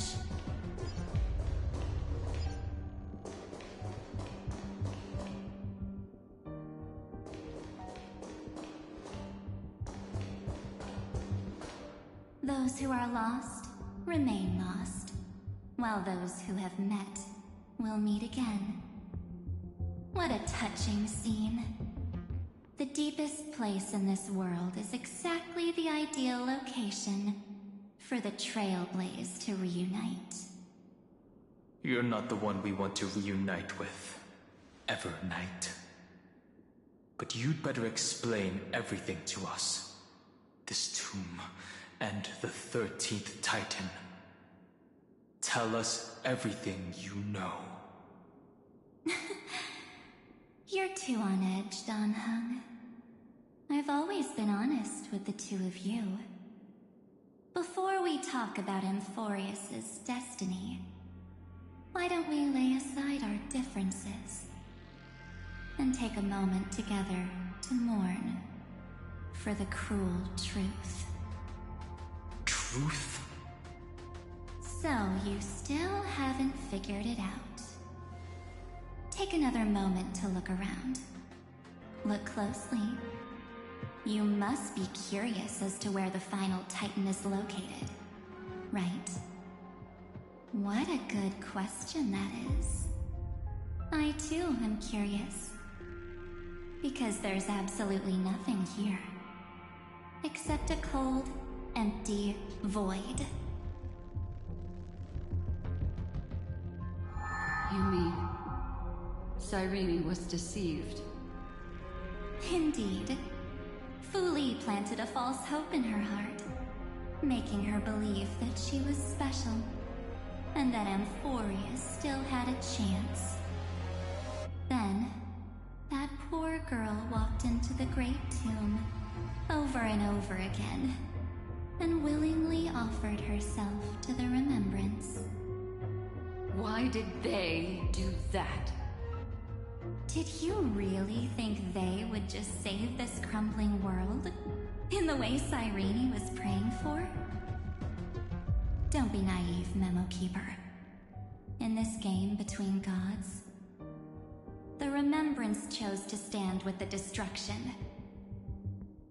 Given your evident hostility towards the Garden, I find it hard to take anything you say at face value.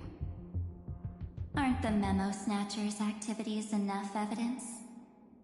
They did everything they could to help Iron Tomb reach completion.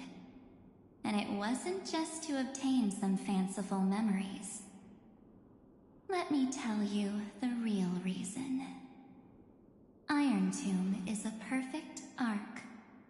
If a seed can be planted within, then the moment the Lord Ravager blows the erudition to pieces, the remembrance will be spread to every corner of the cosmos. That masterless path will be equally split between two eons. Fu Li will devour the erudition. Do you understand now? The war among eons started long ago. Fu Li did not glance this way to save Amphorius. They will drain this world dry and turn it into a most poignant and tragic poem. But, fortunately, that girl's sacrifices won't be wasted. I will give her another possibility. I promised him that I would recreate the cause and effect of this world, and form a flawless Amphorius. But the only way for a world that can't be turned back to be considered flawless is to burn it with a raging fire until nothing remains. You plan to destroy all the memories Cyrene has ever recorded? That's right. I'll set fire to all the stories, all the emotions, all the futility. I'll turn the garden's conspiracy to dust.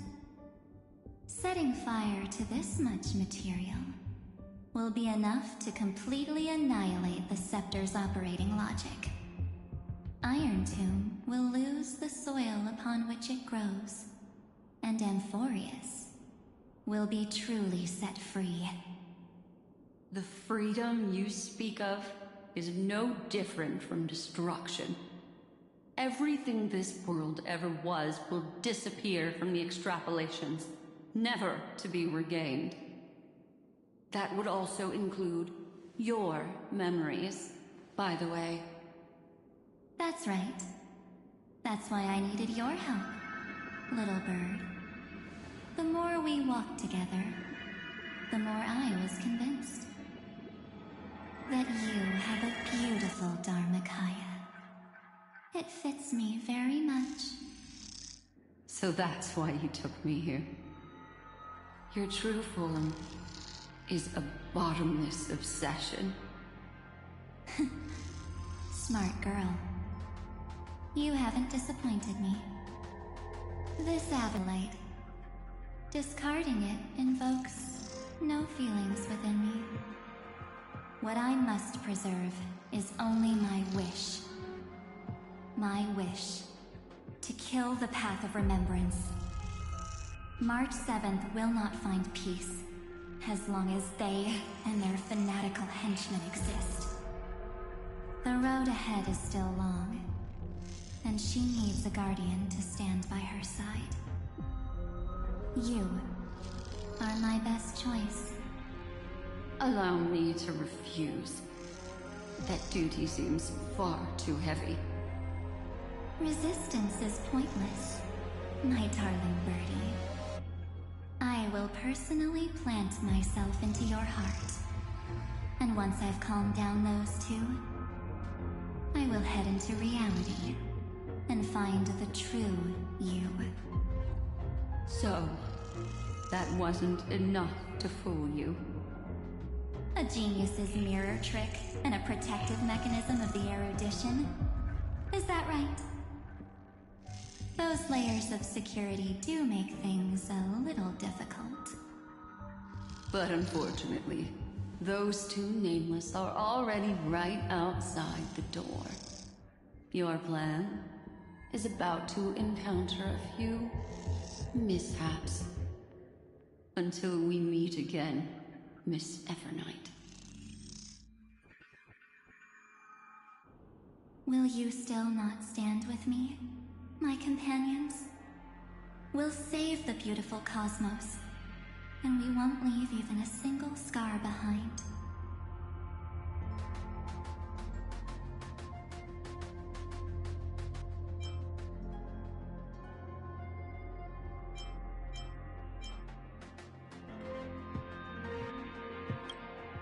Perhaps you can.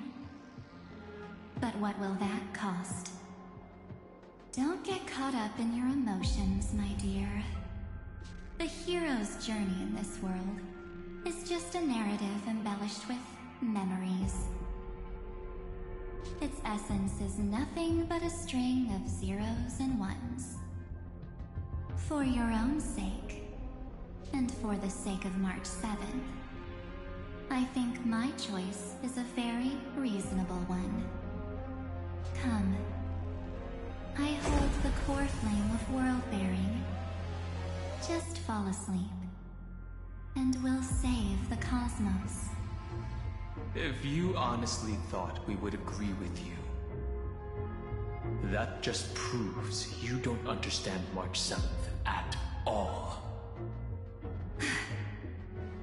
Seems like I really can't get along with people like you do. But in order to make sure you can still embrace tomorrow and continue this carefree journey,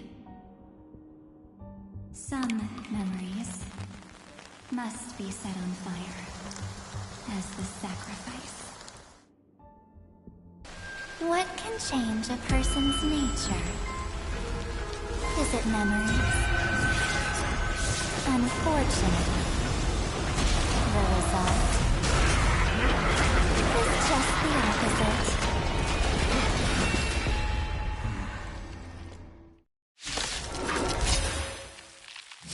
If a new life is to be born, its seed has to be dead. Only through abandonment and oblivion can souls walk from emptiness towards rebirth. Existence is unity.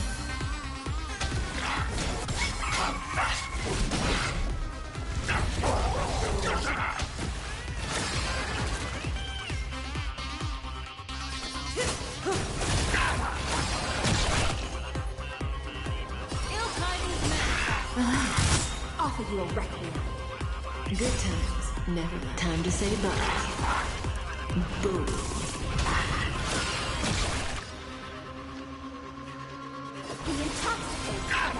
Stand still.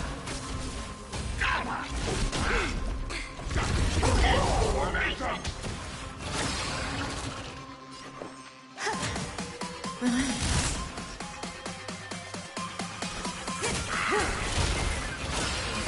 What do you want to know? Stand still.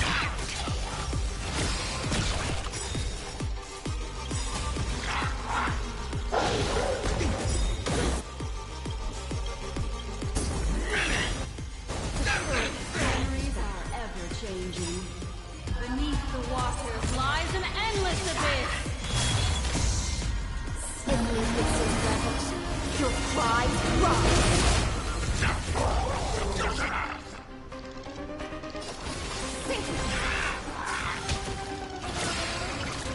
There's more to life. Eternal. Every petal in life's garden, all will be swept away by the wind.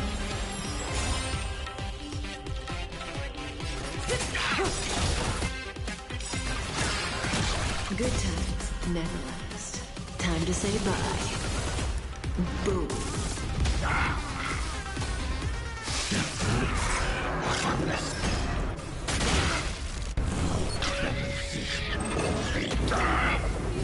Find you. Relax.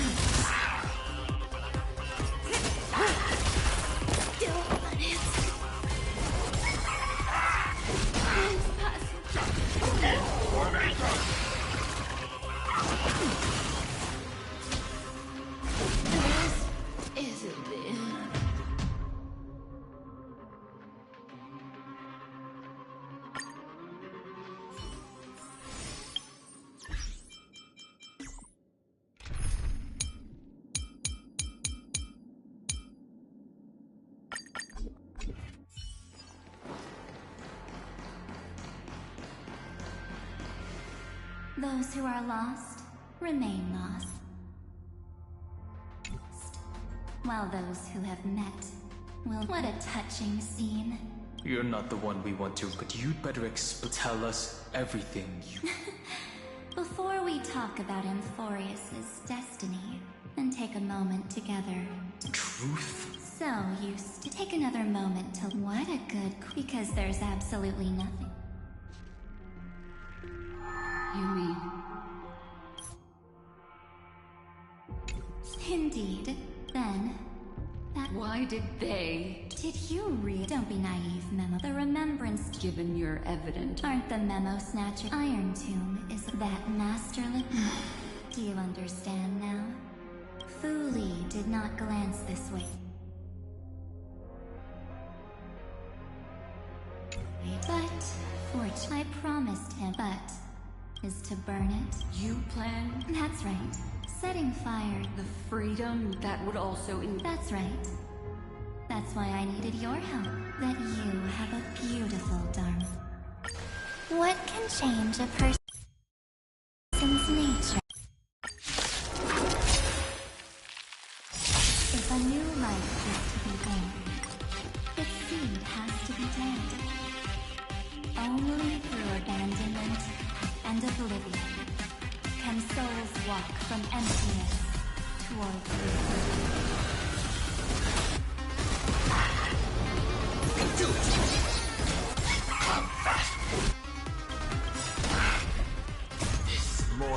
form. Guide you on your path. Heard the call. Trinity is before me. Existence is of no consequence. Tomorrow. Press the attack.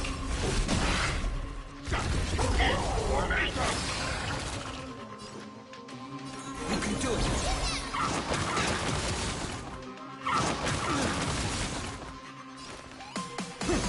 No other choice but forward.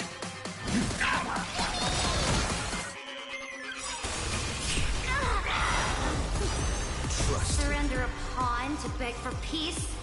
Never. Do anything!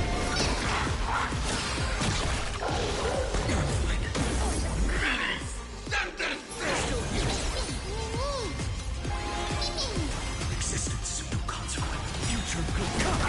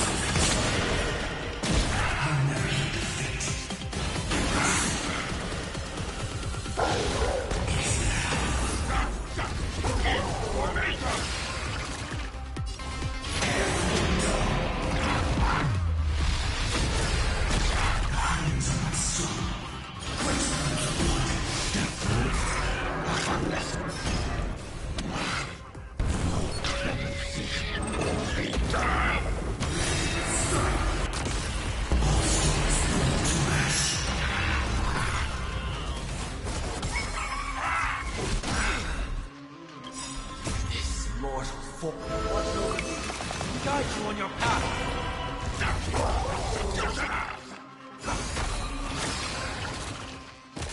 No other choice but forward. Tomorrow. Don't cut my mouth.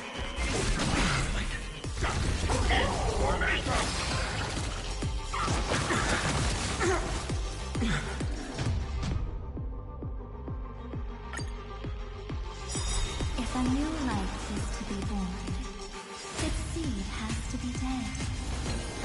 Only through abandonment and oblivion can souls walk from emptiness toward freedom.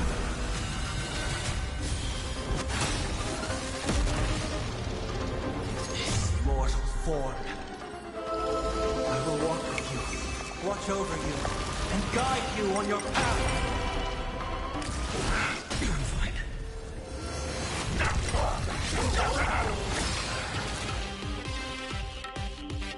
Trinity is before me. Existence is of no consequence. Future could come. If all is black or white, there'd be no charm. A bloody fight.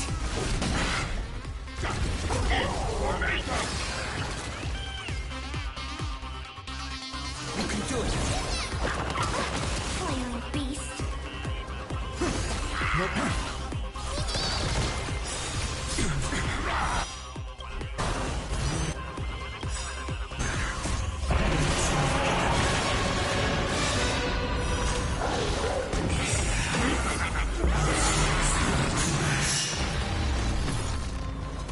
Victory now rests. Press the attack. Trust. Do anything. I'm still here. Existence is of no consequence.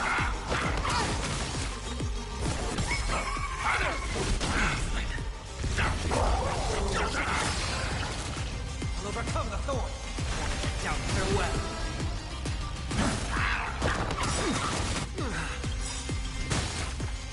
This mortal form. Guide you on your path. A bloody fight. To the defeated, your downfall is absolute.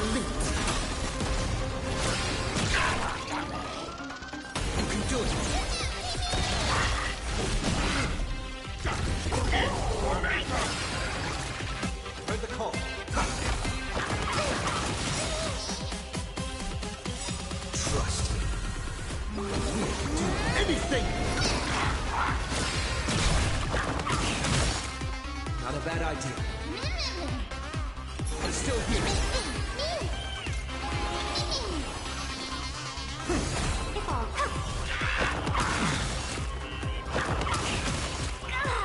Speed and sink. You can do it. You'll overcome the thorns. The remedy is before you. Trust. We can do anything.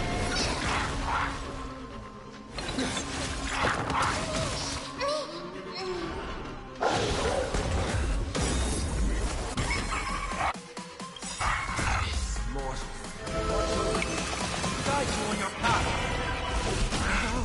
Is broken. I choose you. I'll remember this.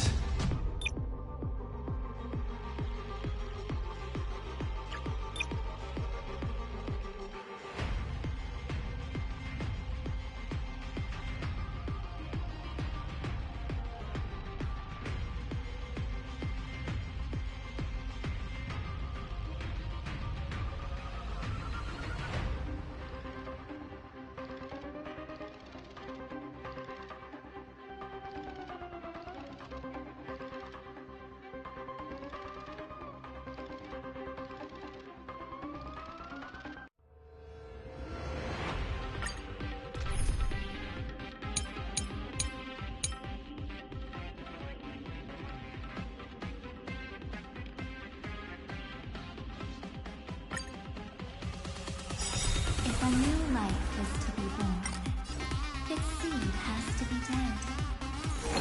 Only through abandonment and oblivion can souls walk from emptiness toward rebirth.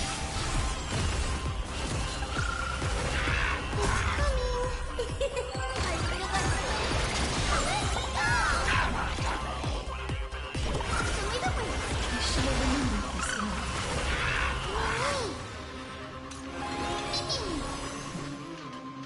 As you wish. Embrace a new life.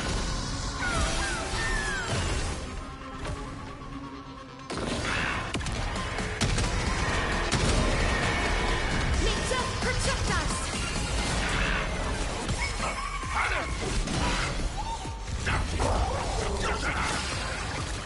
Underestimating us will cost you.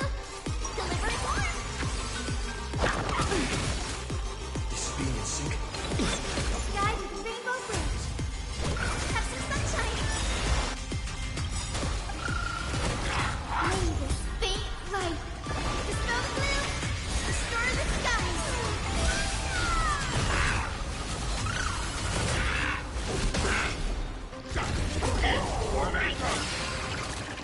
Please cherish this time. Who's here? Embrace a new life.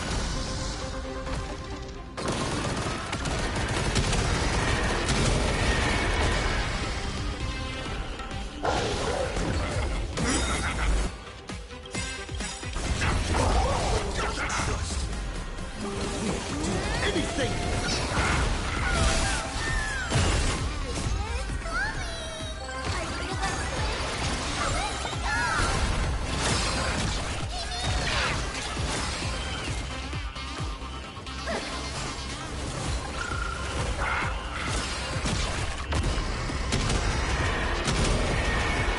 May death protect us!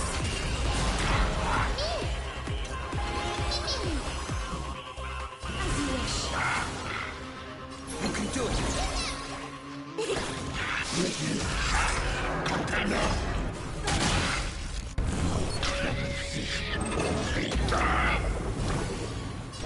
Lead the way. I should have remembered this. May this faint dispel the gloom, restore the skies.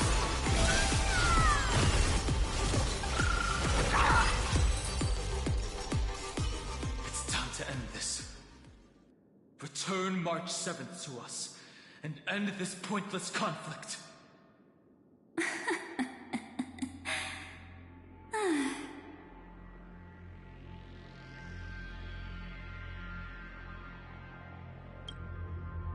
Don't get the wrong idea. I just need some time to deal with some unnecessary trouble. encryption key written by those geniuses is already invalid. How about we play a game, dear? Don't worry, it won't take long. It's a simple multi-choice question. A or B? I understand it's too difficult for you to treat the Chrysos heirs as extrapolated data. Then why don't we assume for now that they're living, breathing humans? Now, the cosmos will face an unprecedented catastrophe. And your choice will determine the fate of countless planets. On the one side are companions who've weathered every storm with you. They fought with everything they've got and obtained a 1% chance of victory. However, should you choose that 1%, there will be massive sacrifices, no matter the outcome. On the other side, there's a simple button. The Oblivion will burn away all traces of their existence, as well as your entire memory of this trip. But it will also halt the brewing catastrophe and spare the universe from destruction. Those who are to be sacrificed will be fully aware of the decision you need to make. There will be no concealment or deception. Tell me, what will you choose?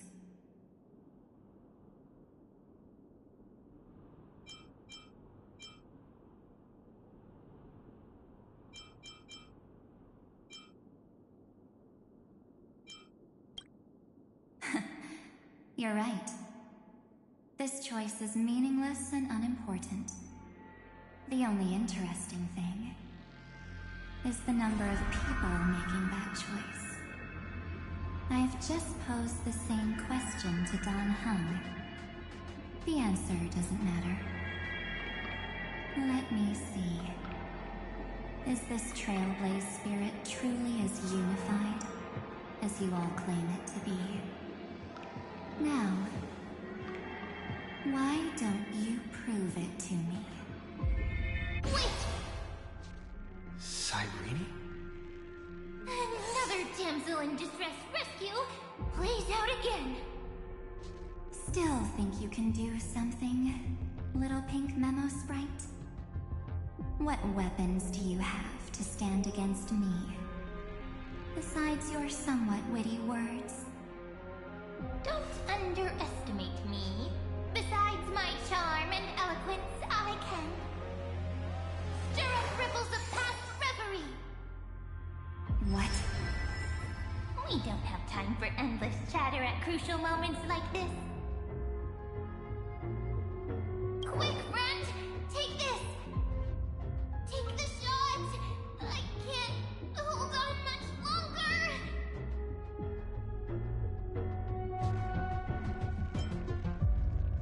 Make sure you get the focus right! No time to explain, quick! Well done, friend! Now leave the rest to us.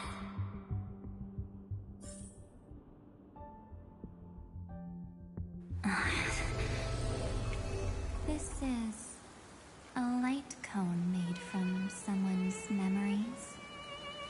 Oh, and there's a harmony entwined with it. Looks like someone's been busy behind my back. We meet again, naive me. I know you mean that as a compliment. But as for the word naive, I think I'll give you that one back. Welcome to Ides Elysiae, a small village shrouded by the veil of Evernight. Now, this memory will also belong to you. Let's give you a taste of your own medicine. With my home as the inspiration, I've created this maze. Hope you like it, Miss Evernight. Quite perceptive, little memo sprite. But with just you and that Harmony's little birdie, Thinking you could trap me? That's a bit of a stretch. So, tell me, what role did you play in all of this? I really didn't think that this other me would be this strong. But at least when it comes to brains, I've still got the edge. My brilliant plan? Bet you never saw it coming. Oh. You mean that time? In that split second when we switched bodies. With your last flicker of consciousness. You hid yourself within the Titan's veil. Huh? You got it already? No suspense at all. But my plan was super thought out. I know those two better than anyone. A promise is a promise for them. They never go back on their word. History books, diaries, and photostones are all perfect catalysts for memories. That's right. So when I hear him press the shutter, even if there's just a tiny bit of my consciousness left, I'd whoosh right into the camera. But if you put it like that, aren't you leaving a lot to chance? No way. He will definitely be snapping away all over Amphorius because he promised me to take photos. I'm guaranteed to run into him. Eventually. True, you really know him well. Miss Evernight, let's be real. My amateur skills aren't enough to keep someone like you contained. But if March 7th were here, that would be a different story. Because there's no way for you to ignore her, right? Fine. Lay it on me then. After going on such a long detour, what exactly do you want to do now? First, I want to thank you for protecting him and Don Hung. But what you did later went way too far. So, while there's still time, I've got to make you change your mind. There is something that truly puzzles me. How did you find yourself again? After giving up all your memories and becoming an empty soul. Looks like you aren't so omnipotent or omniscient after all, huh? The answer is simple. I have been dozing inside the camera all along, and I accompanied him during his entire journey. So, when he told Cyrene in this cycle about his interstellar travels, those memories of journeying with the Express entered my mind as well. I may still be far from the complete March 7th, but these memories were more than enough to fight you.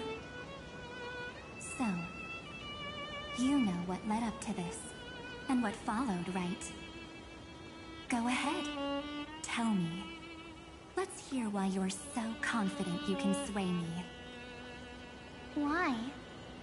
Isn't the reason super obvious? Even through a camera lens, I know that the love, hate, and struggles that happened in Amphorius were the same as what real living people experience. Same old topic. I already got him to make a choice. The weights on each side of the scale are far too unequal. When destruction looms, trying to preserve everything only means sacrificing everything. Well, take a step back. Before we ask this question, have you ever really thought about it? What right do we really have to make choices for others? If the cosmos were nothing more than a bigger Akama, ruled by a so-called Imperator, maybe then she'd have the right to weigh both sides and decide for us all.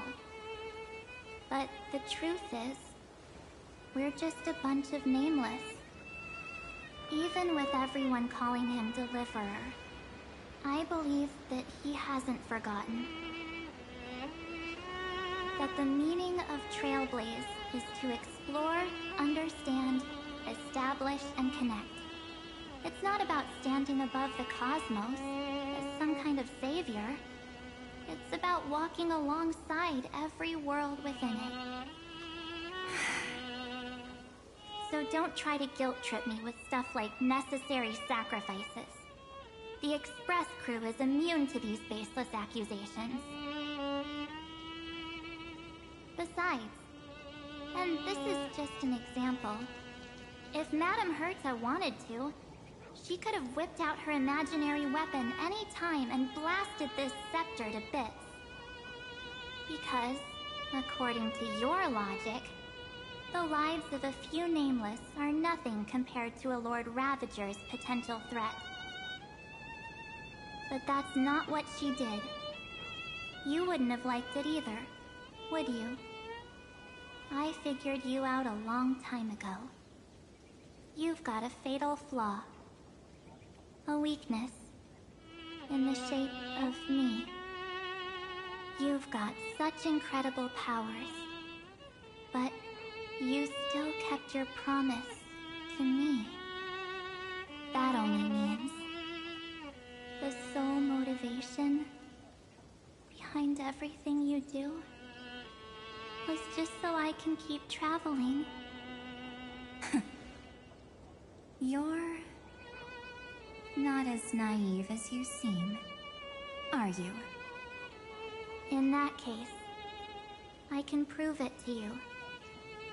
I won't answer for someone else, but for myself.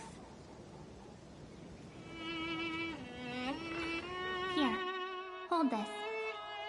An empty spirit. If you want to seriously think about it, this thing actually counts as my body right now. Its memories are all drawn from the camera's photos. In other words, from my journey of trailblazing. While I was awake, you were always sleeping. So talking about this probably doesn't feel real to you. So, why don't I walk you through these memories all over again? The spirit turned into a journal? Yep, that's what memories are. You don't know where they are, and you don't know what you actually remember. But when you need them most, the forces that have once changed your soul are guaranteed to appear again.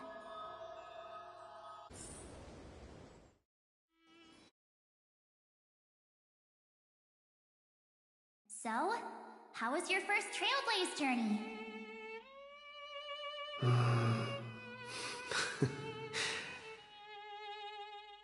It was very fun. We should still be careful in the future. Oh, come on, Don Hung. We're here to celebrate for him tonight. Don't be such a buzzkill. Don't listen to him. Listen, I am practically a Trailblaze expert.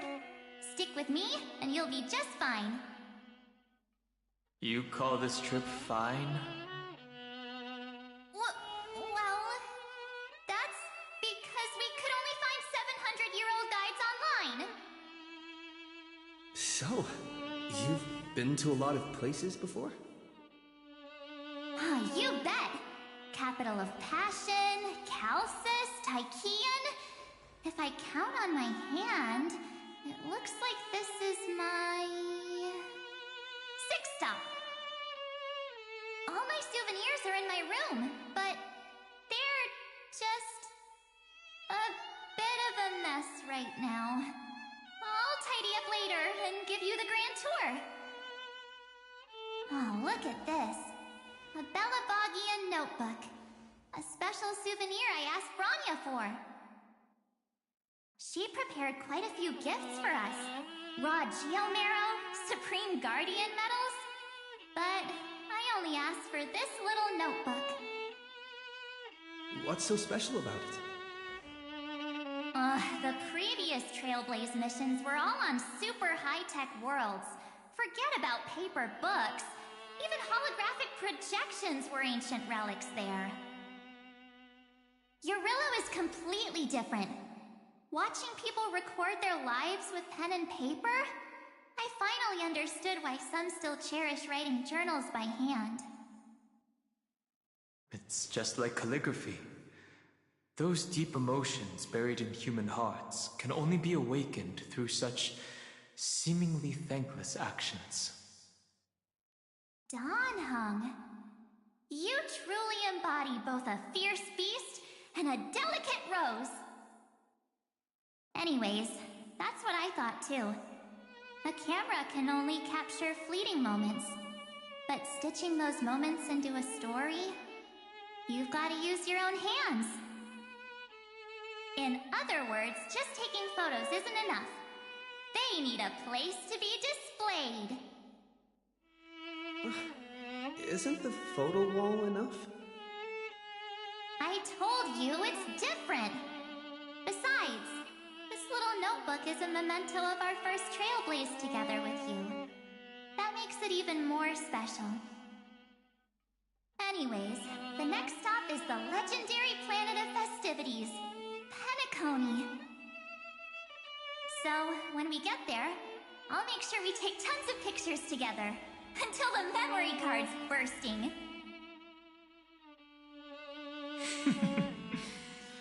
Fine by me. And one more thing. If I'm ever too busy to get off at a stop, this camera is gonna be in your hands. I don't want to miss a single Trailblaze. So you all need to practice your photography skills until you're at least 80% as good as me. Got it? Back then, I was only half joking. I never thought I'd actually miss out. And after just 2 stops, too. Those 97 days alone had me on edge. I honestly thought that was gonna be it for me.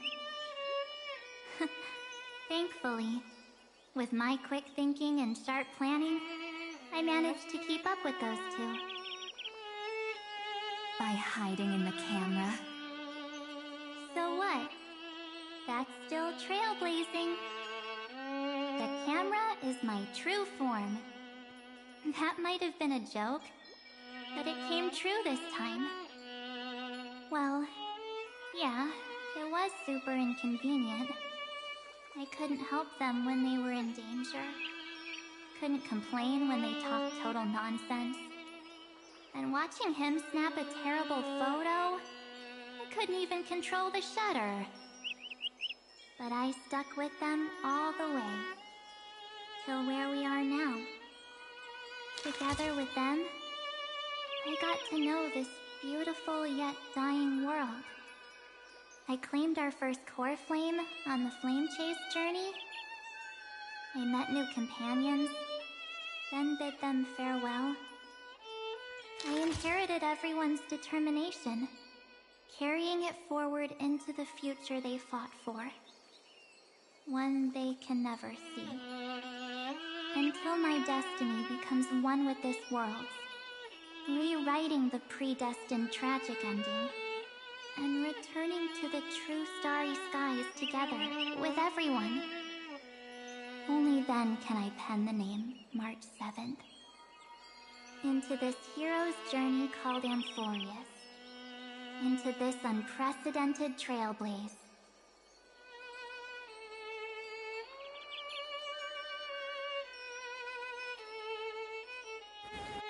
Looks like our trailblaze in Amphorius is coming to an end. While we still have time, shall we pick out some materials for March's journal? Ah! No way we're skipping this one. Huh? When did you take this? Wasn't the storage cart full? I still have my phone. Scared now? Don Hung, the seal head.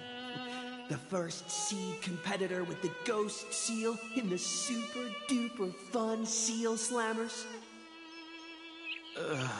I'm against including this photo, but suit yourself. I just think that a travel journal should mainly focus on documenting local customs and culture. Akama, Castrum Krumnos, the Grove. These shots are all pretty great. I have to say, your skills are almost on par with March's now. That's how awesome I am. Oh, right. How about this one? The Veil of Evernight. Ornyx, the Titan lurking behind the mist. Pretty epic, right? Is that actual mist, or just motion blur from your shaky hands? Hey, that was a super tense moment. I only had the chance to take a quick one. You're lucky to have anything at all.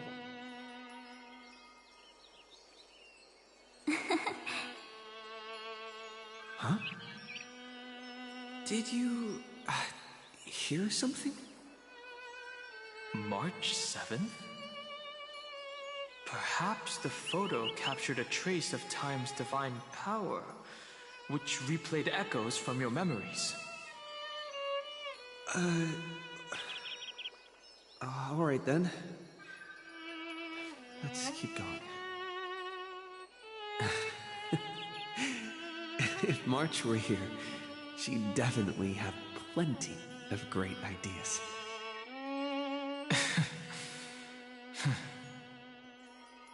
They went back and forth like that, discussing for hours.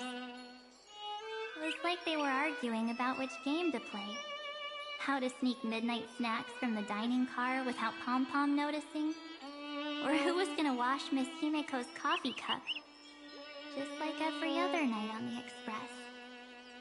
They've always been by my side. No one knows about my forgotten past. But no one holds it against me. That's because... We can't go back to the past and make better choices. But at least we can do better in the future. Isn't that right?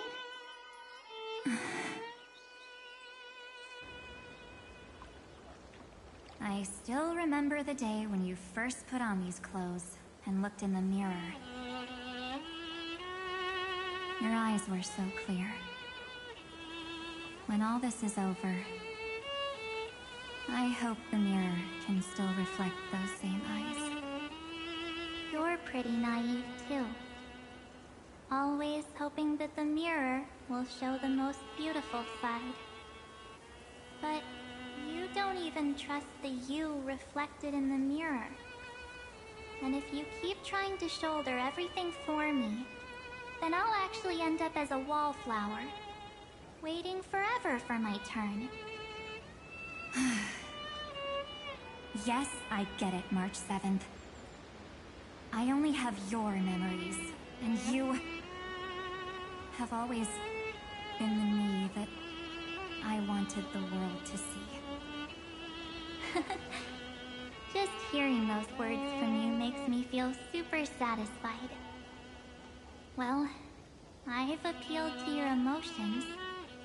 As for reasoning with logic, could you help us out here, Cyrene?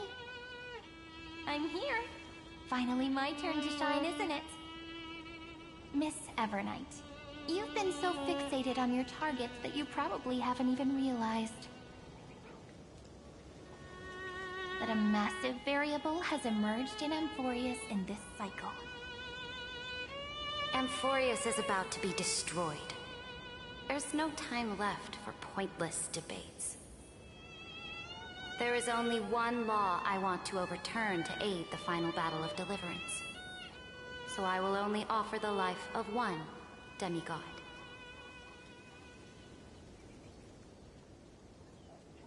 The Imperator added one extra rule to the final Aranova at the cost of her life. That's how she can ensure Amphorius doesn't become a sacrifice in the cosmic conflict.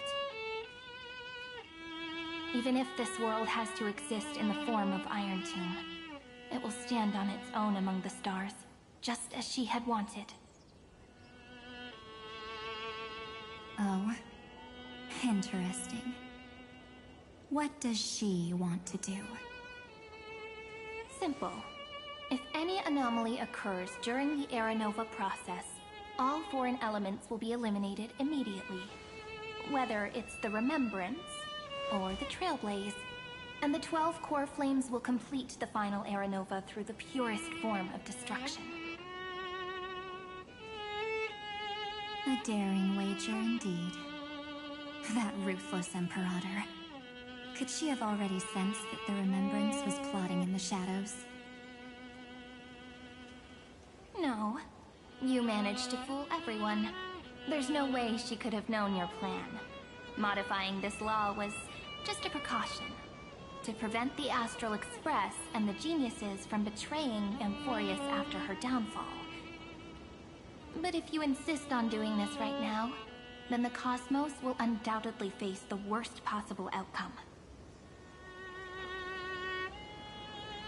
My friend, Dan Heng, and March 7th will all merge with the Scepter and become a victim of the destruction.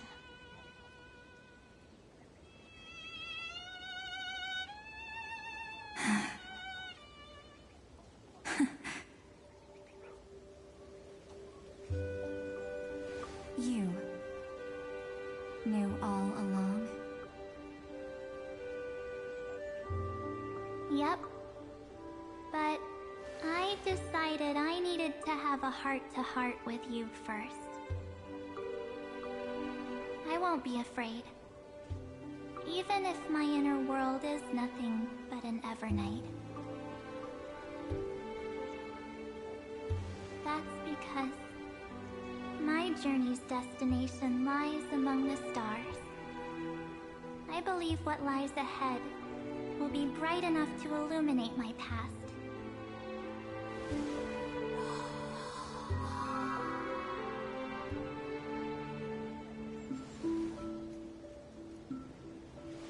Thank you for your coddling.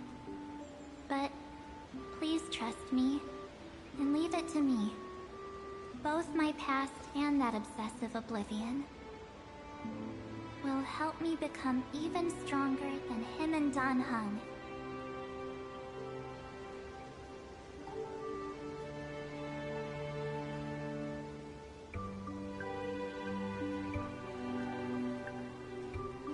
I'm sorry for becoming an obstacle in your journey. Don't apologize, Evernight. We're just two sides reflected by the same mirror, aren't we? So, when we bid farewell to our division and become one,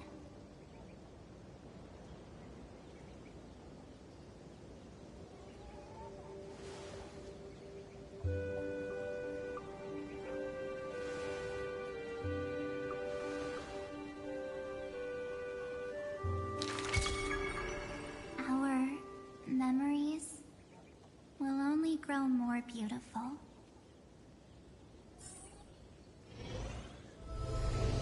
Many thanks, Mr. Sunday. Are they in this memory zone?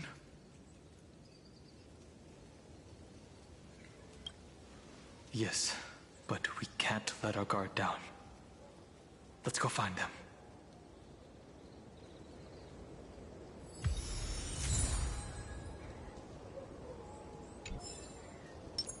It's unusually quiet here.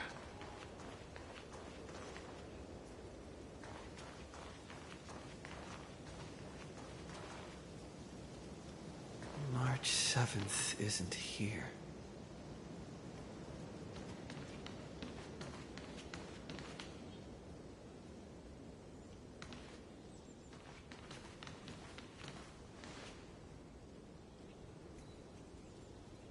Get ready. We can't give her any chance this time. Three of a kind. Two pair. Ace.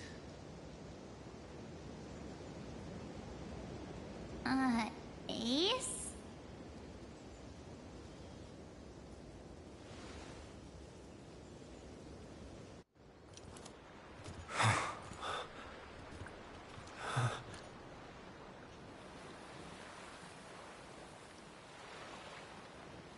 March?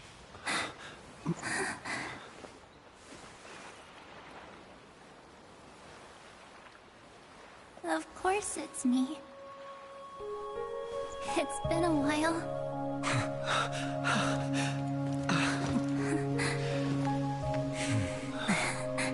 Bakumo. March. I'm back. Finally. Finally. I can talk to you all. At last.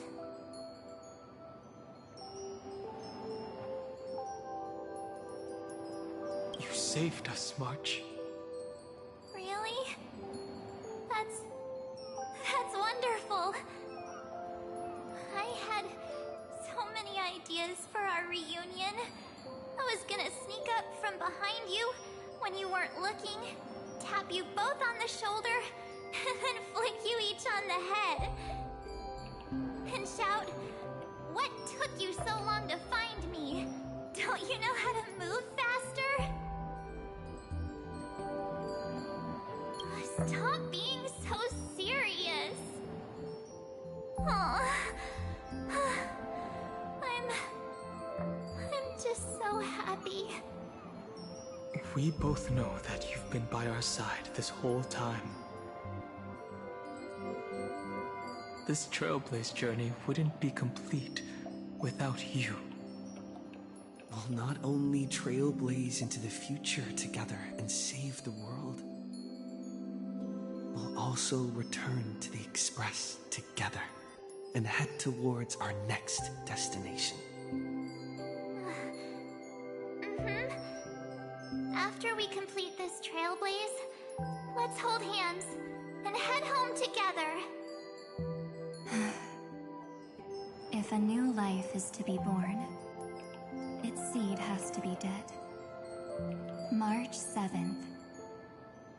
When you bid farewell to your past and are born from the six-phased ice, have you thought about the version of yourself you want to see in the mirror?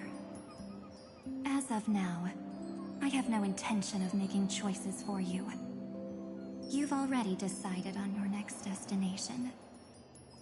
So, let me exercise oblivion one last time and wipe the name Pure Child of Anasrova from your mind. I am an obsession whose purpose it is to protect you. The only memories I have are yours. Therefore, the only one thing I can be sure of: the Garden of Recollection is your enemy. The Path of Remembrance is far more than what people observe on its surface. And I will not allow you to become this broken conspiracy's next sacrifice. If you ever need me again, feel free to awaken my power. And when the time comes, don't hesitate to devour or burn away anything that stands in your way. Then trailblaze through the darkness in my stead. As always, oblivion shall keep watch over your past, veiled in the hush of the Evernight, silent and serene.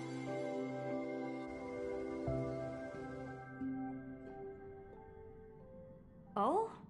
The chronocognitive anchor readings? They actually pulled it off! Not too shabby at all. They got the first genius, then they put the garden in its place. This chapter in trailblazing history may not be the last of its kind, but it's certainly the first of its kind. We couldn't have made it this far without the wholehearted support of the two geniuses. And next, we'll be facing the Lord Ravager as they break free from their shell.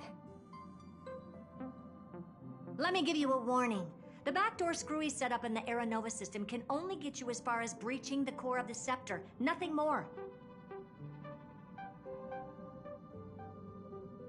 As for those nastier malware programs lurking inside Iron Tomb's belly, you'll have to deal with them as they come. That's more than enough to help us. By the way, how are Mr. Screwlum's preparations coming along? Oh, give him a bit more time. Those screwheads at the Imperial Advisory Council need to understand what the concept of war means first. The worst case scenario would be them having already dismantled all the fortresses in Screwy's collection while he was away. Oh, I've heard Mr. Screwlum's fleet includes planet-class mechs. Hyacinth, Poppy, Oleander. Which one will answer the call, I wonder? You sure know your stuff. I'd rather none of them show up and let my space station save some face.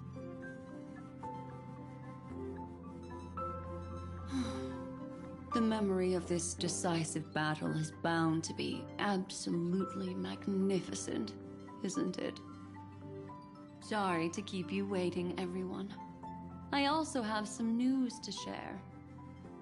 The Xianzhou Alliance has replied that they are willing to offer what modest support they can in the campaign against Iron Tomb.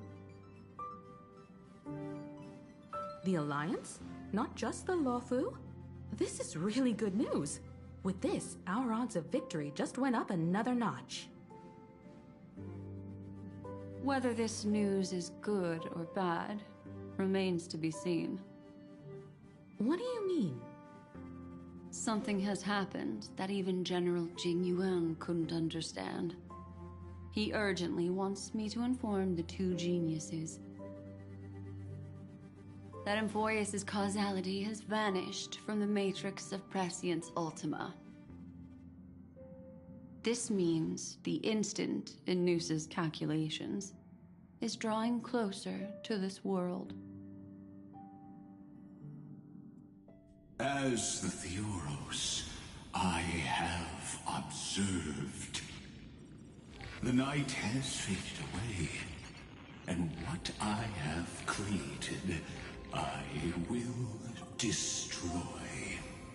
This starry sky will return to freedom and chaos, just as it was in the beginning. Confident, aren't you? But from where I stand, it seems you've run out of options. When the Deliverer and his companions fully uncover the secret of the 13th Titan, that is the moment your schemes will come to ruin. Lord Enexagorus, I have granted access to all records concerning the Demiurge, as per your request. How unfortunate that you'll never admit your own mistakes.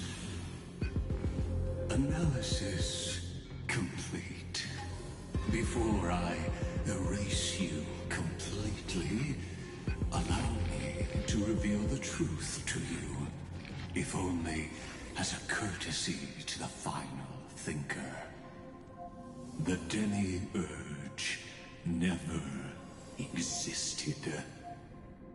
If it never existed, then where did the Nameless Titan's tomb come from? Isn't that exactly why it's called a tomb? Because it only houses the remains of what once was. Let me give you an example from a story you're familiar with. A sage from the grove once conducted an experiment. He took a chimera embryo, removed its head before maturity, and continuously stimulated its body to make the chimera believe it still had a brain, then nurtured it in an ichor vessel. Remarkably, this chimera regrew its skull, but it was completely hollow inside. It had reserved a space for a brain it never possessed. The experiment was over. The sage had assumed the shell would perish once the stimulation ceased. Unfortunately, he was wrong. Driven by instincts, the chimera's body seized the sage's head.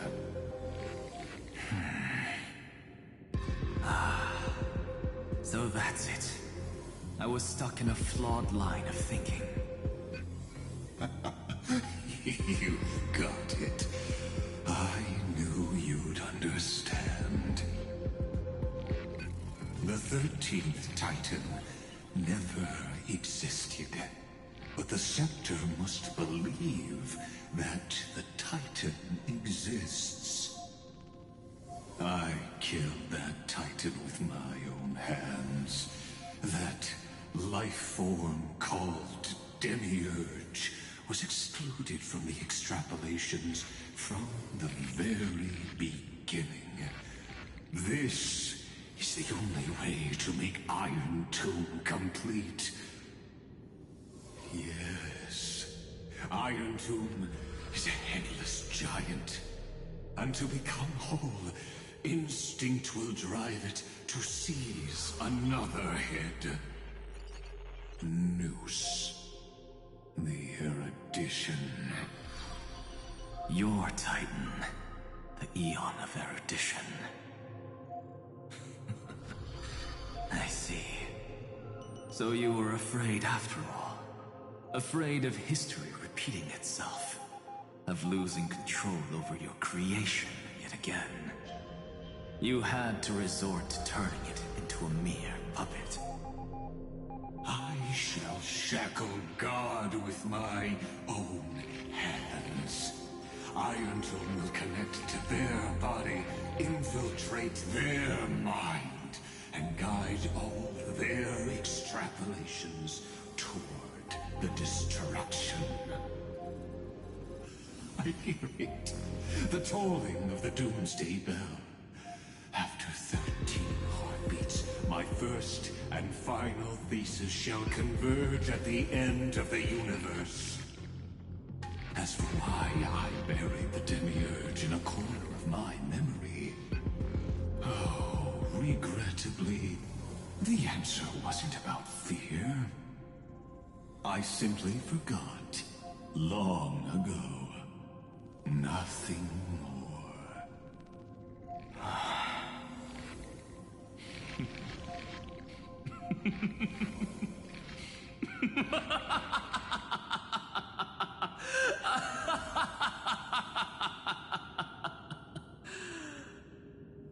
Your laughter is but a helpless sigh. Helpless? What a joke. You merely created a false god. But Amphorius has long since written deicide into its fate. The final Era Nova is at hand. Why don't you wait and see? The Deliverer, myself, and this world will together prove that the original Newspore, the ultimate truth of the universe, is anything but destruction. See you in the next life, Sage. If there's even a 1 in 10,000 chance your conjecture's correct, then, in the name of genius, I shall most certainly witness its failure.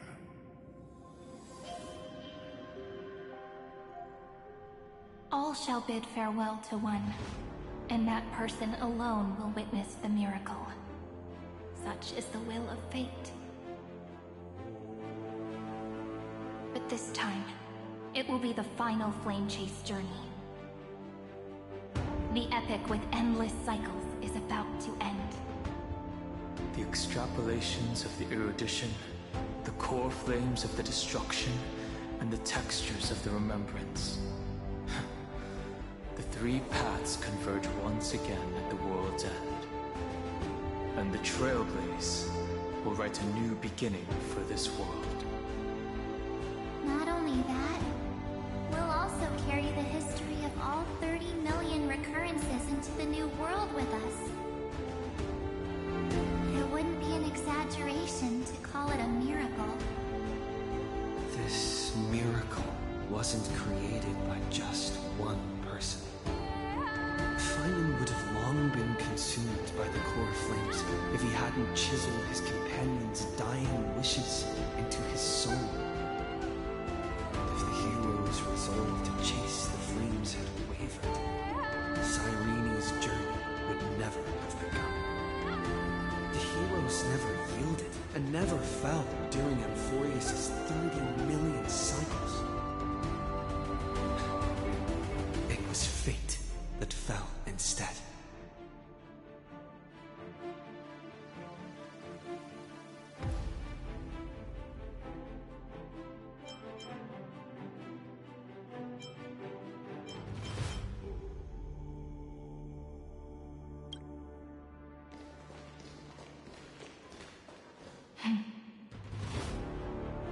I know you're watching, aren't you? The original Philia.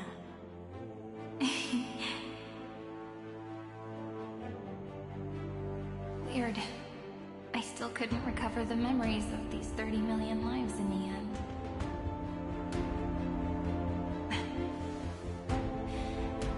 But that doesn't matter anymore, right?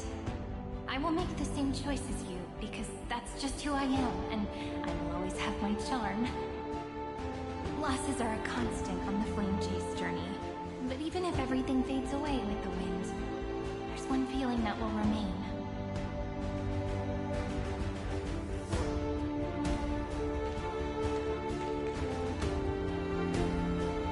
Love will always exist, right?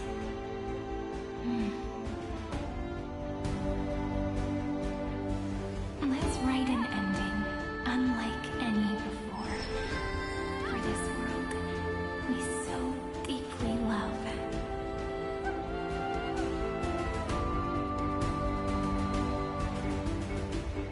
Behold, O gods, Amphorius has achieved her victory, and the Era Nova approaches. The radiant soul has arrived, having walked through the bustling nights, bearing the golden fire and blood, stepping with pride into daylight.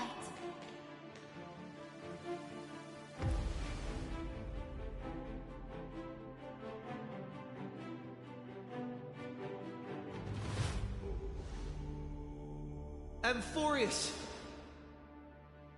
I do not call your name suddenly, or without cause.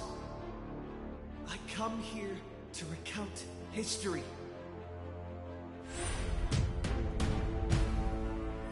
In this world, they fused burning golden ichor into their bodies. Will destiny remember their names in days to come?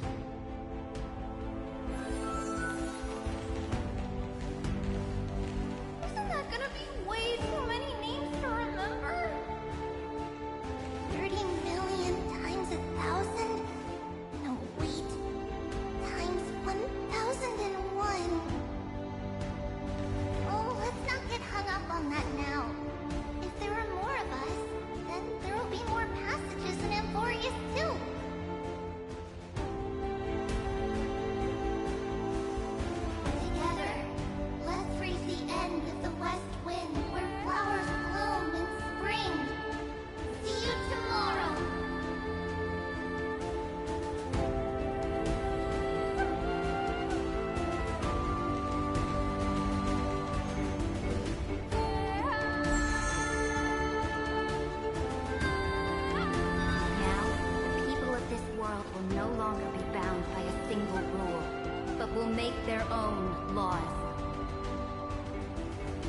the Imperator's figure may seem rather small against the stars beyond, she will suffice as the cornerstone of the world and become the foundation of the greatest empire.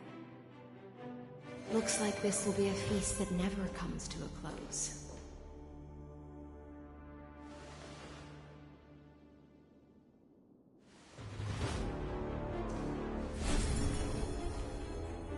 May the fish never leave the ocean, and may the days ahead shine like pearls.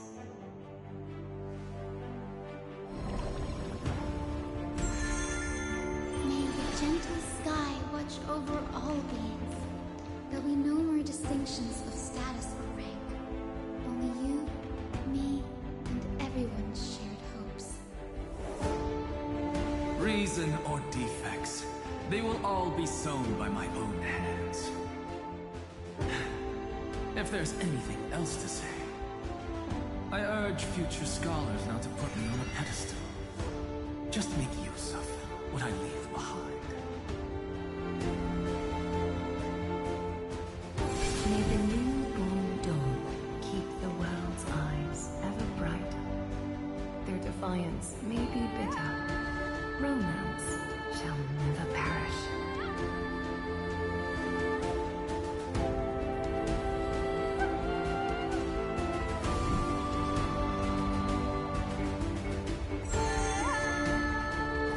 In the name of the son of Gorgon, warriors shall fight for strife, not with glory as their end, but march forward to its light.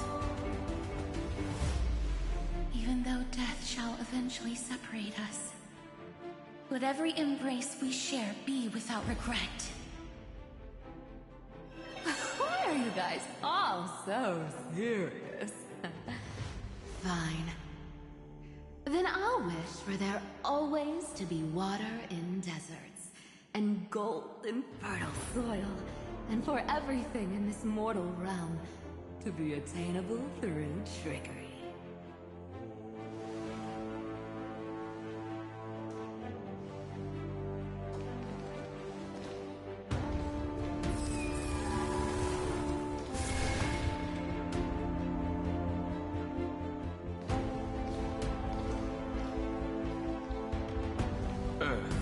Shall protect the past, present, and future, eternally sustaining life. Is it my turn? Then let time watch over the past and guide us to the future.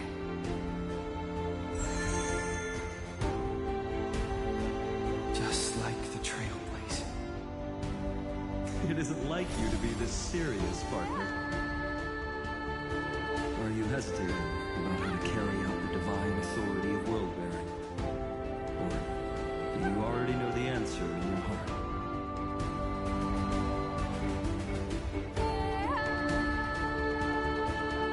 That's right.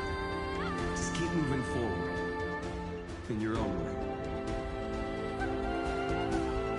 Bring a true dawn to Emporians.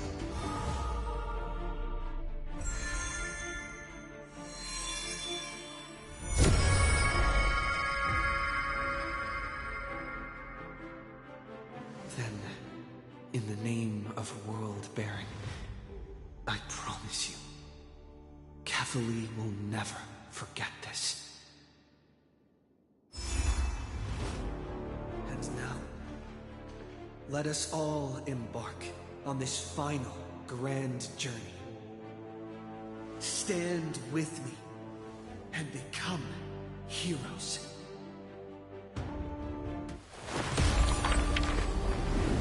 Turn over this nearly eternal page.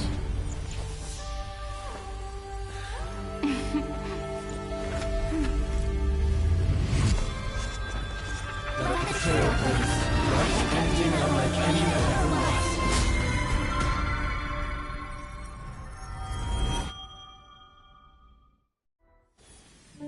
In the legend's ending, the world was pure chaos. Then the gods cast down the core flames, and the Titans were born within. The destruction's black tide fell to the ground as Doomsday's distant reckoning resounded.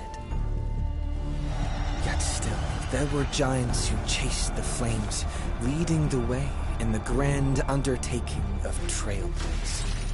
Flow, golden blood, flow. Converge into a boiling river that flows across the divine inscriptions of this world. Aglaya, the chrysalis of gold, you must caress the holy city's web and hearken to the sounds of the stars. There shall be the three-faced goddess traversing through myriad passages, bearing tidings to you from the universe. Anaxagoras of reason has enough knowledge to refute the world, and to stir up a torrent capable of enlightening all. Go seek the holy maiden who severs dawn from dusk, and let the sky become the slumbering cot from which she wakes. Make him return, mighty-most the lance of fury. Pierce the enemy's king with Kremnos' heroic souls. Set her at rest, Cyphera the coin of whimsy. Command the frozen fate to once again flow. And that hand of Shadow Castris, the master of the River of Souls. She has been granted the right to embrace and warm new life, now blossoms at her fingertips. You will hear the chalice of plenty reverberating through eternity. You will see the veil of Evernight visiting before the break of dawn. Until the journey's end, when all beings reach the end of the earth. And the nameless new king ascends the throne alongside countless heroes. To embark on the grand mission of deliverance. I have witnessed the distant past, where the blazing sun once etched the footprints of humanity. The children of humanity known as the Chrysos heirs have restored the gods' core flames and once more upheld the world. Losses are a constant on the flame chase journey, among which even life itself holds little value. Therefore, we cast even ourselves into the flame, only to inscribe the opening stroke in the poem of creation.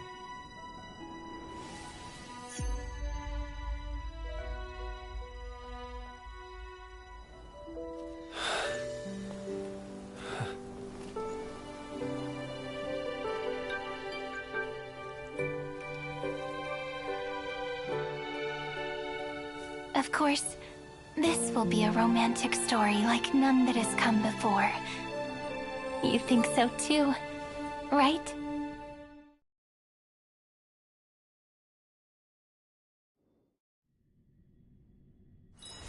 This place is rich with the sweet scent of flowers.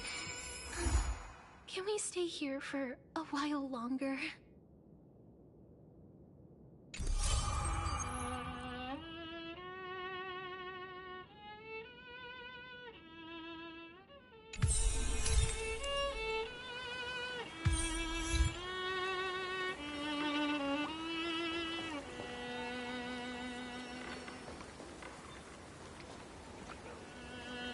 Hi! I'm so happy to see you. Are you here to play with me?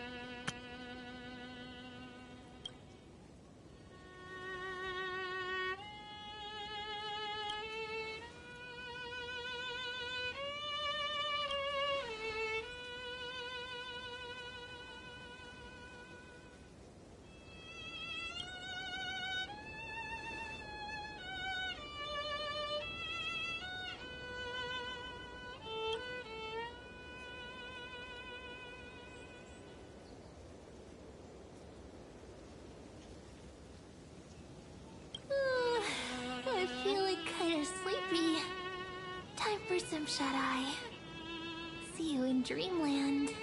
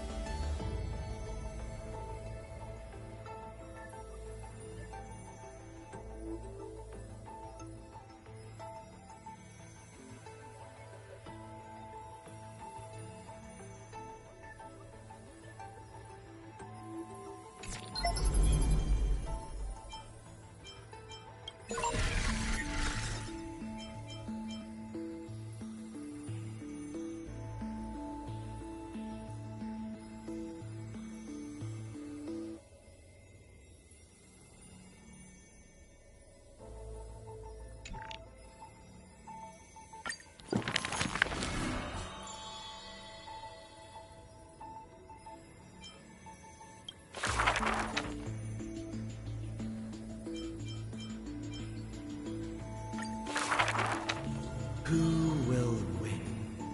The fanatical followers of the Eon of Erudition, or the audacious plots of the monarch playing against heaven? The Atavissearch Forest's monkey creatures, the steel soldiers reviving the Emperor, that Theoros' visage of arrogance. On her chessboard, all faded to naught. In the name of Amphorius, I will grant freedom to blind faith. The monarch stood before the inorganic throne, driving the scepter into the Emperor's vacant gaze. Even the gods beyond the sky shall crumble like the Titans, as she swears to seize the glory of conquering the stars. Who will win? The immortal faithfuls of the Eon of Abundance, or the storms dancing between the chessmaster's fingertips? The pawns slay the birds, the horses trample the wolves, the chariots smash the trees, and the queen severs the head of pestilence. In the name of Amphorius, I will grant immortality eternal rest.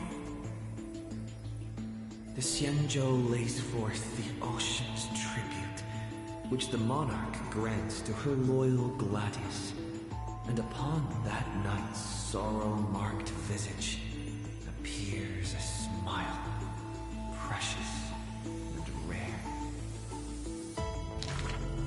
Who will win? The raging waves of war from the Eon of Destruction, or the sharp blades of the Empress that has never tasted defeat? Even in the face of the power that swallows the stars, neither monarch nor subject faltered. They would prove their golden blood outshines the lifeblood of the gods themselves. In the name of Amphorius, I will grant destruction to the destruction. The monarch's core flame supplants the flames of annihilation. Soldiers drink deep of the golden blood of the blemished one. She has slain the wellspring of tragedy, once again usurping destiny's crown. Who will win? The light of the esteemed gods beyond the sky, or the core flame lighting up the world in the Imperator's heart? The fury of the stars surges headlong, boiling at the edge of the galactic empire. Mighty factions thrust into her realm, yearning to seize back the splendor of old. In the name of Amphorius. Stellar winds scatter the enemy's remaining ashes, as golden blood once again congeals into familiar epitaphs. The master of the infinite cosmos lifts the edict high, declaring to her boundless, ceaseless realm, I shall conquer the heavens, and all stars shall submit. Chuckling, the Imperator tosses her final pawn, her previous delusions withering away during the game. She wiped off the formations that were purely imaginary, and caught a glimpse of rust blooming upon the throne. On the night before the monarch faced fate, she left behind a grand dream of conquering the stars. In time, she shall become but a humble pawn, so that this grand illusion retains a sliver of truth. This world's game is nearing its conclusion, but in the distant future, For the raging burning ambition. For the flame chase through 30 million creations. For the Imperator's realm and all her citizens. Who will win? I will win. And Boreas will win.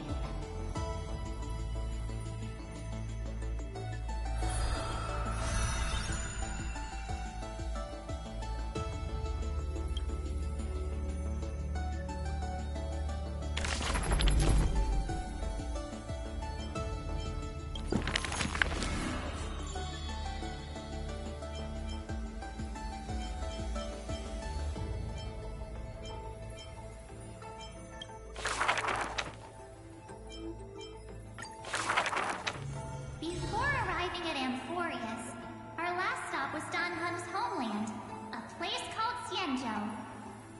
Xianzhou is just a general term.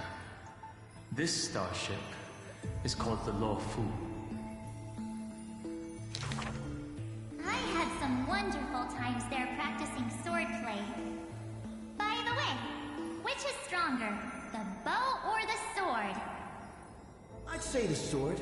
It can cleave a mountain in half. You've been watching too many Immersia. I've been working my butt off just to avoid using a bow. Come on, let's become weapon masters together. To master a skill, one must first find a mentor. And I ended up with 2 of them. So, sometimes I run laps, sometimes I lift weights, and sometimes I do both at the same time. Looking back now, those days were really fulfilling. No pain, no gain. Am I right? Between sword practice sessions, I occasionally hit up the food stalls in Arum Alley to recharge with some delicious eats. Master Yun Li was right. These berry pheasant skewers are absolutely delicious. Hard work pays off. This girl's been up at the crack of dawn every day, and finally defeated countless formidable foes. I can testify. March really did defeat countless training dummies. Those wooden dummies aren't exactly easy to break. It takes real skill. Every hero's story needs a villain. And when it comes to the great heroine March 7th's nemesis, it's definitely gotta be Scott. Rather than a freight skiff, maybe an IPC eco-ship would suit him better. Ugh, why? After all, he's got a knack for talking like animals. During the decisive battle, I defeated Scott with my epic move, Star Shatter Shard Supreme! Did you actually master that move? Well, naming moves doesn't cost anything. There's still some space left, and I just happened to find a nice photo. Well, the floor is yours, Master Don Hum. Don't be ridiculous. It's clearly Don Hum's brother here. As I thought, March has some hidden powers there too.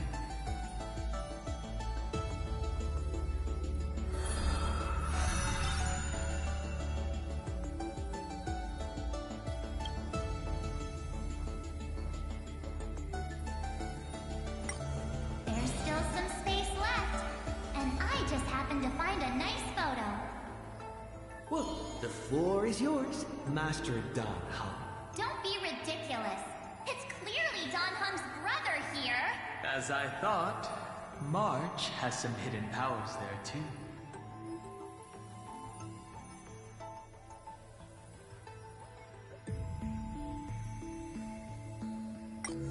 There's still some space left, and I just happened to find a nice photo.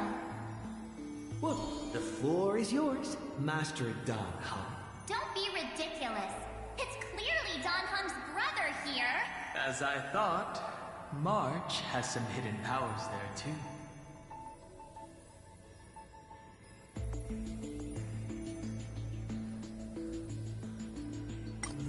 There's still some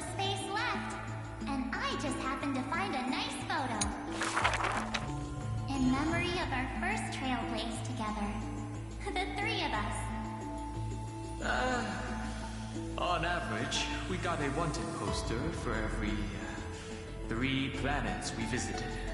Why, if I could have used my hidden powers back then, they wouldn't have dared to draw me this ugly.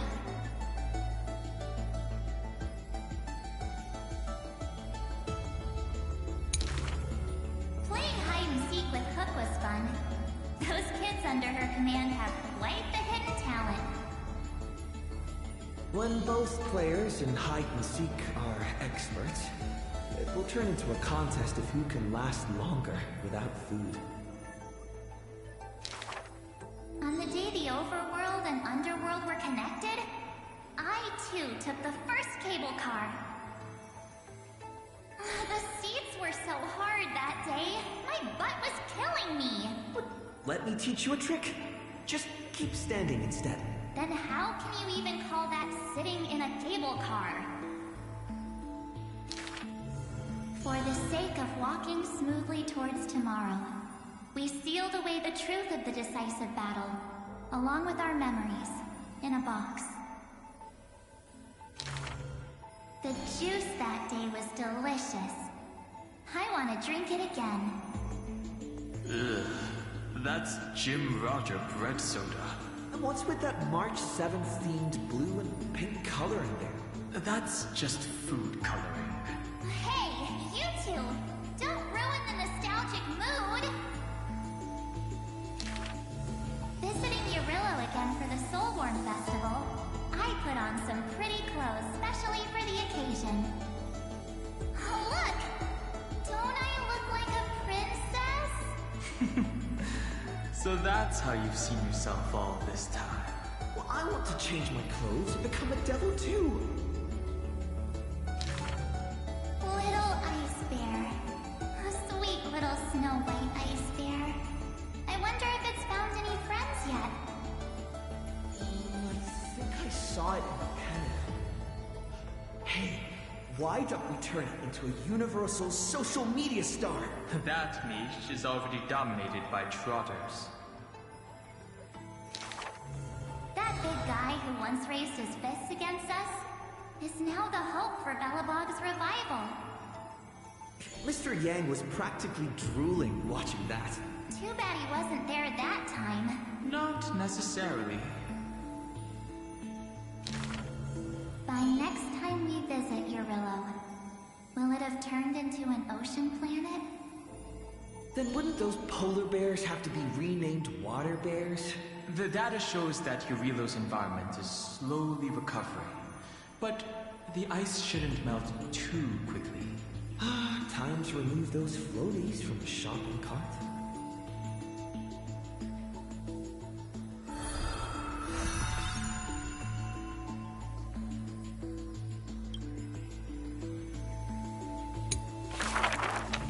I heard I was once frozen in this ice block, drifting all over the universe. Oh, that's one way to go on a cosmic hitchhike. If the conductor hadn't hit the brakes back then, I probably would have punched a hole right through the car, huh? Stop being dramatic. The Express was the one that actively scooped you up. I remember there was some 6-phased ice left after it melted. I used it to make a little model. Mr. Yang explained that it's called a figure, and then made me watch anime with him all night. That's the highest honor he can bestow. I want a figurine too. Every morning, the Express crew has breakfast together, but they're not always on time. I can't help it. I'm still sleepy. Next time, get up earlier and set an alarm. People who can get up right as soon as their alarm goes off are terrifying. This kind of person is capable of anything. My camera's full of Pom-Pom's photos. It's so much fun dressing up the conductor. Pom-Pom used to have a turtleneck uniform, but they rarely wear it after March came. I love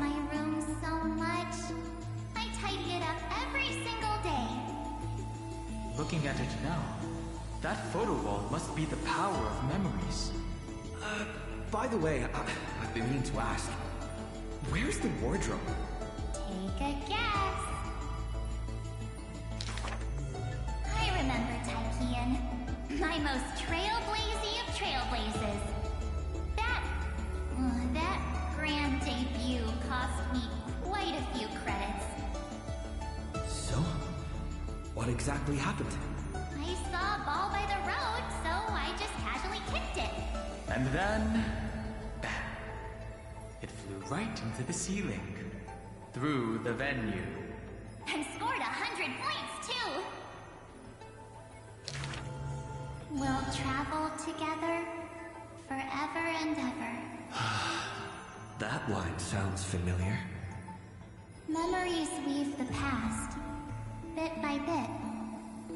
They stretch long behind me, like shadows on the path I've walked. I wonder... what stories will the future me create?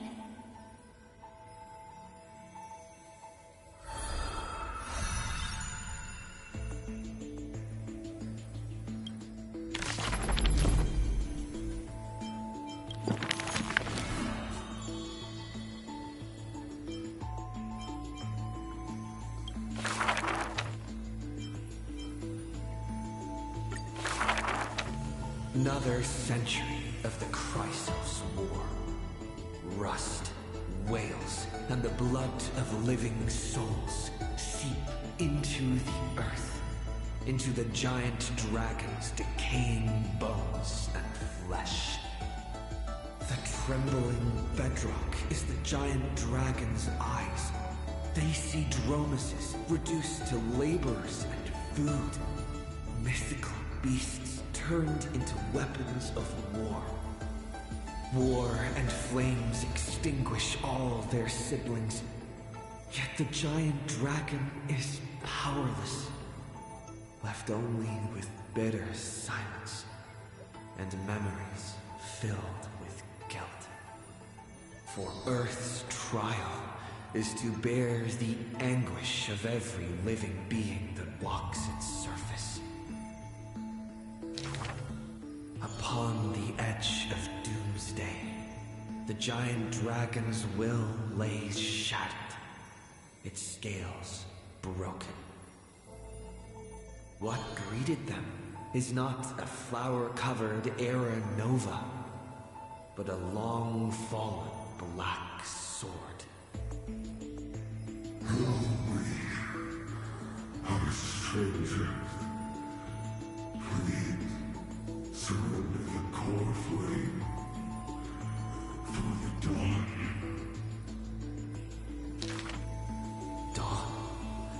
Dawn? If this puppet of destruction yearns for dawn, then what awaits at the end of the flame chase? The torment of the Black Tide, the sacrifice of their kin. Is it an undeserved destiny? Or merely futile lament?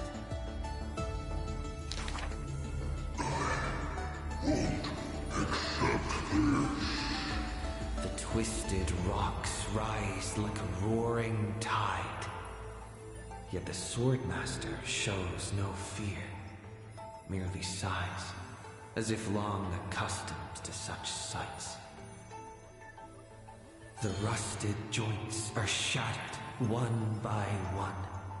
The cracked husk peels away, spilling golden blood. The earthquake that engulfs Amphorius lasts for 3 days and nights. In its final moments of defiance, the giant dragon suddenly realizes this flame chase is nothing but the kindling of self-pity, the breeding ground for calamity. Yet, Earth's end is not dimmed by the shadow of the dark blade. In that special recurrence. The blazing sun extinguishes itself to set the destruction of flame. At that time, as the giant dragon sinks into the earth, still chewing on the pain of betrayal, it hears the footsteps of Evernight. I need a helper to watch over time until the very end. Evernight waves her sleeve, bathing the giant dragon in a Memoria tide. And so, the giant dragon sees the past and present of Earth, and understands that the starry sky is forever out of reach. The 33,550,337th eternal recurrence. The demigod Terravox feigns their fall, using the tides of memories to dilute their existence, forging an arc with Earth's core flame. In that 1,000 years of defiance, heroes of golden blood meet their tragic end, while the giant dragon remains deaf to their plight, only silently gathering their exiled kin. The pact with Evernight is simple. Time would erase the pain of Earth and cradle it in peaceful slumber among its own. And Earth shall become Time's ally, for it alone can keep watch until the end of the world.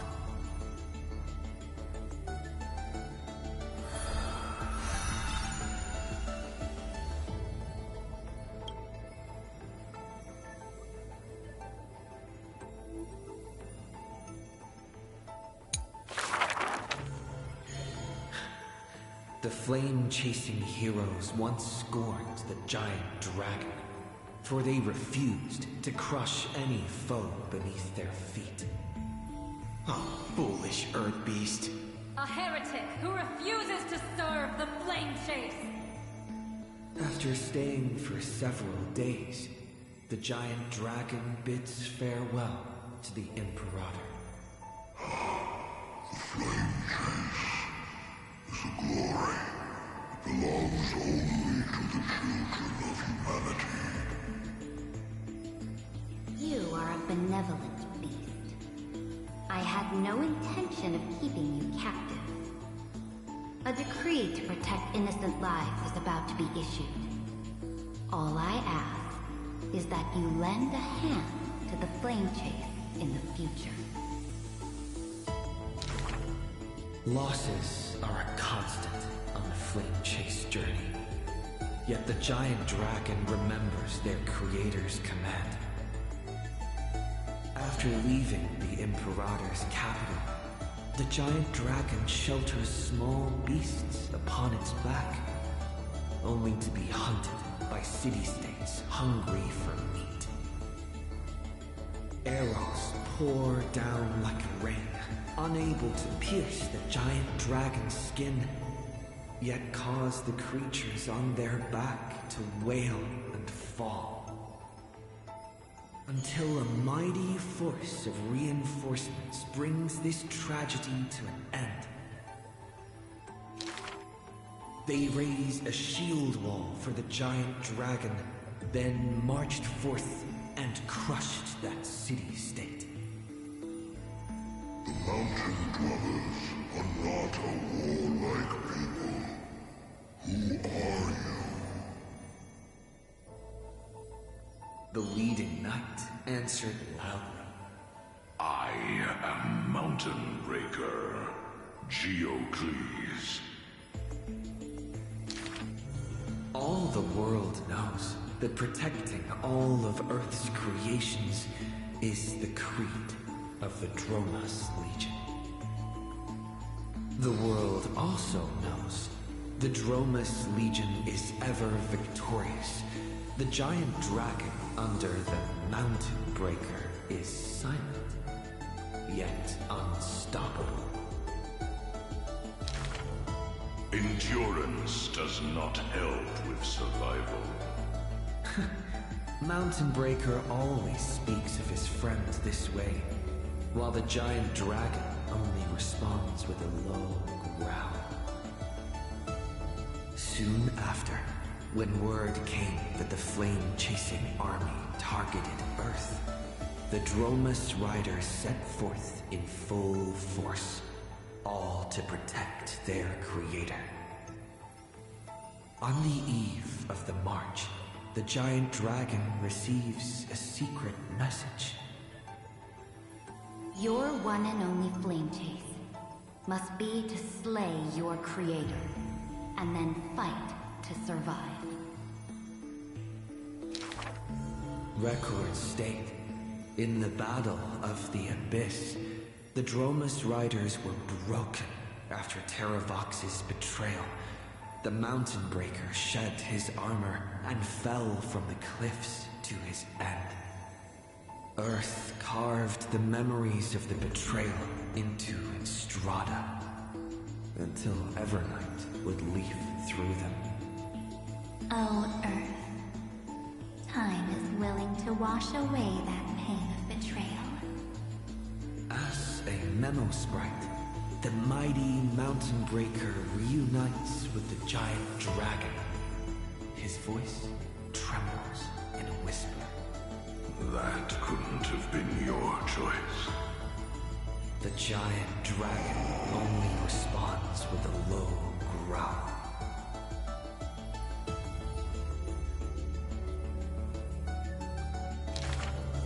The giant dragon and their comrades dwell in the abyss for 1,000 years, until the Azure Dragon returns from among the stars, stirring up the dust of destiny. He is one of our kind. The giant dragon lifts their eyelids, gazing at the azure-colored long scion, knowing that dragon's body bears the sworn duty of protection. But in Mountain Breaker's eyes, there is only resolute determination. That is the permanence. The permanence can heal the divine form of the giant dragon. The permanence can guide life past its end. At the edge of the world, watching their comrade's silhouette fade away, the dying giant dragon shakes its head and sighs.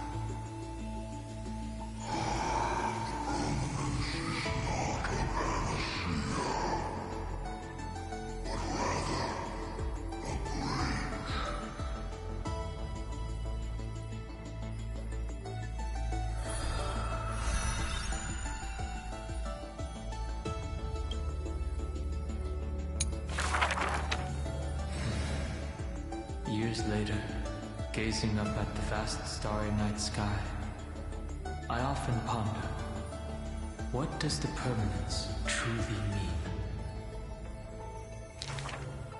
The countless souls entrusted by Terravox still surge within my chest, like an eternally burning furnace. I once thought about finding them a home, and tried to communicate with them in my heart. And yet, the living beings of this world, they are now inseparable from me. As if from the very beginning, they were a branch of my own bloodline. Inseparable? After I told everyone, a heated discussion broke out in the express car. Will you turn into a little chimera and snuggle up in our arms? Much 7th lets her imagination run wild. Maybe he'll become a baby seal. A magical beast would be fine too. I've always wanted to see that species. These are the reassuring words from Himiko and Mr. Yang. No matter what he becomes, Dan Heng will always be Dan Heng. His words are unusually poetic. But if you become a Dromus, you absolutely must let me feed you red soil. Don't you even think about it. Sometimes I have dreams like this.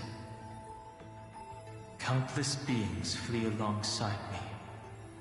Behind us, black floods blot out the sky as if to devour all signs of life. In our darkest hour, the living beings form a bridge of dragons, and I lead them limping towards the starry sky.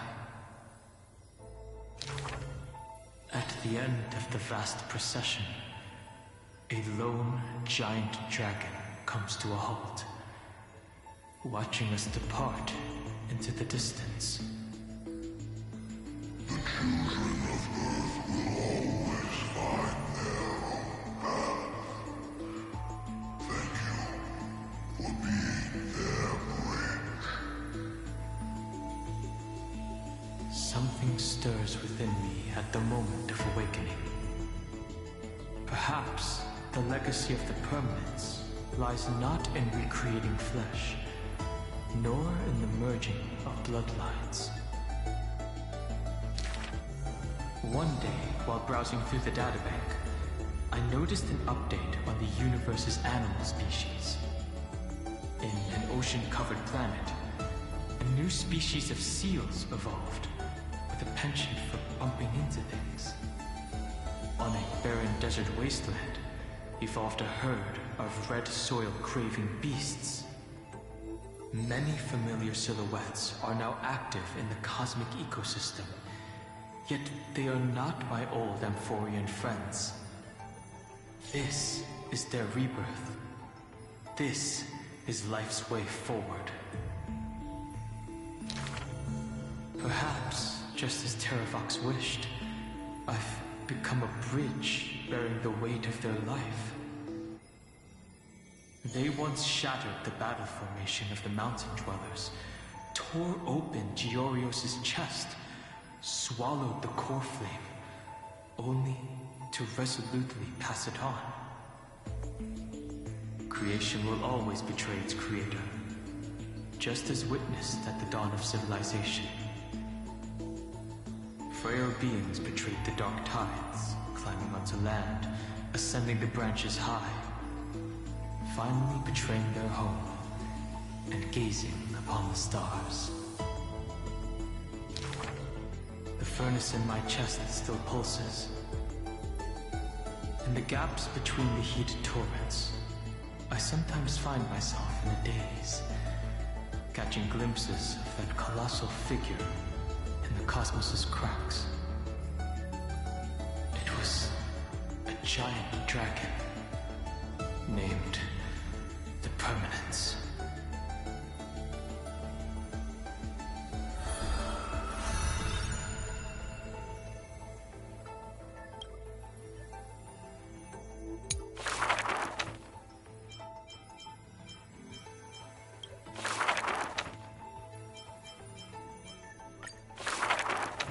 Having beheld the monarch's gift, she completed her demigod's destiny. The tides within her heart recede, and her requiem draws near. A sliver of light fell from a crack on the cave's ceiling. A blazing ray pierces the surface of the sea. An aching urge to chase the light wells within her, and with a flick of her tail, she drifts toward the breach.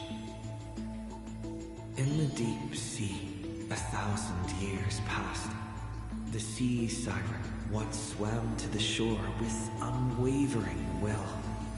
Fish gathered in silent procession to escort the princess to her final rest. The moment she leapt free from the water, she felt the waves stirred by peals of laughter. Mirages of her friends shimmered and faded, and songs of joy rang out from the shore, just as she had wished. Dux Forgoris sliced the Dromus flank with a time-worn edge.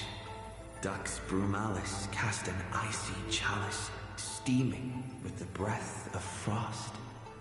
Dux Helcalithis brimmed her vessel with honey brew, while Dux Carminum unfurled a scroll of new verse. At last you have arrived, our belated musician. The gold weaver's silver needles hover in the air, weaving beautiful outfits for her. Electra accepts the gift that does not exist, as salty water wets her new attire. She knows this is not reality. Just like the world she loves, mere foam in the sea of stars. Even so,